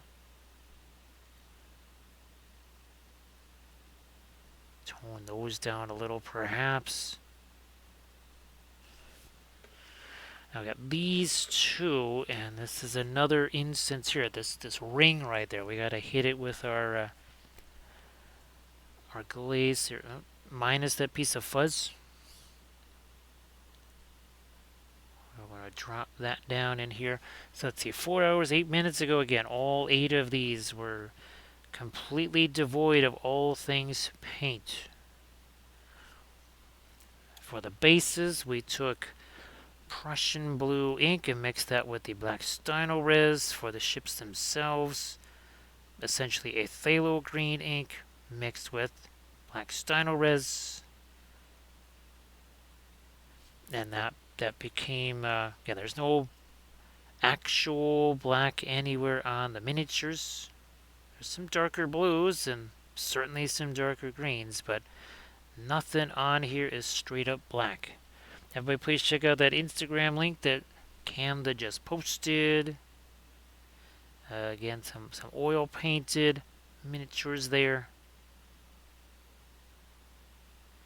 I might come back with my lighter green. Or these, should I say pylons? I'll say pyramids. Gonna hit those with some of our glazy stuff here too. And then this stuff, and energize those, carry that glow a little further this way, just with the, again, with this little bit of glaze. Every single thing on here is wet. None of this is dry. I do have plenty of series on the Patreon page, especially the Army Painting series, where things do dry between episodes. And that can actually be a very helpful thing. You don't always have to do everything wet into wet. Because I know there's some folks, and this is actually something I used to think early on, years and years ago, is what's the point of doing the oils unless it's going to be something you finish in one session or before it has a chance to dry, only to realize that with the oils, actually, you can do some pretty interesting blending and feathering, even a light color over a dry color. That was again just something that came about as I kept working with the oils. I went, huh, okay. Well, note to self: just because it's dry doesn't mean you can't do blending there. Which is that was again. There's always some kind of new discovery, right, Camda? We're either discovering a new paint or a new concept. Even the darker primer concept. It was really more around this time last year when that really started to come to the fore, and this was the very first figure we ever did that on. That was this guy. Because there was no way we were going to get the pre-glaze on him, and then there was even more complicated figures, which were even less likely to be successful with any kind of pre-glaze. So again, sometimes you're just going to make adjustments along the way. Now here, we are going to adjust this with a couple of those magenta pinline wash type things. Yep, this too. It's not going to darken it down quite as much as the green, but what it is going to do, yeah, see that? See, that gives that much more intensity right there. It just a little extra zip to it that otherwise wouldn't be there. Let me try our other one again, so you can. I can really see that there. See it in the back pilot, and then look at this in that ring there. See how much more juicy that is, right? You can see a lot more going on there. Now let me just make sure if I didn't alter that too much. Okay, I think we're good there now.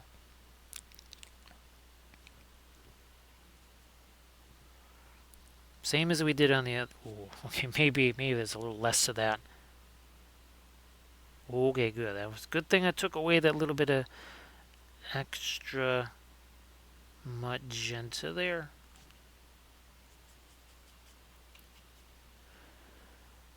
Let me do this. And that.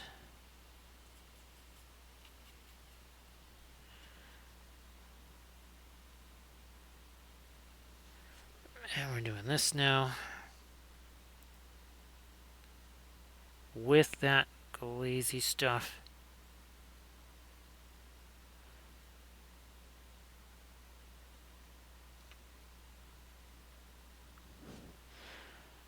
Back to it here again. Not a little less with the thinner because that's just going to go all over the place. Otherwise, I usually say something like around 90%-ish to a pin line wash. It's not quite there. It's very close, but not quite there.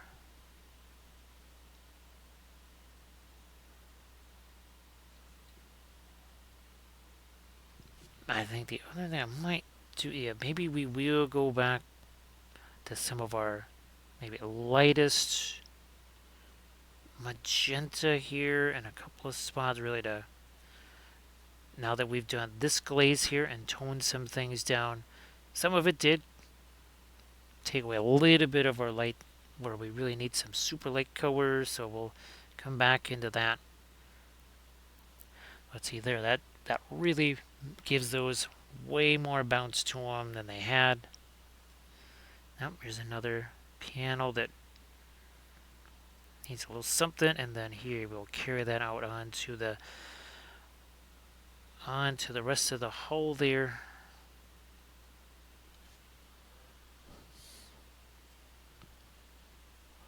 Let me get rid of this.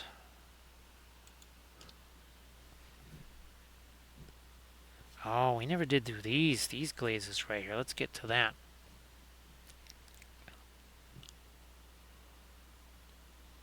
Wow, that really I get see it doesn't really make it any lighter. Doesn't make it any lighter, but because there's just such energy to that color, it almost kind of looks like it's lighter.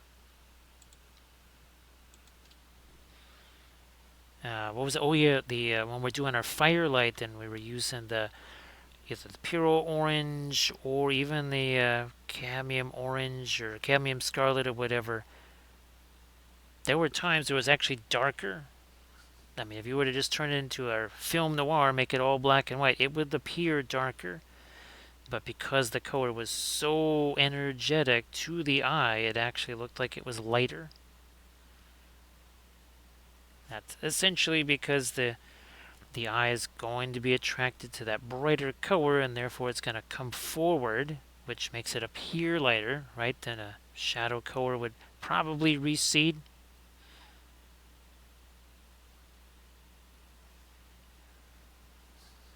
More of that magenta up there, because that lighter line got real thick.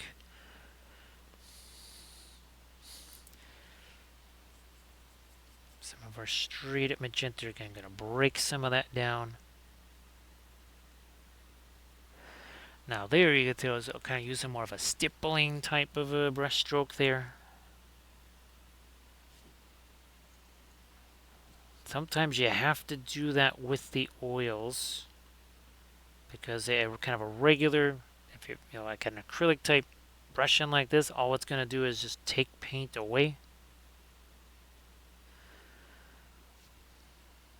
As we said earlier, if you're new to oils, as in you've never even done, say, any 2D art with the oils, well, you do what we did in art school, and you just do yourself essentially a value study. One dark color, one light color, and that, I mean, this could, you see this, you say, oh yeah, that's kind of a neat film noir right there. Just, it doesn't have to necessarily be a bazillion colors on your very first oil painted miniatures, because that could make things frustrating. And well, Camda, when you watched the video last night, did I feel that you might detect a wee bit of frustration? And frustration, well, that is not as fun as some might think it is. It's kind of the opposite of fun. So keep things as easy as you can for yourself, especially when you're getting started out. Make it as easy as possible for yourself to have some kind of success early on. You'll just enjoy it more. Now here I'm just, again, that's all a bunch of glazy stuff there, just because we can't really get in there and do a whole bunch of stuff. Oh, here's a case I think where we're gonna get a little bit of our magenta glaze there. Okay, good. That's what we need right there. Now, thanks for posting a link to the merch there, Armored Wolf. And again, we have lots of that. This will be something that I'll be trying to get up there. We'll probably either tomorrow or the next day or something like that. We have some of our favorite characters, and of course, we have some brand new images that Surface Tension created that'll go up there. Of course, Recoil was very kind and created our Book of Wapple here. Let me see if we can get down to that. Eventually we'll get, there it is. There it is. Oh, so yeah, Recoil, this is going to be my new Facebook profile picture so that people can somehow know that it's actually me. So yeah, that's going to be the profile picture, and then some of our other favorite characters on stream will also be featured in the banner. So yeah, see that, just a little glaze on either side. Look at how it brightened that up compared to that one. So we're going to grab this guy, and we're going to do the same thing here. Same deal. Again, that's a pin line wash type of effect, which means that wherever you got the recesses, it will track in those recesses, and depending on how much thinner you've gotten there, it'll track a very long way.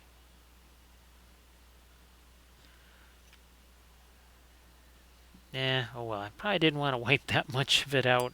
Okay, good. I still do have some fast matte white out here. I'm going to get some thinner dropped onto you. Trying to get back to some of my very, very lightest magenta highlights here. Especially on these crazy little pyramid things here. And now that the really heavy duty magenta stuff's in there, now we got some sharp edges on these things. These were looking a little smushy. They were looking more like domes instead of pyramids. Now they're starting to sharpen up a little.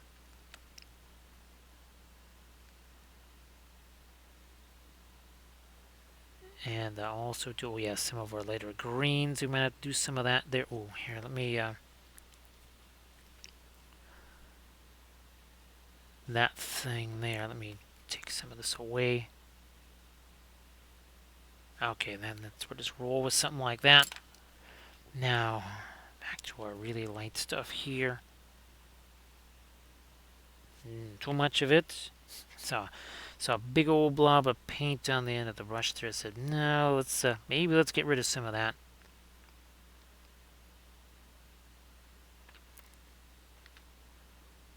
Do we have another little edge we got to get there? Yeah, and now these up here.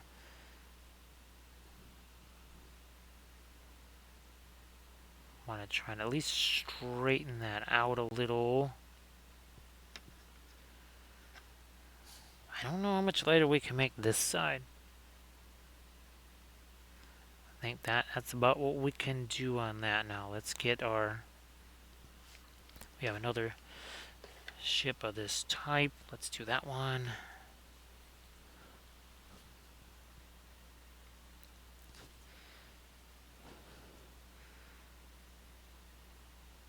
Back to that lightest magenta up there.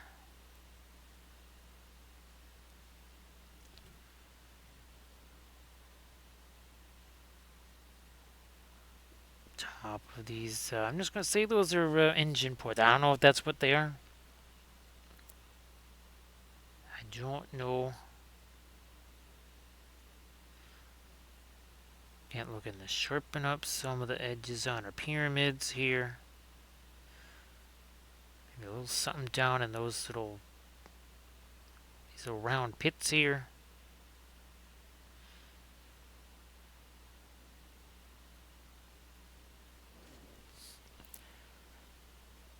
I could swear I got this as light as that. Nope, I can actually make that a little lighter. Now I think this is also a case of some of the glaze from that ventral side of the hull that worked its way over the top to this side. Did I not say that it can work its way into some really wild places?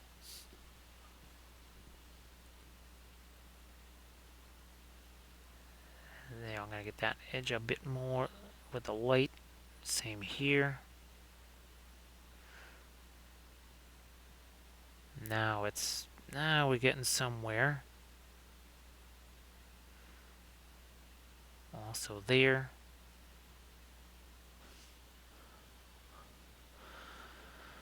Oops, same thing here. Let's take some of this lighter color here and just work it on that edge.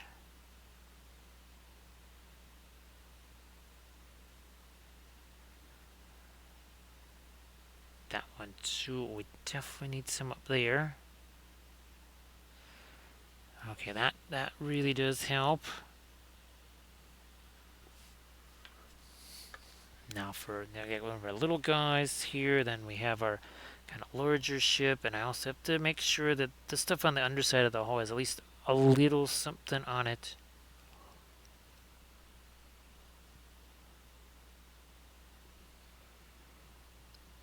That's going to happen here.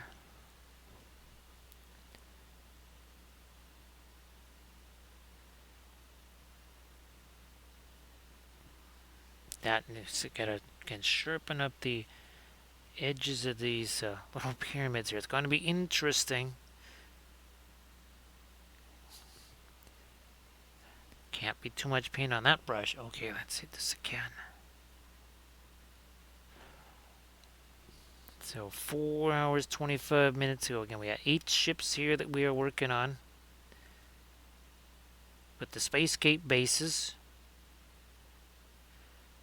And all, all the glowy stuff here on the ships themselves.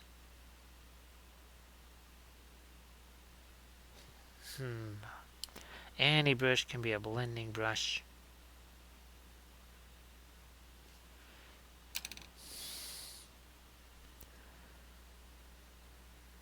Is that going? That might just be too much light if I keep going with that. So maybe we'll just stop. All right, this guy. I think he's going to need some really light stuff here. More of a thinner. Break down some more of our fast matte white with the floral magenta in there.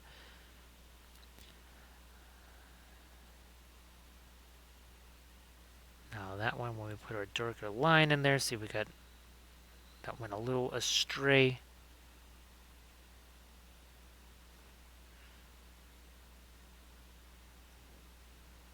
That I'd like to get a darker line down here, but I think it might be enough to do this. Mostly because of the angle that I have to get at that, not super.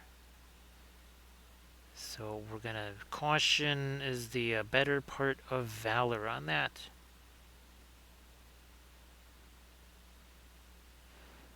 Now that's getting pretty light right there. Also not having a whole lot of our green on this. So we might have to come back and mess around with that just a bit. We'll see how that rolls.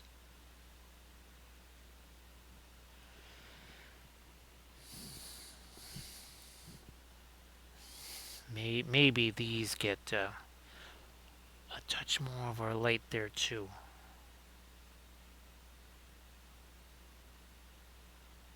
Also there.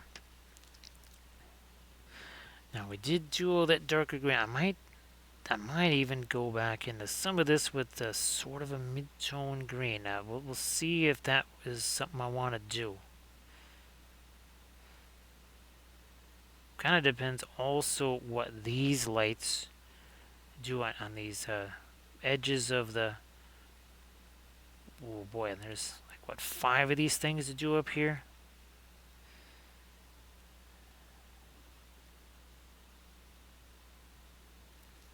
Yeah, here's another instance where these kind of disappeared when we did that darker glaze type stuff. So we bring those back over there. We were pretty good. Did pretty well with those.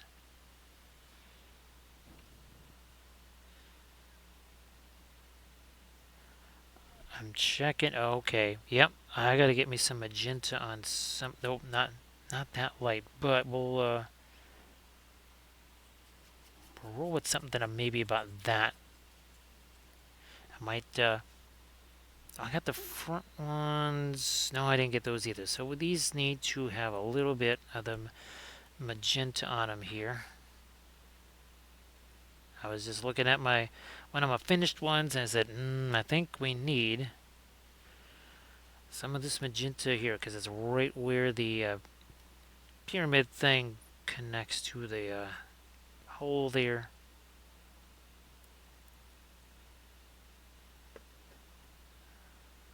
One part of this has to be lighter than another, and that will have to be this section here.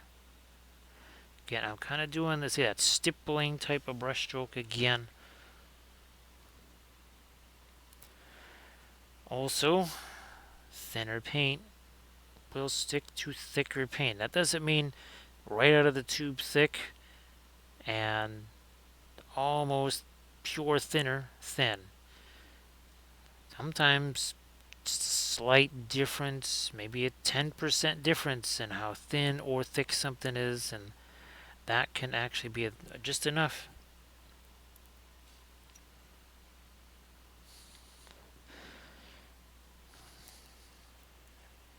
Wow, that might be a little too light. Maybe let's try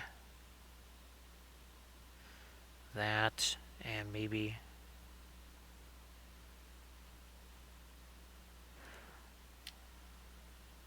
that wasn't too bad. I think we did pretty well on that one.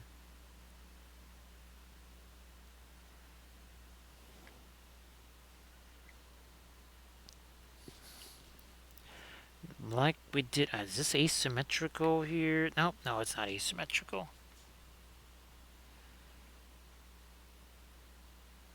Kind of darker line up there.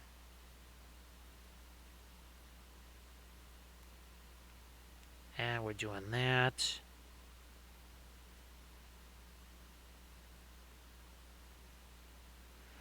And we're doing this.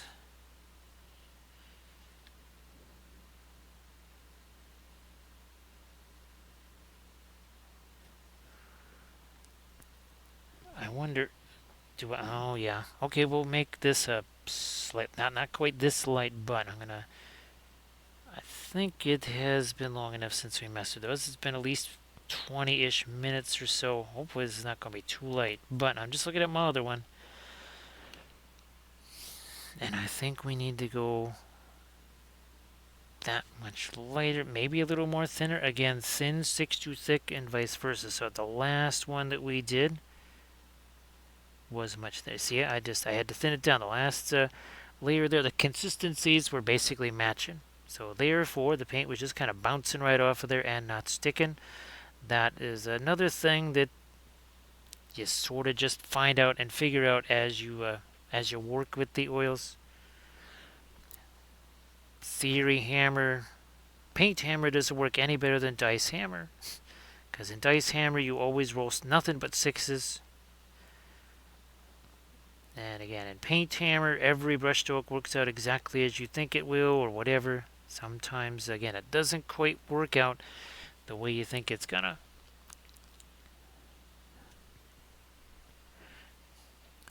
Okay, so those did not get.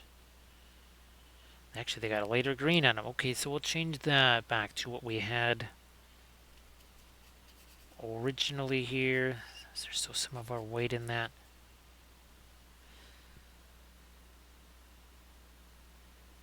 That would be these things here.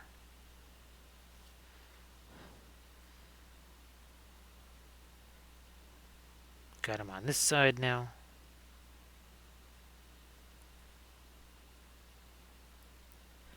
I think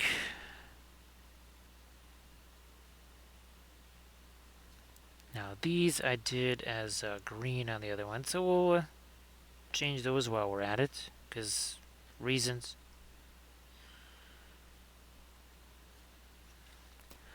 I need these two little connecting shapes there to be lighter. I think we... Can I use this as a blending brush? Yes, I can. Okay, I just kind of, again, erase that. That's the nice thing about the oil, especially you're doing something like, say, a freehand design. It's a lot easier to erase that.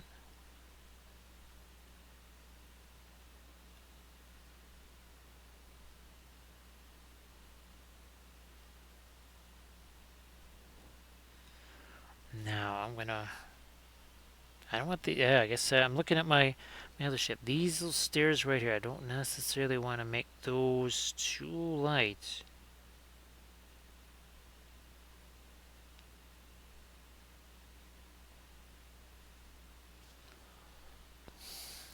Hit these again here.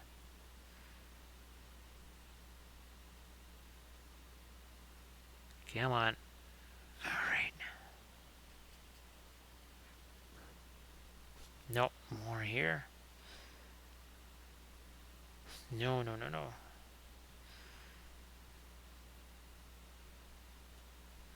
Okay, we'll have to go back with our dark here. Let's just set this down. We got our dark green.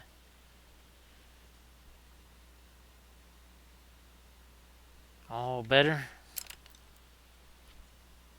Let's do this again.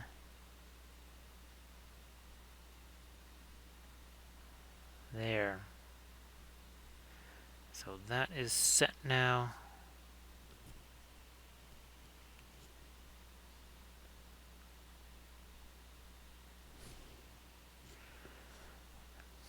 Carry that up a little further.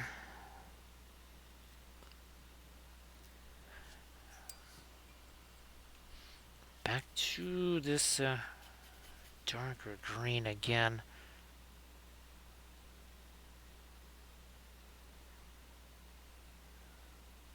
And, whoops, okay. That's alright, because that needed, I ended up doing the magenta on that edge. We need the lighter green on that edge. And I also went much thicker with that paint, because I knew what was on there was pretty thin, and it just had been put on there. Now, you do something like, say, a dry brush type of thing. You're kind of getting, okay, so instead of thin versus thick, now you're getting to something that's wetter versus something that is drier. And in general, you do some kind of a dry brush type thing, you're probably going to want to do something that is going to be more along the lines of not necessarily a straight up pin line wash over it, but maybe you're going to want a bunch more thinner. That is going to stick to it a lot easier. Now here, just to, now this is where sometimes you got to deal with a little bit of dry brushy texture. Let's take some of this here. We'll mix it with our greens, and hopefully that's a nice little mid-tone there. What do we got? Yep, that is. And that is just going to go in here where we've got a couple little, almost like layer line type things going on, because some of these are really shallow angles. Now, obviously, that FDM style printer would really struggle with those, but even your resin type printer can sometimes not always have the easiest time with those kind of shapes. I mean, I don't know, maybe the 12K printers, I don't have one of those, so I don't know. Camda, there's definitely no recipe or anything like that. I mean, anything that's going to be a gem or a crystal, the light's going to obviously cast through it. Here, remember we did these. These are more like the frosted style crystals, whereas, say, on this here, these were more of the seeing straight through them kind of crystals. But obviously, yeah, you're going to want to do something really, really, really translucent. Actually, Camda wouldn't be a bad idea to do. Well, that would be a good use for AI, right, Camda? Just show me some AI images of somebody wearing, this type of gemstone or something. So, might have to do that, Camda, as a bit of an exercise for a tutorial video. Find something that has some real prominent gem, maybe again something that's really big, right? And maybe print that out on the FDM printer. I know that I think there was one time I even tried to make something where it was basically a potpourri of surfaces. There was like a sword, there was like a couple of gemstones, maybe even and it was almost like bas relief. I mean, you could basically almost do that out of a lob of green stuff, or if you're enterprising enough in a slicer or something like that, you create yourself, well, maybe some gemstones or something to paint. No problem there, Camda. As always, appreciate you being here. Again, sorry I didn't get that notification early on, and like I said, I'll shoot you a little message with all of the chaos and everything from earlier today. Although you'll probably be seeing it tomorrow when there's the new profile image and that sort of thing, and some other graphics that go up there. That'll probably be a little bit of an indicator of the situation there. Now, I think those are not. Yeah, okay. Getting rid of those two things.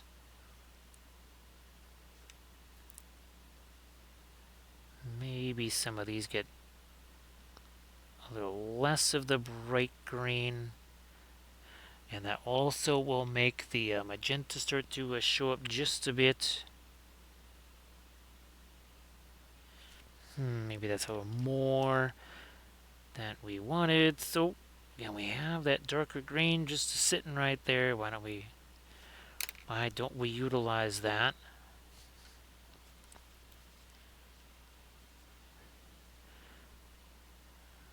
So this is a little bit of just getting rid of maybe some of those layer lines here.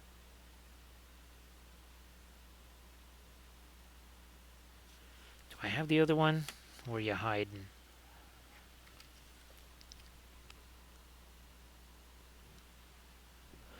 Where were you hiding? And I'm just gonna again, where I see a little bit of variation there, we're gonna get rid of some of that.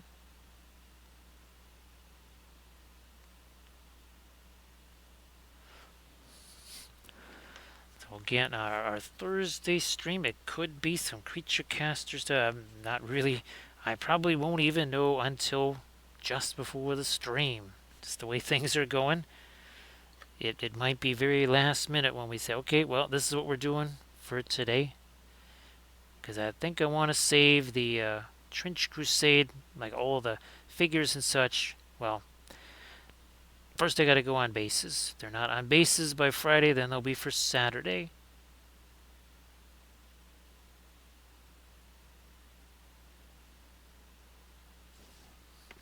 Where's our other little croissants here?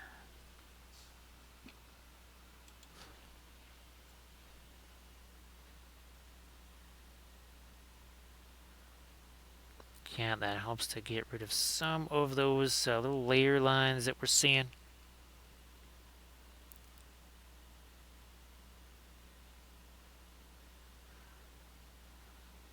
Do these now too.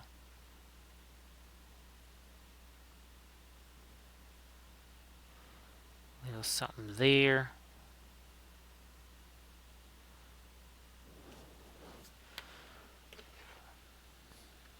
I'll do this. Yeah, this small guy, and then there's a couple of the not quite smallest guys to do. So, Vastercat, glad that you were able to kind of nail down a starting palette there. And hopefully it all works out, but I mean, there's always, you can make adjustments. That is a nice thing about the oils.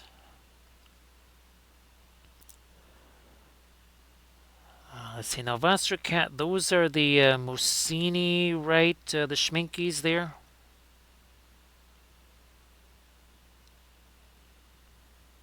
Now, again, the black that we always suggest is Mars Black. Now, I think you're going to have a hard time getting Black Spinel. It's also a very expensive color. So Mars Black is a pretty effective color. Coal Black, actually, well, at least the Paul Rubens Coal Black was very nice. But yeah, Mars Black is definitely... actually, oh, geez, I don't... It'll be hard to... is it here? No, that's not it. Someone actually sent me a tube of the transparent brown oxide. Ooh, is this it? No. But yes, somebody sent me a picture, a tube of that, the transparent brown oxide there. Obviously, that's kind of a, to me, that might be a supercharged burnt sienna. That's something we'll find out in our test, but it's very translucent. Now, again,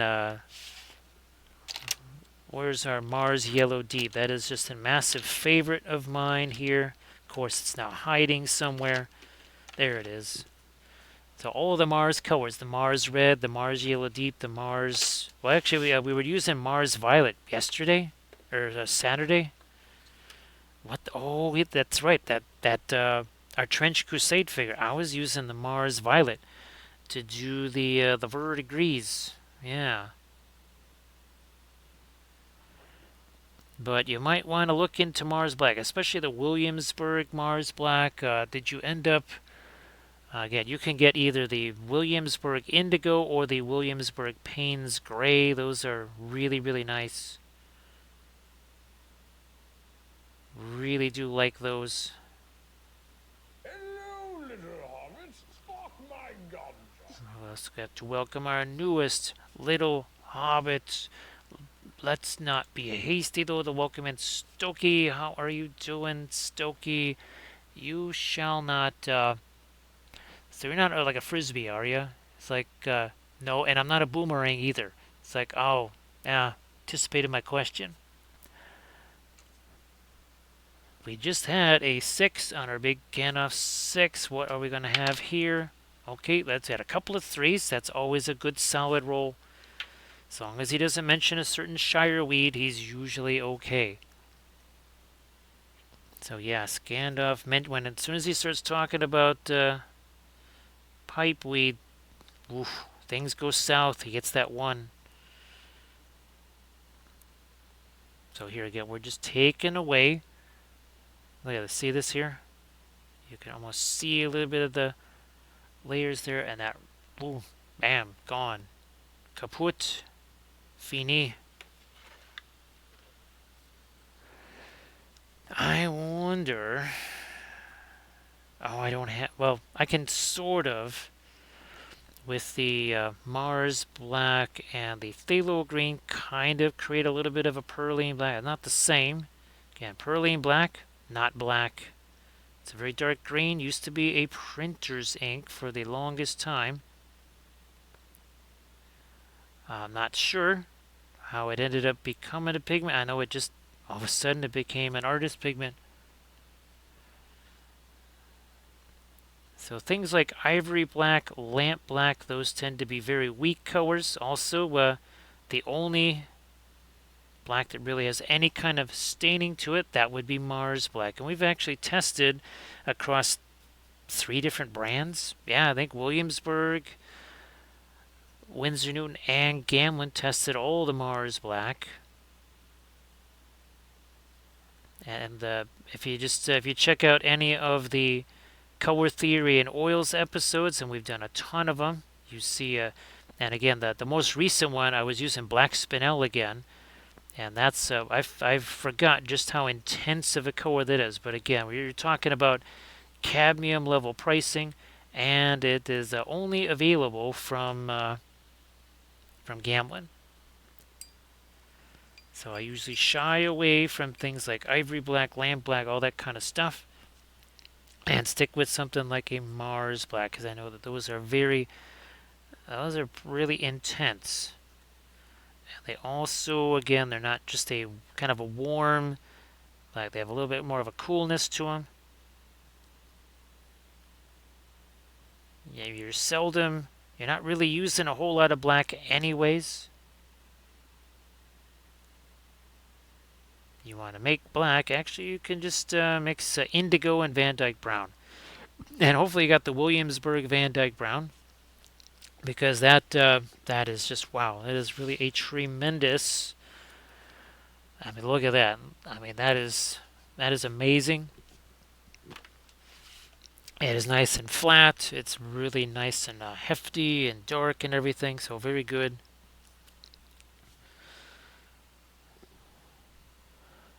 We are going to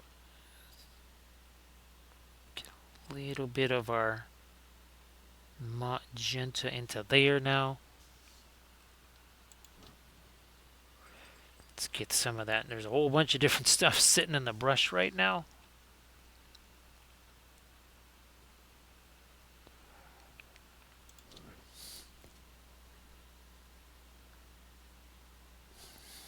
I'm gonna here. Let me get some of this. Now it's not quite as much of a glaze. It's been out on the palette, and some of that thinner is kind of going away, disappearing a little bit.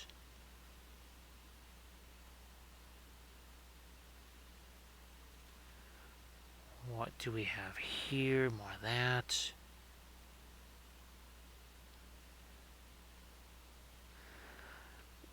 Either that, well, let's see. I've got a couple of individual Trench Crusade figs, like the Artillery Witch, and a couple again, just character type figs that that might be something we do on Thursday or Friday, and then maybe Saturday might take on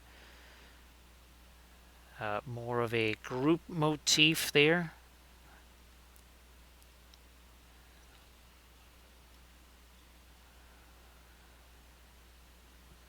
Yeah, okay, now we have a little more of a gradual descent there.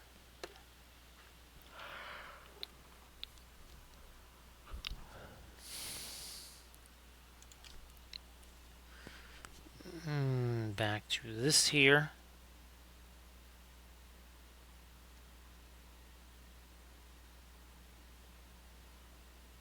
Kind of get some of the magenta into those areas, and then here, oh yeah, we got that's a little rough there. Also, could use a bit more of our magenta right here.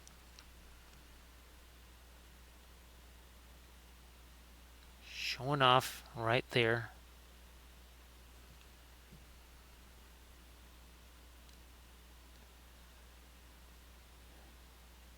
What's happening here?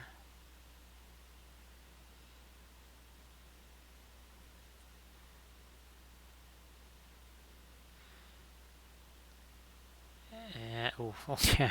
Kind of overran an area that I really shouldn't overran with that. I thought it was a flat surface. Turns out there's a raised bit right there. No big deal. You can always come back and get that with the later stuff.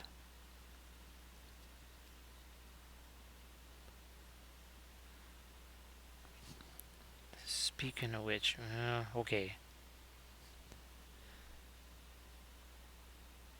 So I want those to have a magenta tone, but that was getting a little bit light there. I actually, let me just go back to my, oh, thanks, Armored Wolf. Appreciate that. So again, Armored Wolf has been kind enough to do fabulous Book of Waffle stickers, and there's been a couple of sets that are done, and we will have those at Adepticon, courtesy again of Armored Wolf.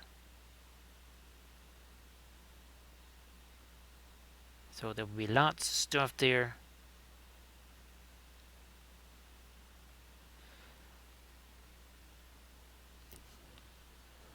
So thanks, Armored Wolf. I guess, well, let's see. How long we have?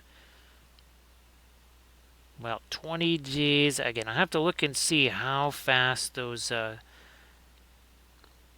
Sticky Brand or whatever they were. I think it was Sticky Brand.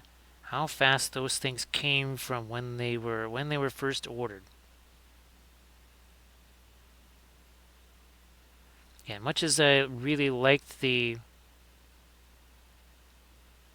the holographic stickers, that what was it, 4 months or something? That was a little too long. Yeah, that's a bit too long for those.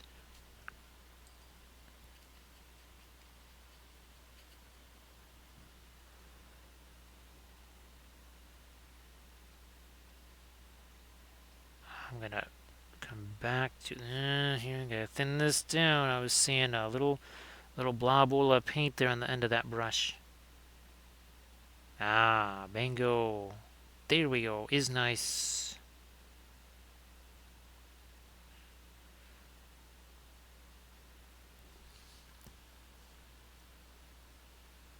Oh, gee, those were. Did you do both designs, Armored? I know you showed me. I think it was at least two designs. I don't think there was three, but hopefully they. Let's see. Well, I'll let you as soon as they show up. Actually, geez, do you want me to open up the box and show you what they look like, or you just want to not tear open the box? I guess I can always tape it shut for you again.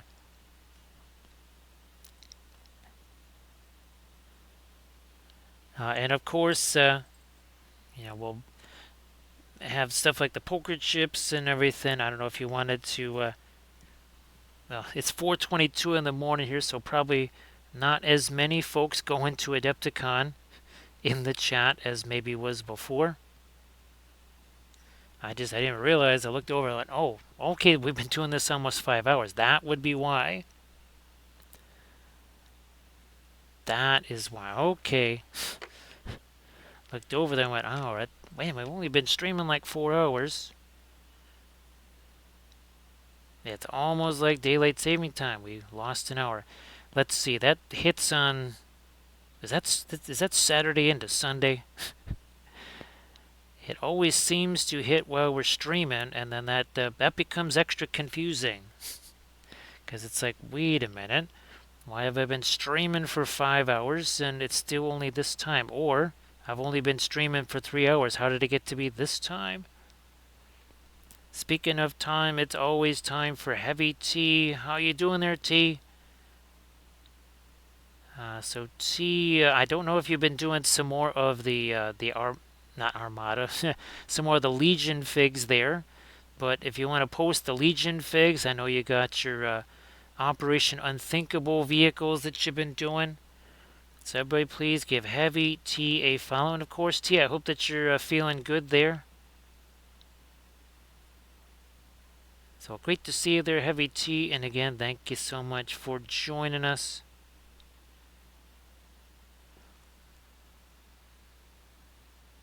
Yeah, sorry about that, Heavy T.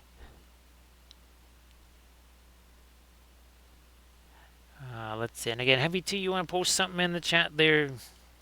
Go right on ahead so people can see that, and I'm glad that you've been having some fun with the miniatures there, Heavy T, and getting lots of painting done. Everybody check out the Insta link there.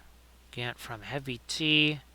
Give Heavy T a follow while you're at it as we sharpen up some more edges there. We had some wonkiness going on. We'll just come back in, clean some things up under here now. Under there, we got this sort of a mid-range green. What do we got here? Yeah, see that? See, it's not quite a light. It's not quite a dark. That is what we call a mid-tone right there. That is a mid-tone. So that's fantastic, Heavy T.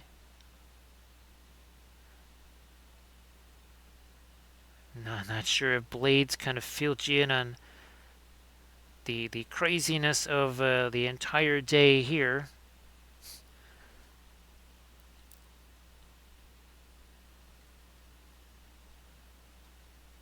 Let me try this.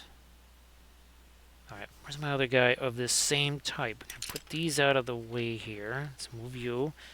I need this one right here. Yeah, Heavy T, that was just, that was about 10 hours there. No, almost 11 hours of just lost time.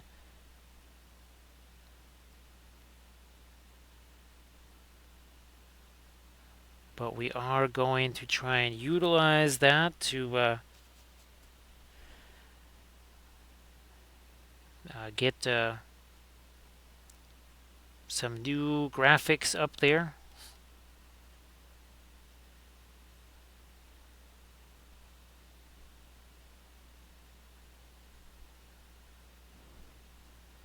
Oh yeah, definitely some more of our kind of mid-range green on some of those parts.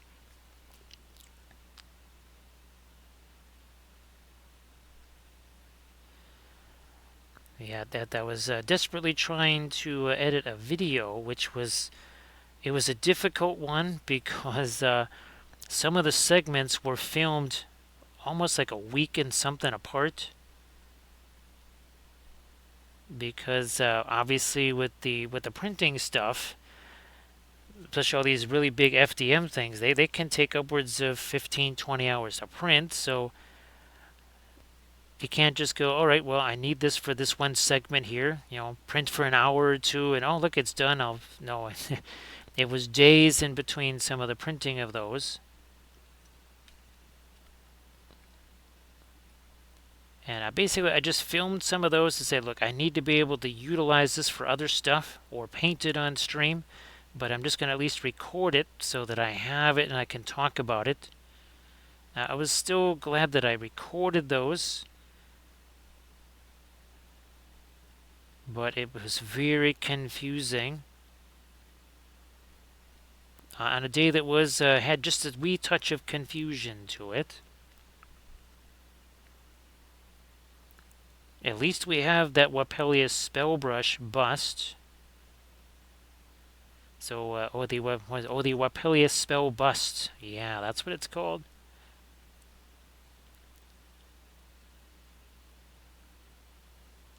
That actually worked out way better than I could have thought. Just was probably way too tired trying to do the removing of the supports.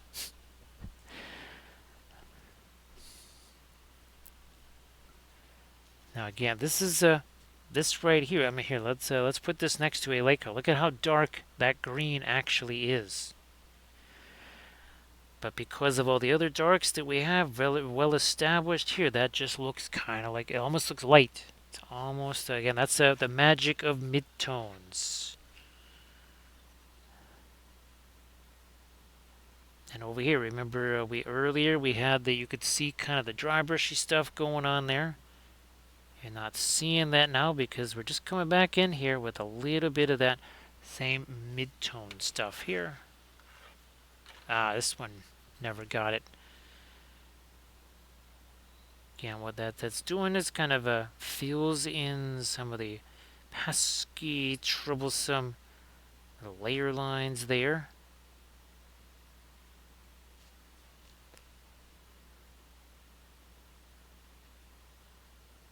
So yeah, if you on Facebook tomorrow, if you see different graphics, like a whole bunch of Book of Wapples stuff and some of our favorite characters from the stream, I was actually hoping that that would tell folks like, okay, things look different, but it's all clear.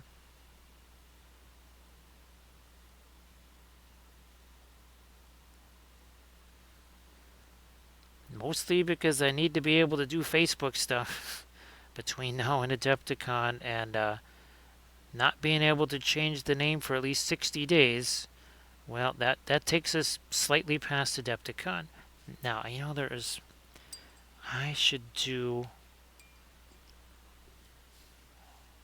whoops, wrong one. That's this one. Did I think I maybe, no, but we'll do it, we will do that here. We'll do that here. Also, now on the plus side, found out that I actually have an extra 7 days to do Adepticon stuff here than I thought I had, because again, little, just kind of had a brain squeeze there, which does mean that the Council of Miniature Painters is that's a go now. Coming up with the 16th, yeah, that's I can actually do that now, which that is good news. And I do think it's also a go for our imprintable to be participating. I will be printing some more. That the fabulous new Rohan themed terrain, and we'll be painting some of that on the stream, just like we were painting. Oh, do I have it here? I thought I had. Oh, I do, but I can't reach it. We are actually painting that little bust. Remember Heavy T? So yeah, Heavy T. That worked out pretty well. Again, I don't know what people could see. And I won't know what people will be able to see here, but it seemed to help with Pun, right? Because he could, I could almost act as like a little bit of a human prop for him, where he could mention something and I could just kind of haul it up on screen and show it. So hopefully that will also work for our imprintable. And again, thanks to Armored Wolf for posting the Patreon page. Oh, by the way, we do have a Patreon video on these guys here. We also have a Patreon video about these, because these are eBay rescues. Yeah, those are eBay rescues. Those were, they were worse for wear when I got them.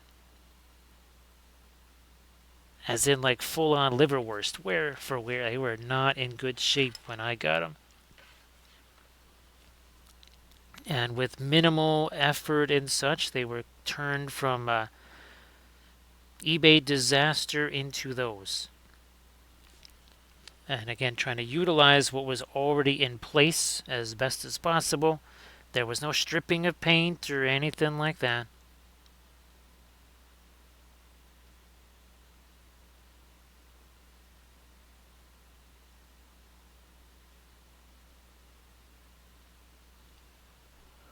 We're doing this here.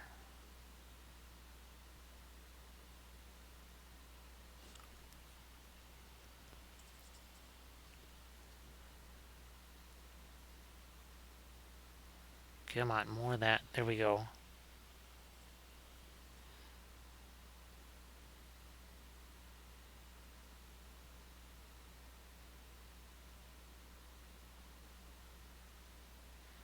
Do I want to try and make that any lighter? I don't think so. Don't think so.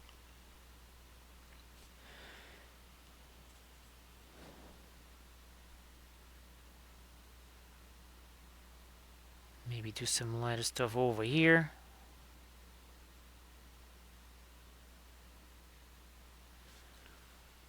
Now, heavy tea, I think.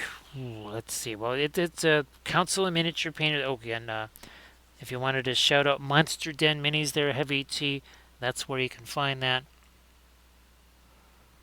Now, Vostercat, there's tons of tutorial videos on the Patreon page. Actually, those Mars colors were used in a skin tone video, and I will be filming a skin tone video on this one right here. We're going to be using those new Alkids, so yeah, that's going to be a skin tone video. I mean, we have tons of them here, and not just regular skin tones, but oh look, same bust, but with a whole different type of skin tone.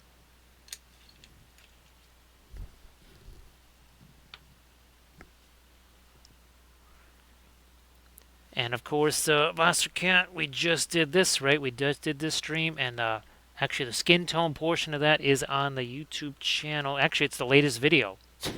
It is literally the newest video on the channel right now. So you shouldn't have to dig for it very hard. And it's all the skin tones.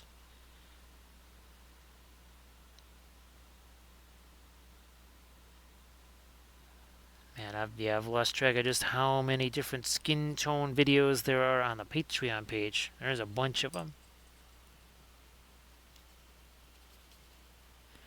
You know what? The black spinel and that phthalo green, not too bad for creating a sort of perline black. Again, not going to be the same thing, but in the neighborhood.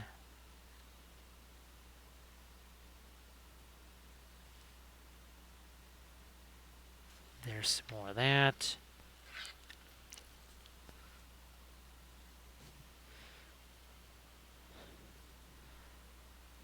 And a bit more there. So yeah, let's see. Let's see, not this Sunday, but Sunday, March 16th will be the Council of Miniature Painters, and again, our Imprintable Terrain is going to be the special guest there. And they've got themselves. Go check them out. I think on my mini factory. Also, again, it's going to be a Kickstarter campaign. Now they will be doing again fabulous Rohan Terrain Kickstarter, where it's the walls, the bell tower, buildings with interiors, a farm, stables, all kinds of stuff designed to have a lot of interaction in them. Now, of course, they don't have to be just for Rohan. They could be very much a Viking. Was it Frostgrave or something? Is that something where a lot of people do Viking type stuff?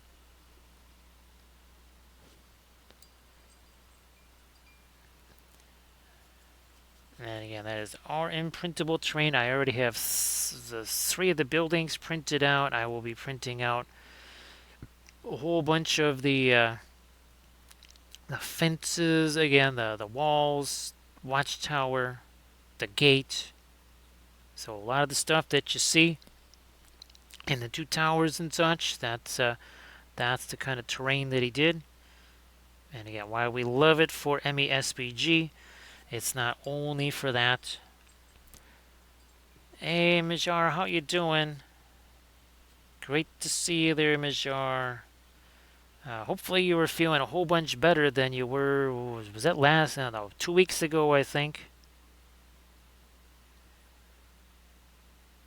Yeah, that was not a fantastic Majar evening right there. So hopefully that is long since past.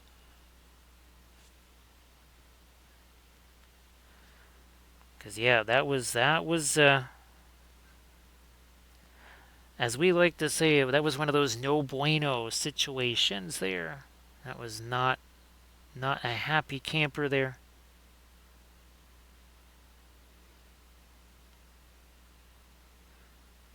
We're doing some of this here.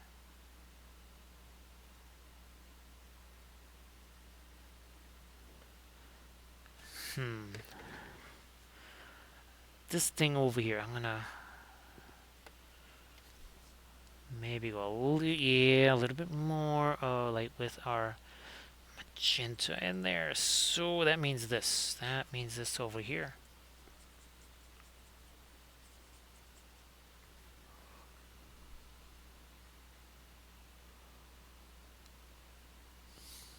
So yeah, hopefully that did not last a really long time there, because that was a rough escapade there. Again, trying to do a little bit of the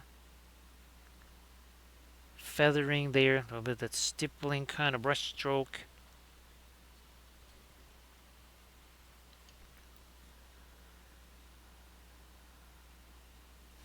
I might have to thin it again. Thin sticks to thick and vice versa. So, yep, thin it down a little bit, and we have a little more adhesion there, which is good.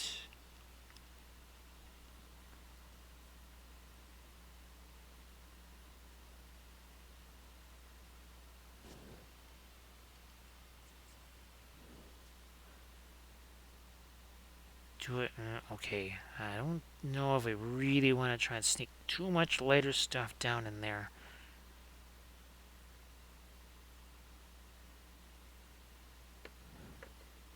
Let's move you out of the way. What is happening with some of these guys here? I gotta maybe thin this down a bit.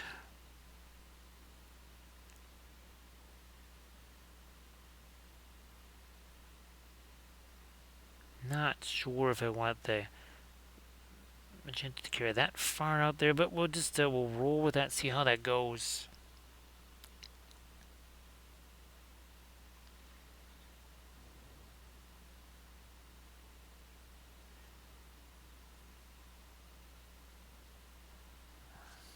And look at my reference super quick. How far do we carry that? Okay, so not as far as I thought. Actually, ooh, I did pretty good with doing the magenta right there. So we'll do that on this one now.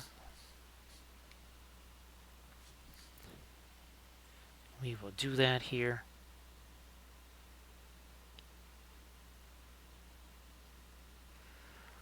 Also over there.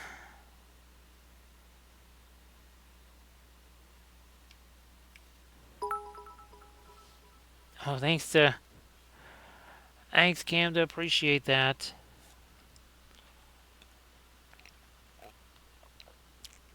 Appreciate that, Camda. Thank you so much. That came through just fine.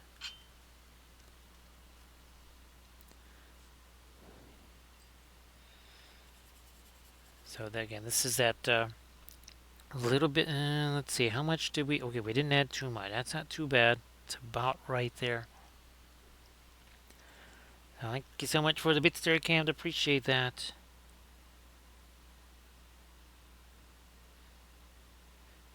I think. Well, we did have a hype train, but that was for Surface Tension's birthday.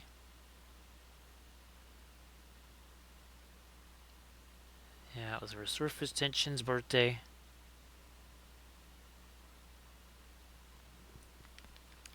And I'm sorry that I did not do Facebook birthday greetings for the birthday folks today, or, well, Monday, like usual, because, well, there's a bit of a fracas going on.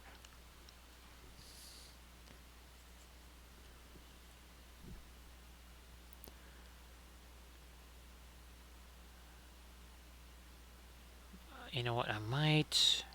Yes, I will. Yes, I will. We'll take that... Again, that's going to be some of the black Spino and some of the phthalo green there.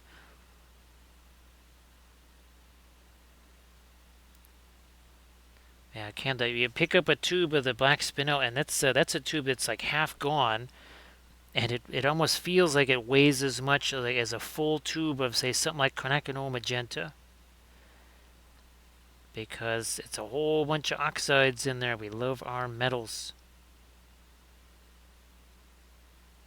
That's again what makes all the Mars colors so nifty, because they have lots of iron oxide in them. That's going to make them very strong, extra matte. That's why we enjoy our Mars Yellow Deep, because again, you look at that synthetic iron oxide. So again, it looks kind of like yellow ochre, but it is way more powerful than yellow ochre. I mean, it's literally iron oxide, and what was it? Oh yeah, the reclaimed earth tones from gamma. That's basically that literally comes from iron mines. Yeah, they went in there and they basically recovered a lot of the slag. There's even like a little processing thing on site, and there's kind of a factory nearby, and they actually make the again the reclaimed earth colors. So you want to do some environmental stuff? Yeah, see that oil paints being very environmental. And I've got a couple of videos with the reclaimed earth colors.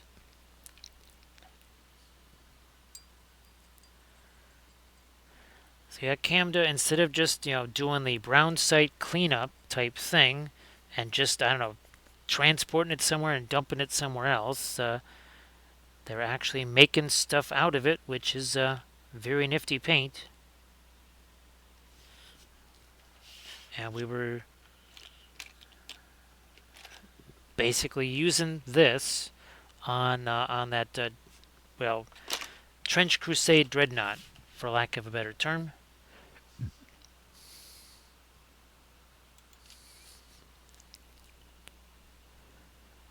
So it's just pigment red 101, and what was the pigment?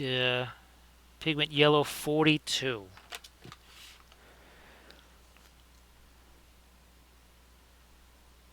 So definitely not Indian yellow. That's for sure, and surely not Aureliolite yellow either. I don't think so.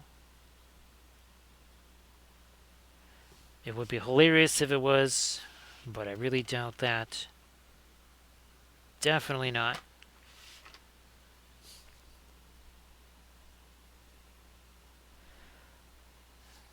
So yes, it's Fromage, everybody's favorite dreadnought.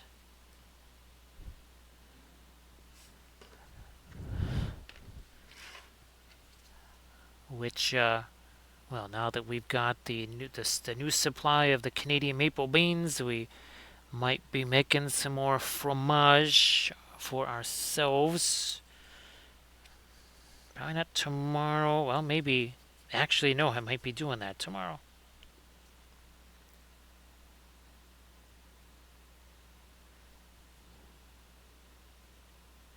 Let me do here. That we need some of our. Right now, let me just take a quick look at my reference once again. I want to see what we did in the forward ring of this. Okay, so those were not. Those didn't get the magenta. All right, so good to know.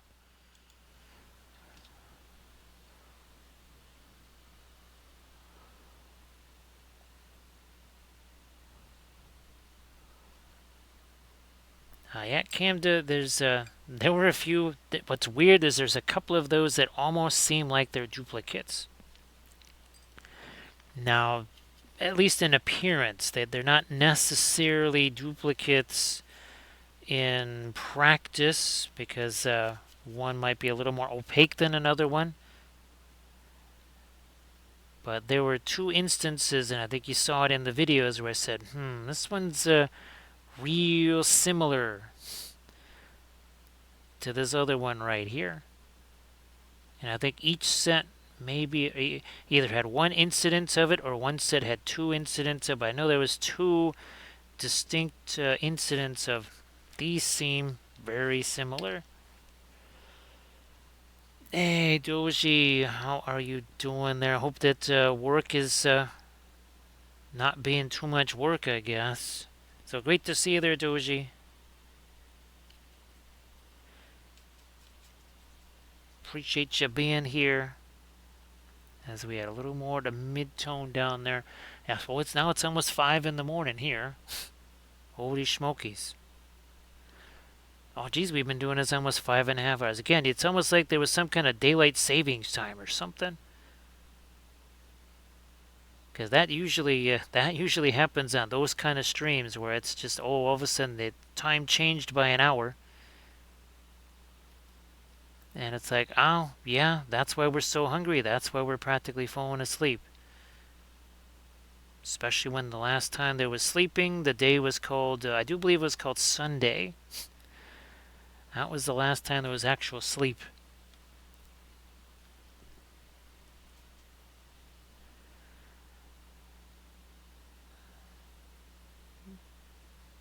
Well, you can't spell create without procrastinate there, Doji. Well, you could probably spell a bunch of other words too, but I think you could spell create out of procrastinate.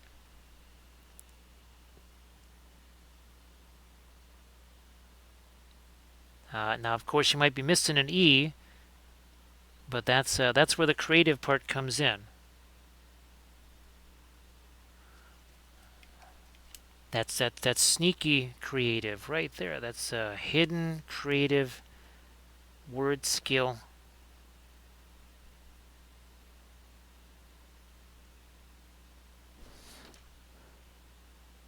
Let me do this.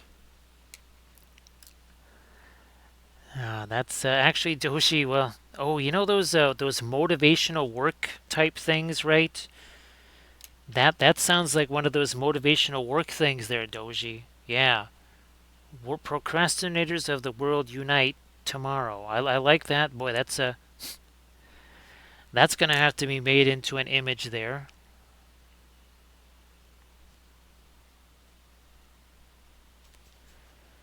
What was that game? Oh, it was called Boggle. That's it. Yes, the most annoying game in the history of human species, where you take a this basically a encased box of like 20 letters or something like that, and obviously they're all six-sided dice, and you have to shake that up, and then you start a timer, and everybody has to make as many words as they can from that jumble of letters that's in that box. And man, does it make an unholy racket when you're shaking that thing around.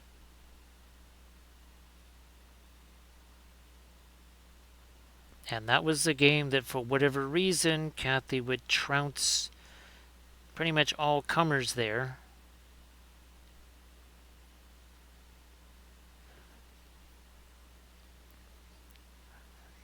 Scrabble, that was more my thing. I like that one.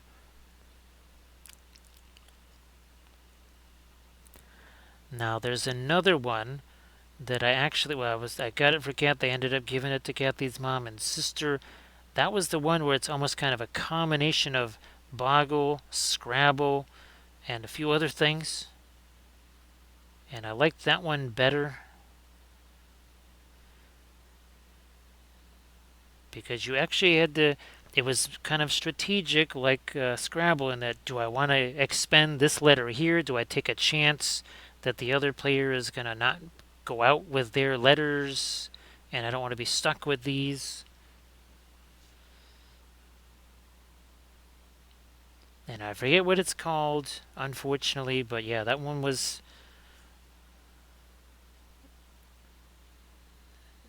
Oh, I think it's called Dabble. That's it. That's the name of it. It's called Dabble. And it's kind of like a little bit of Scrabble and it's a little bit of Boggle.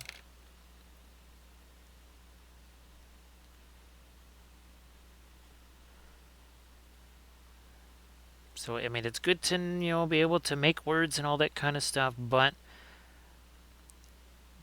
sometimes being a hasty little hobbit with the words is not advantageous.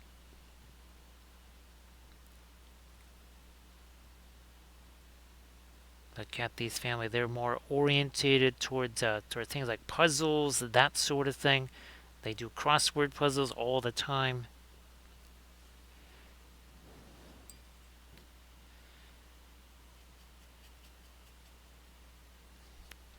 Do I want... there's a couple of little... There's one there. See if we can do the same on that side too.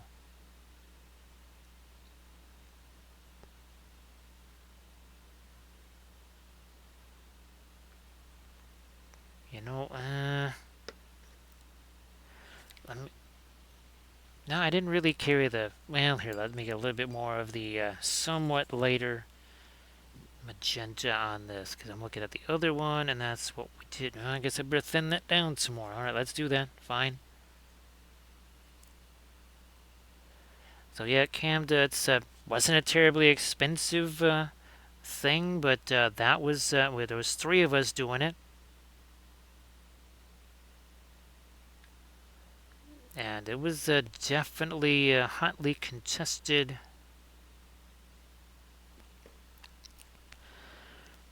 Yeah, Heavy Tea actually just I think a few weeks ago, Kathy's family sent me a care package, and there were a few.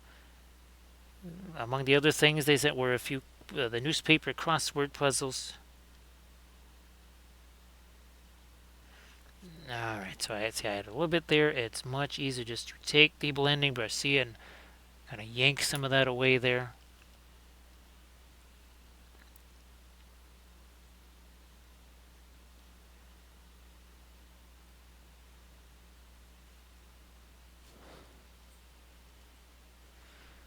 So again, for all the folks that will, over these coming days, be seeing a very different name associated with my Facebook stuff than, well, me. That is unavoidable, at least for quite some time. People are saying there's all these ways that you can basically message Facebook and say, hey, this happened. Sadly, none of those worked for me. I was not able to contact any of the places that they said I should be able to. Did not work. Well, either I could, and none of the options they said were there came up.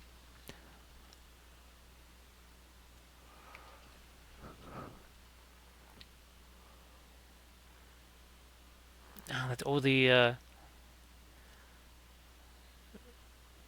definitely Doji, because that's where it started. I think you've seen. Now it's going to take me a little while to scroll up here. Just give me some time here.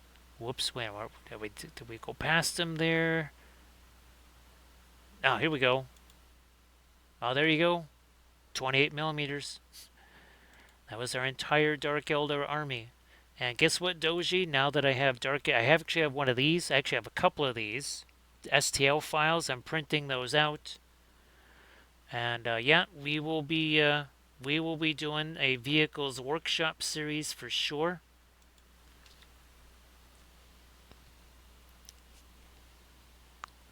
So that's actually where they originated, Doji. There is a couple of tutorial videos now that might be more acrylic, but there are some tutorial videos with that. So there's no army painting series on those yet, Doji, because I don't. It's only literally a few weeks ago where I finally got some Dark Eldar files. Now I would be. It's safe to say, Doji, that would happen after Adepticon. Yeah, there's no way that's gonna happen prior to Adepticon. So yeah, Camda, that's the display board, and that gives you an idea of just how big that is, because that Storm Raven or whatever no, it was the not the Raven. What the heck was that thing? Whatever it was, that was fairly big. That the big old flying thing, that was pretty big.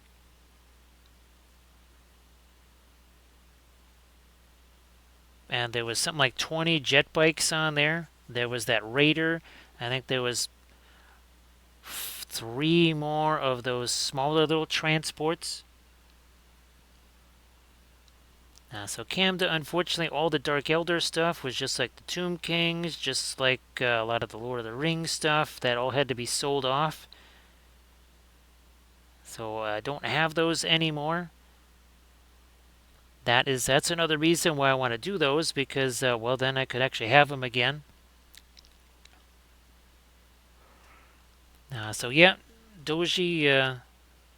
I mean, you can check out the acrylic one. Obviously, it will be different than how we would approach it in oils, but at least you would get an idea. I mean, I even draw out the pattern on a piece of paper there, Doji. So yeah, Doji, that was my 40K army for the 2013 Adepticon tournament. That gives you an idea just how long ago that was. So yeah, Camden, there was a whole like my Lizardman army, Tomb King, all that stuff had to be sold off, and that's another reason why now that I have the STL files, I'm trying to kind of use that to try and get those armies back again.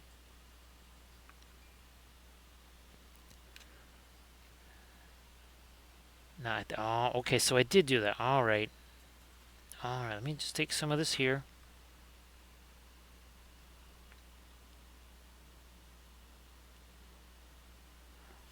So yeah, Doji. I think I even have some Dark Eldar, just like regular, you know, infantry STL files as well. I don't know that for sure. I know that like some of the crew obviously are the STL files. But yeah, some of those will definitely take 3 episodes.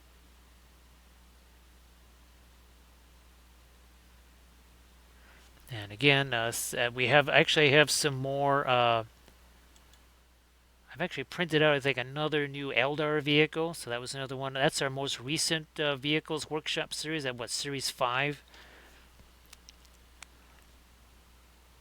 So yeah, Doji. Well, we'll be doing the vehicles workshop first for sure, and then if I can get other files and get those printed up, it makes sense to do an army painting series on them, right, Doji? So the vehicles won't work for an army painting series, but that's what we got the vehicles workshop series for. So we can definitely do both for sure.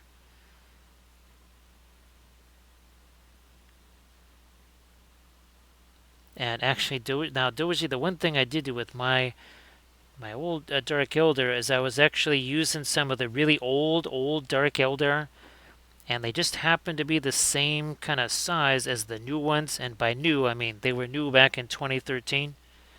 So there were some interesting conversions, that's for sure. Well, I think everything I had was converted.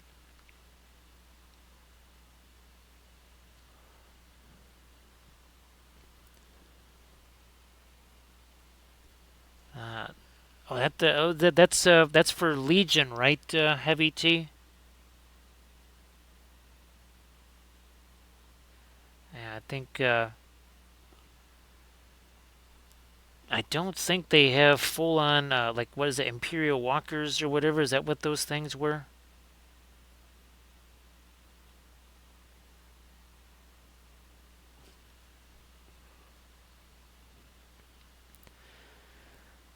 Camda, more pizza, more better, right?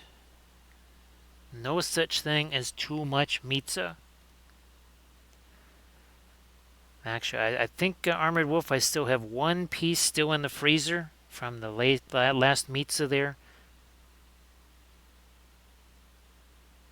I think I had 3 of them frozen. I know that 2 of them have been consumed. Hey, the Orchrist, how you doing? Oh, it's been a while. I hope that you're doing okay. Happy Tuesday. Well, now we're 5 hours into Tuesday. Oh, we gotta get our light over here too. Ah, look at that. Much easier to get that to stick over there. I'm glad that you're doing there, better Orchrist. Now, hopefully you'll be able to kind of get back into the painting swing of things too. Now I gotta get rid of all of that. We do have some of our. I gotta still get some of this yellow in there. Still gotta get some yellow in that. Teensy bit of the radiant green to keep that honest. So, Ward Chris, is there anything that you kind of like? Okay, I really, really, really like to get back to this project or this army or something, or is it just I don't care what it is? I just want to paint something. Because sometimes maybe that's just the best way to go is just find something and paint it. Now, actually, oh, Doji, we did do a film noir on these. It's actually pretty interesting when you have a contrast is more than just light versus dark. We shall illustrate that here, especially with all that, all the magentas in there. Well, when that all goes away, it really transforms it, right? Because now you just see the shading as opposed to see, look at that. You can already Hello, start to little see. hobbits. Fuck my guns. Look at that. You can really see that color really start to emerge as we say thank you so much to Lipsco. Thank you so much, Lipsco. Appreciate that. It's like, it's you with the horse. It's like, that is Shadowfax to you. It's like, yeah, so you're a talking horse. This guy really is, he's not into it, right? I'm gonna have to take care of you. So thank you so much for that. Now, what is going to happen? Here we got our big Gandalf 6. We did actually have A6 tonight on one of our rolls. This is the fourth, no, it's the third 3 that we've had. So thank you so much, Lipsco. Appreciate that. Oh, there you go, Heavy T. You got it just right. There was 3. 3 threes, I believe, so far. We had the 1 6. I think there was a 4. There was no 5s. There were no 2s, and there was no 1. So he must not have mentioned pipeweed at all tonight. So let's go. Thank you so much for the follow. That is appreciated. We might have to do one more Armada Monday on the Necrons. We'll see how that goes. I was hoping to do an Armada Monday with the Orcs. So yeah, most likely I think that's what we'll be doing next Monday is doing some Orcs. Now I think a lot of them are actually on the bigger bases, like this here one. So we have lots and lots of spacescapes to do.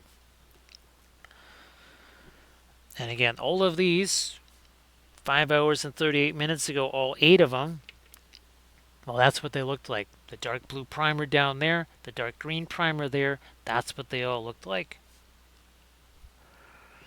Well, let's go. I'm glad that you're having some fun with the miniatures thing because, miniature painting is, that is just super, super fun. And of course, now we live in a golden age of miniatures. I mean, not just the miniatures themselves, but all the terrain, the basing bits, so many fantastic things that go with it. See you later there, Doji. Have yourself a good one. Oh yeah, this is a prime example here. Not just the roses and the oxalis plants, but we got 4 bunnies and a fox on there. And those are all 3D printed basing bits. All the roses, the flowers, even here, right, for our Galadriel, 3D printed birch trees. Again, that bog myrtle bush right there. Another bog myrtle bush over there. All 3D printed. Here's another. Not only is the figure 3D printed, but there's 7 different printed bits on the base themselves. The ferns and the tree and everything else. So thanks so much, Doji. Again, appreciate you being here.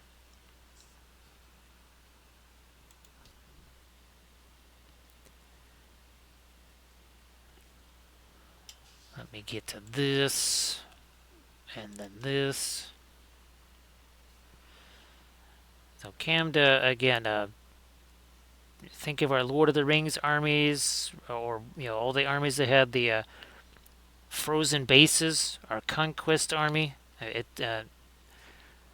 the Starfall Outriders. We did multiple tutorial videos on these and we also did it for our Harad army.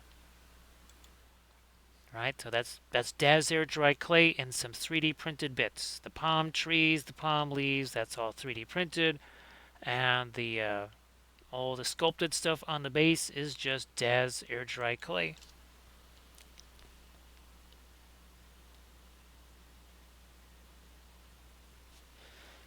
Let me find myself some more. This here, maybe a little touch more of our light up there.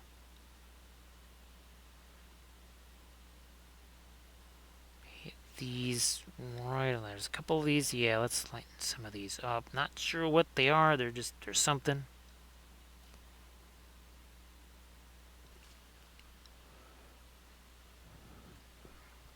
Yeah, Heavy T. They pretty much they wiped out Harad. They wiped out Canned. They wiped out Far Harad.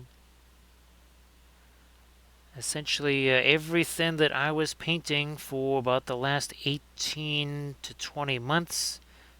They even wiped out Dunlin, which is weird since that was in the starter box.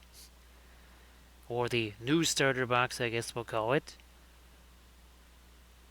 But that is fine because it gives us all the opportunity in the world now to create our own version of MESPG where we incorporate, well, we want to do a Middle-earth war at sea, right? You can't do that with the existing stuff anyhow, so we just got to create our own stuff, and that's going to be super fun. And again, that big old campaign and everything, again, using the War of the Ring board game.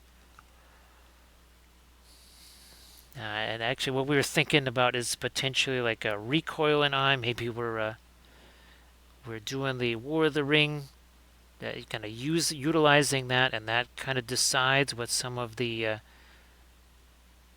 larger battles are. Now, think of it like this: you're using Battlefleet Gothic to set up potentially battles of 40k, right? Based on what happens with the ships, that is how potentially some kind of land engagement might fall out as far as who has what and where it is. And that's something that we thought could be very interesting when it comes to, again, setting up some uneven battles of MESPG.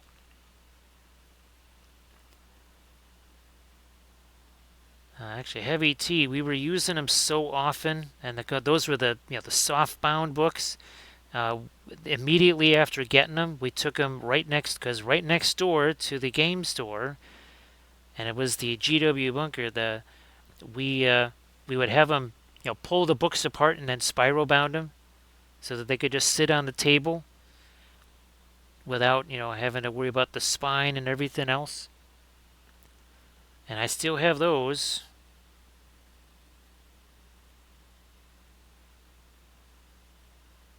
You know what? Okay, fine. Where's my mid-tone? That's sitting over here, right? Yeah, sitting over there. Let me just drop a little something something on these. Again, not a ton, just a little.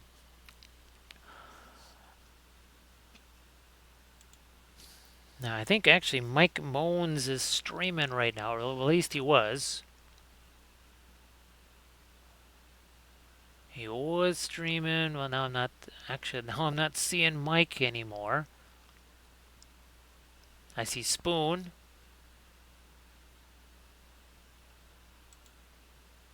Oh, there's Mike. Oh, I think he has one of his whatchamacallits going. What the heck are those things? Where everybody's like represented by a little something or whatever. I remember seeing those in the very early, like 5 years ago when I first started streaming. I had no idea what those were.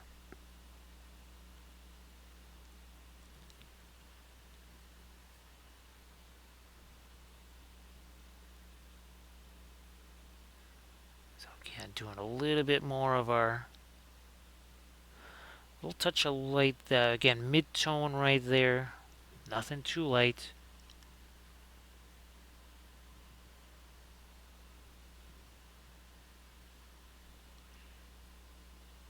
Now, ooh, actually here, I need to kind of go a little oppo here. We got to go a little darker. So I'm going to take some of this here. Get rid of some of that. And then whatever the heck is going on down here, we're gonna ice that out a little bit. Also that too.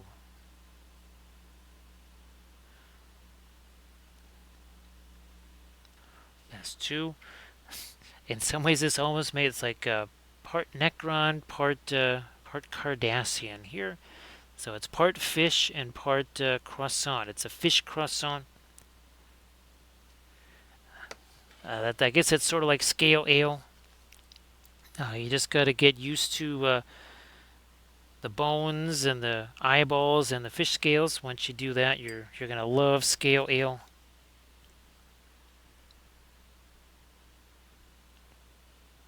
No, that is way too late.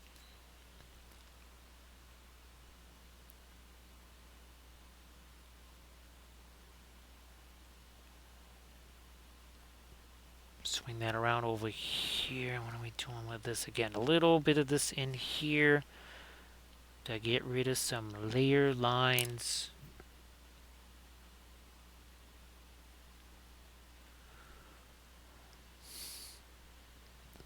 We shall get rid of some more layer lines here.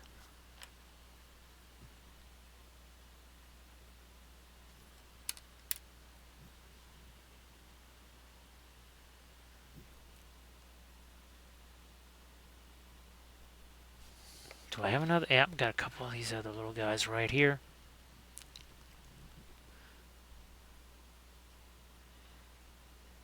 Once again, trying to clear out some of these crazy little layer lines because, again, it was the way this was printed. It had to be on a bit of an angle, and it was a super shallow angle. Hey, Svetnot, how you doing? So, Svet, happy Tuesday. Nice to see you. Thanks for joining us here.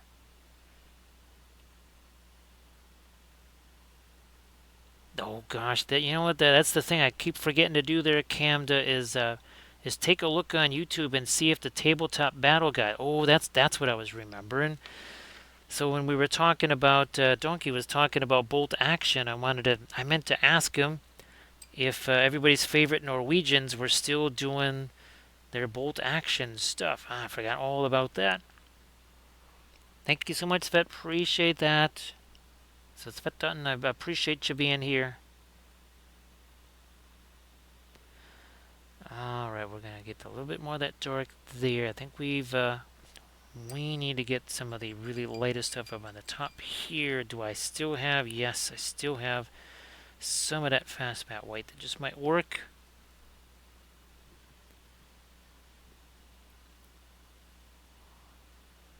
Just over there, and that paint's got to be relatively thick. See how that's actually sticking there? That's a consistency differential. We have to have something that's not the same as what is already there.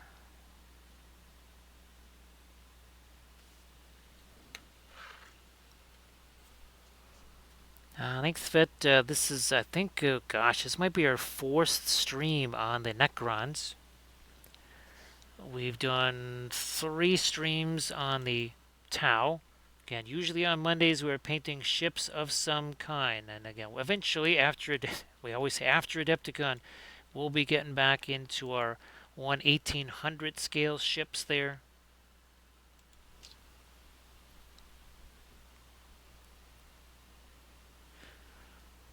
That should be super fun. You know what? Let me get back to my... There we go. A little more magenta in those. Also on these. There's a little something something on the undersides here too. Let's get a couple of those because I know those should have something on them.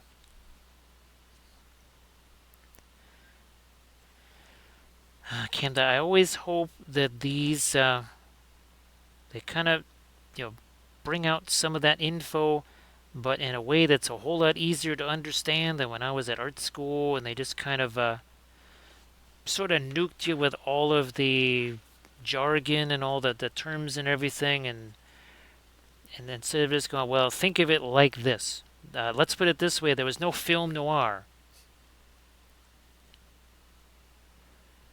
So yeah, Svet, I did at least three streams with the Tau. One of them was the Starbase or the city or something like that. That was the most recent stream. We had the big Starbase or city in there, and that was really it was wild doing that because there was a ton of source slating and a lot of that freehand on there, right, Camda?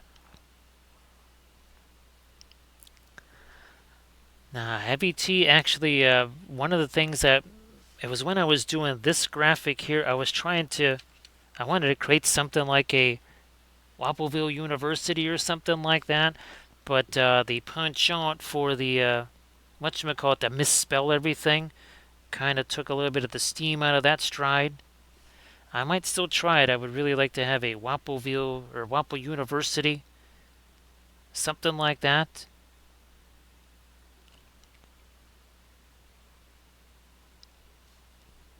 Yeah, Canada, it's kind of if they had just kind of put things in a more practical way, especially again something like that film noir. This whole idea of warm versus cool, saturated versus unsaturated. An unsaturated warm color can be overpowered by a saturated cooler color. That was a real weird thing to try and understand years ago.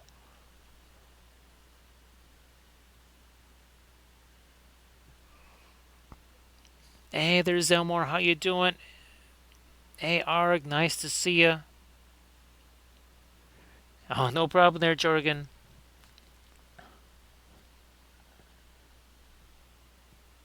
No problem.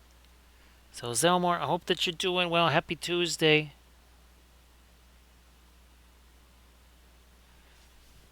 Yeah, geez, now we're almost 6 hours into the stream here. And now it's 5:20 in the morning. Holy smokies. 7:20 in the morning, or no, sorry, 6:20 for you there, Heavy T. Actually, I haven't. Hopefully, maybe Blades actually got some sleep there. Maybe Cooper finally wasn't gonna be making the usual barking and other noises.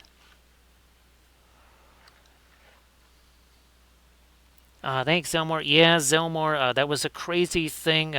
Once I changed the password, it's kind of shut down all that, but of course I can't change the name back. So Zelmore, don't be surprised if tomorrow you see, well, this will be my new profile picture right here. I just thought, and the banner is going to change, obviously, to a whole bunch of the stuff we do here. Like, who knows? This might be our banner right here.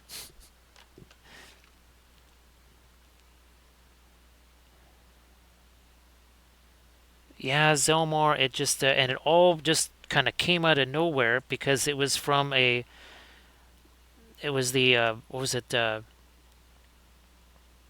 Windy City Miniatures, which I hadn't posted on that in 3 years. So I thought it was basically kind of a use it or lose it type of thing. Like they were saying, okay, it hasn't been used in 3 years. Are you deceased? We're gonna shut this down? So I thought, okay, I gotta go check this out. Yeah, Heavy T. I still have to have supper yet, Heavy T. Yeah, haven't had supper yet.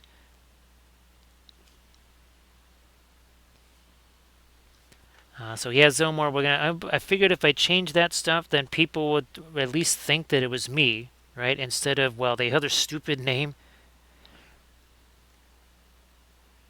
And of course, Zelmore, I can't do anything with that for 60 days at least, which means nothing till, well, like May 4th.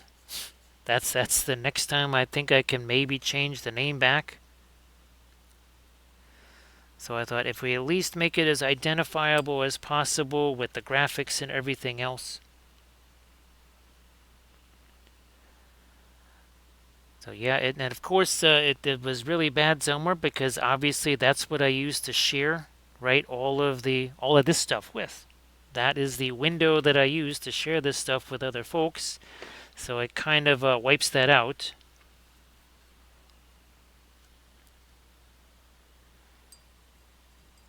And of course, well, now it didn't seem to affect the Instagram at all. It didn't seem to affect anything. I don't know if it's because it was gotten so quickly or whatever, but it seems like there's nothing crazy going on with the Instagrams.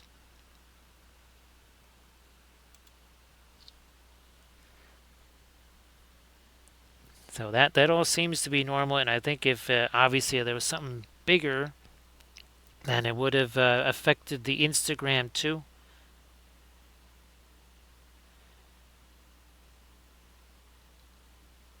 Because yeah, there was a flood of these crazy messages coming in, and literally the second I changed the password, they all stopped.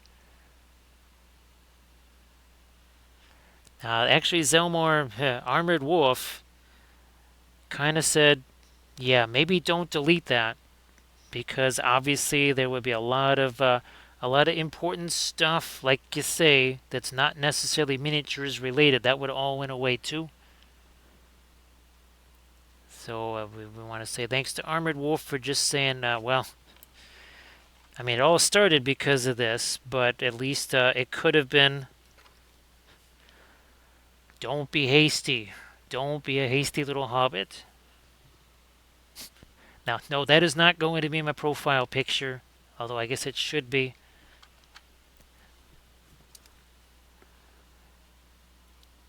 And again, that was one of those things where surface tension, I think he said it was the very first try.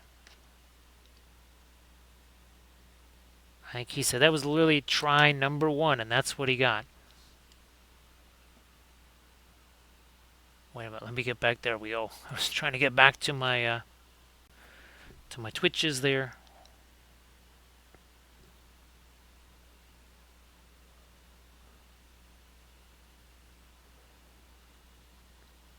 So Zelmer, those were presents that were made for me by, uh, and actually none of them are artists, because they knew I don't have time to be able to do any of that stuff. That's why there was no merch for 5 years for the channel, and basically it was done based on thing. Well, here we go. This was so some of the we now have the Lord of the Rings gummy bears in addition to now our Gollum, and those were generated by. Oh, here and we're gonna have one of these too. We're gonna have a Sauron themed gummy bear. We're also gonna do ourselves a Hobbit gummy bear, and that's all kind of a sort of honor to Kathy, right?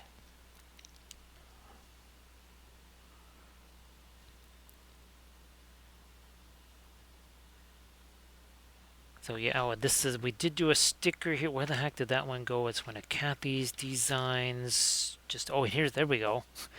There's the Gandalf gummy bear. Basically, during a stream, we got talking about how do we make a gummy bear painting contest in October for Kathy's birthday, and suddenly I posed the question of what would Gandalf look like as a gummy bear, and then well, those were created.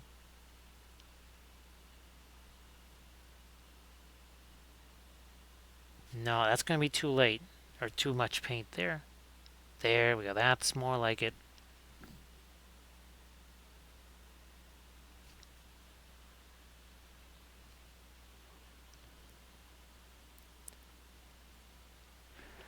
So Zelmore, what I was going to do if I want to try and create that frosted texture, I was going to take the same crushed glass that we use for our snow effect. Oh, look at that. Look at that right there. So that is what I was thinking of doing for uh, I don't know about the body. Well, maybe actually the body and this. So it could now there what I would do is put the crushed glass snow on there and then do the blood of basically like blood effects. So this would be seeping into the, because that's how the snow works really well for doing blood effects. It's almost like a snow cone. So what is it they say in the movies? It combines digital and practical effects, Zelmore. I think that's what it is. Yeah, it combines digital and practical effects. It's like a movie. There you go. So again, that is a combination of again, that's one of our Aussie friends, Recoil, going into the making the image, and then Sectorix taking that just that flat image there and taking it into a few different modeling programs. I think he did something like 10 different passes to refine it. Because initially the his staff was attached to his hat and not his hand. So yeah, Zelmore, if you check out, we've done a whole bunch, not just Song of Ice and Fire, but there was that series that I did on the Conquest. So yeah, we've done a whole bunch of the most recent snow and blood effect type thing. That was that Conquest series on the Werewargs. So that wasn't too long ago. And basically, we'll be doing the same thing. And I will probably do that as like a special Patreon series, or not, special Patreon episode. Because, yeah, the crushed glass on stream, that's just, that'd be too difficult to keep track of. But at least on a tutorial video, I got a chance.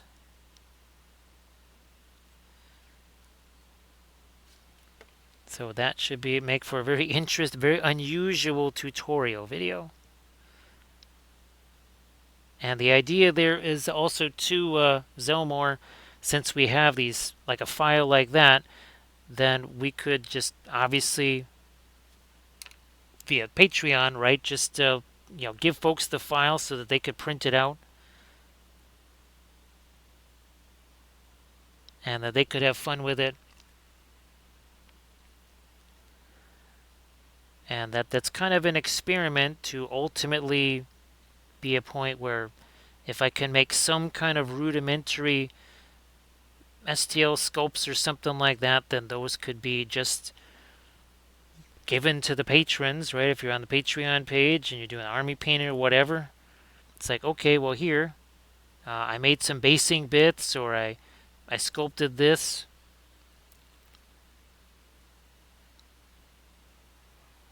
So yeah, Zelmore, I think there was 3 episodes in that series. The first one was kind of prepping and basing.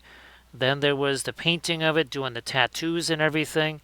And then I think the final episode was doing all the blood and snow and icicle effects. So yeah, Zelmore, that was Ryan. He created that. So we really appreciate Ryan doing that. Because like you say, it's a whole lot easier. Now Zelmore, the unfortunately Twitch is killing all the highlights, and that's designed to search through the highlights there. Now I'm gonna try and save as much as that as I can and put it on another YouTube channel. So unfortunately Ryan is super busy, so I'll just put it on that YouTube channel, and then eventually, well, I can always just do the link to that on the Patreon page. Say, okay, here's this is basically the Twitch channel here. It's called the Linseed Fellowship, and that's the new YouTube channel that I created. So I don't know if you search YouTube for Linseed Fellowship, if that shows up yet.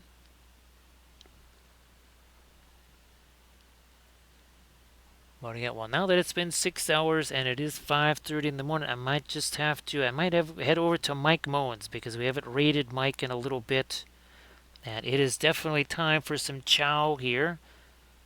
So I do want to say thanks to Armored Wolf, who has been busy at work this entire time, and who also was trying to, again, keep things sane with all of the insanity with the Facebook stuff. I want to say thanks to everybody that messaged me, right? And I appreciate anybody that responds to all the Facebook stuff because that lets me know that people are actually seeing it. Oh, thanks, Spoon Handle. Appreciate that. Thanks, Zelmore. Appreciate that. And Spoon, oh, Spoon, if you want to share your stuff real quick before I head out, I hope that you had a fantastic stream. Again, everybody please give Spoon Handle a follow. Oh, and Zelmore, geez, hey Zel, you want to share anything in the chat real quick before you head out the door there? If you know anything that you might have been working on or something, please go ahead. Now, thanks, Camda. Yeah, like I said, I'll try and shoot you a message, but you kind of heard the gist of what the insanity was today. And that's the other thing too. I have to make sure that there's no new crazy going on or something like that too, because now it's been, well, 6 hours. I am going to zoom out here so that we can maybe take a little look-see at what we did here. So let me do this and that. So you can see here, there is proof. There's 8 of these things right here. Again, did all of those on stream. Let's see. That's fantastic. Oh yeah, that's right. You're working on those Tau. Sure thing, Camda. Here, I'm gonna start the raid countdown here, cause again, that takes a little bit. So again, I really appreciate everybody. Thank you so much. It was helping me actually, Cam, to talk about the de-stressing, right? So I want to say thanks to everybody for letting me kind of de-stress a bit here, utilizing the stream to do so. So thank you so much for keeping me company, and I will see you guys on Thursday. Everybody check out a Kislev bear for Blood Bowl. Good old Kislev, right, Sal? So again, we appreciate everybody being here, and I will see you guys on Thursday.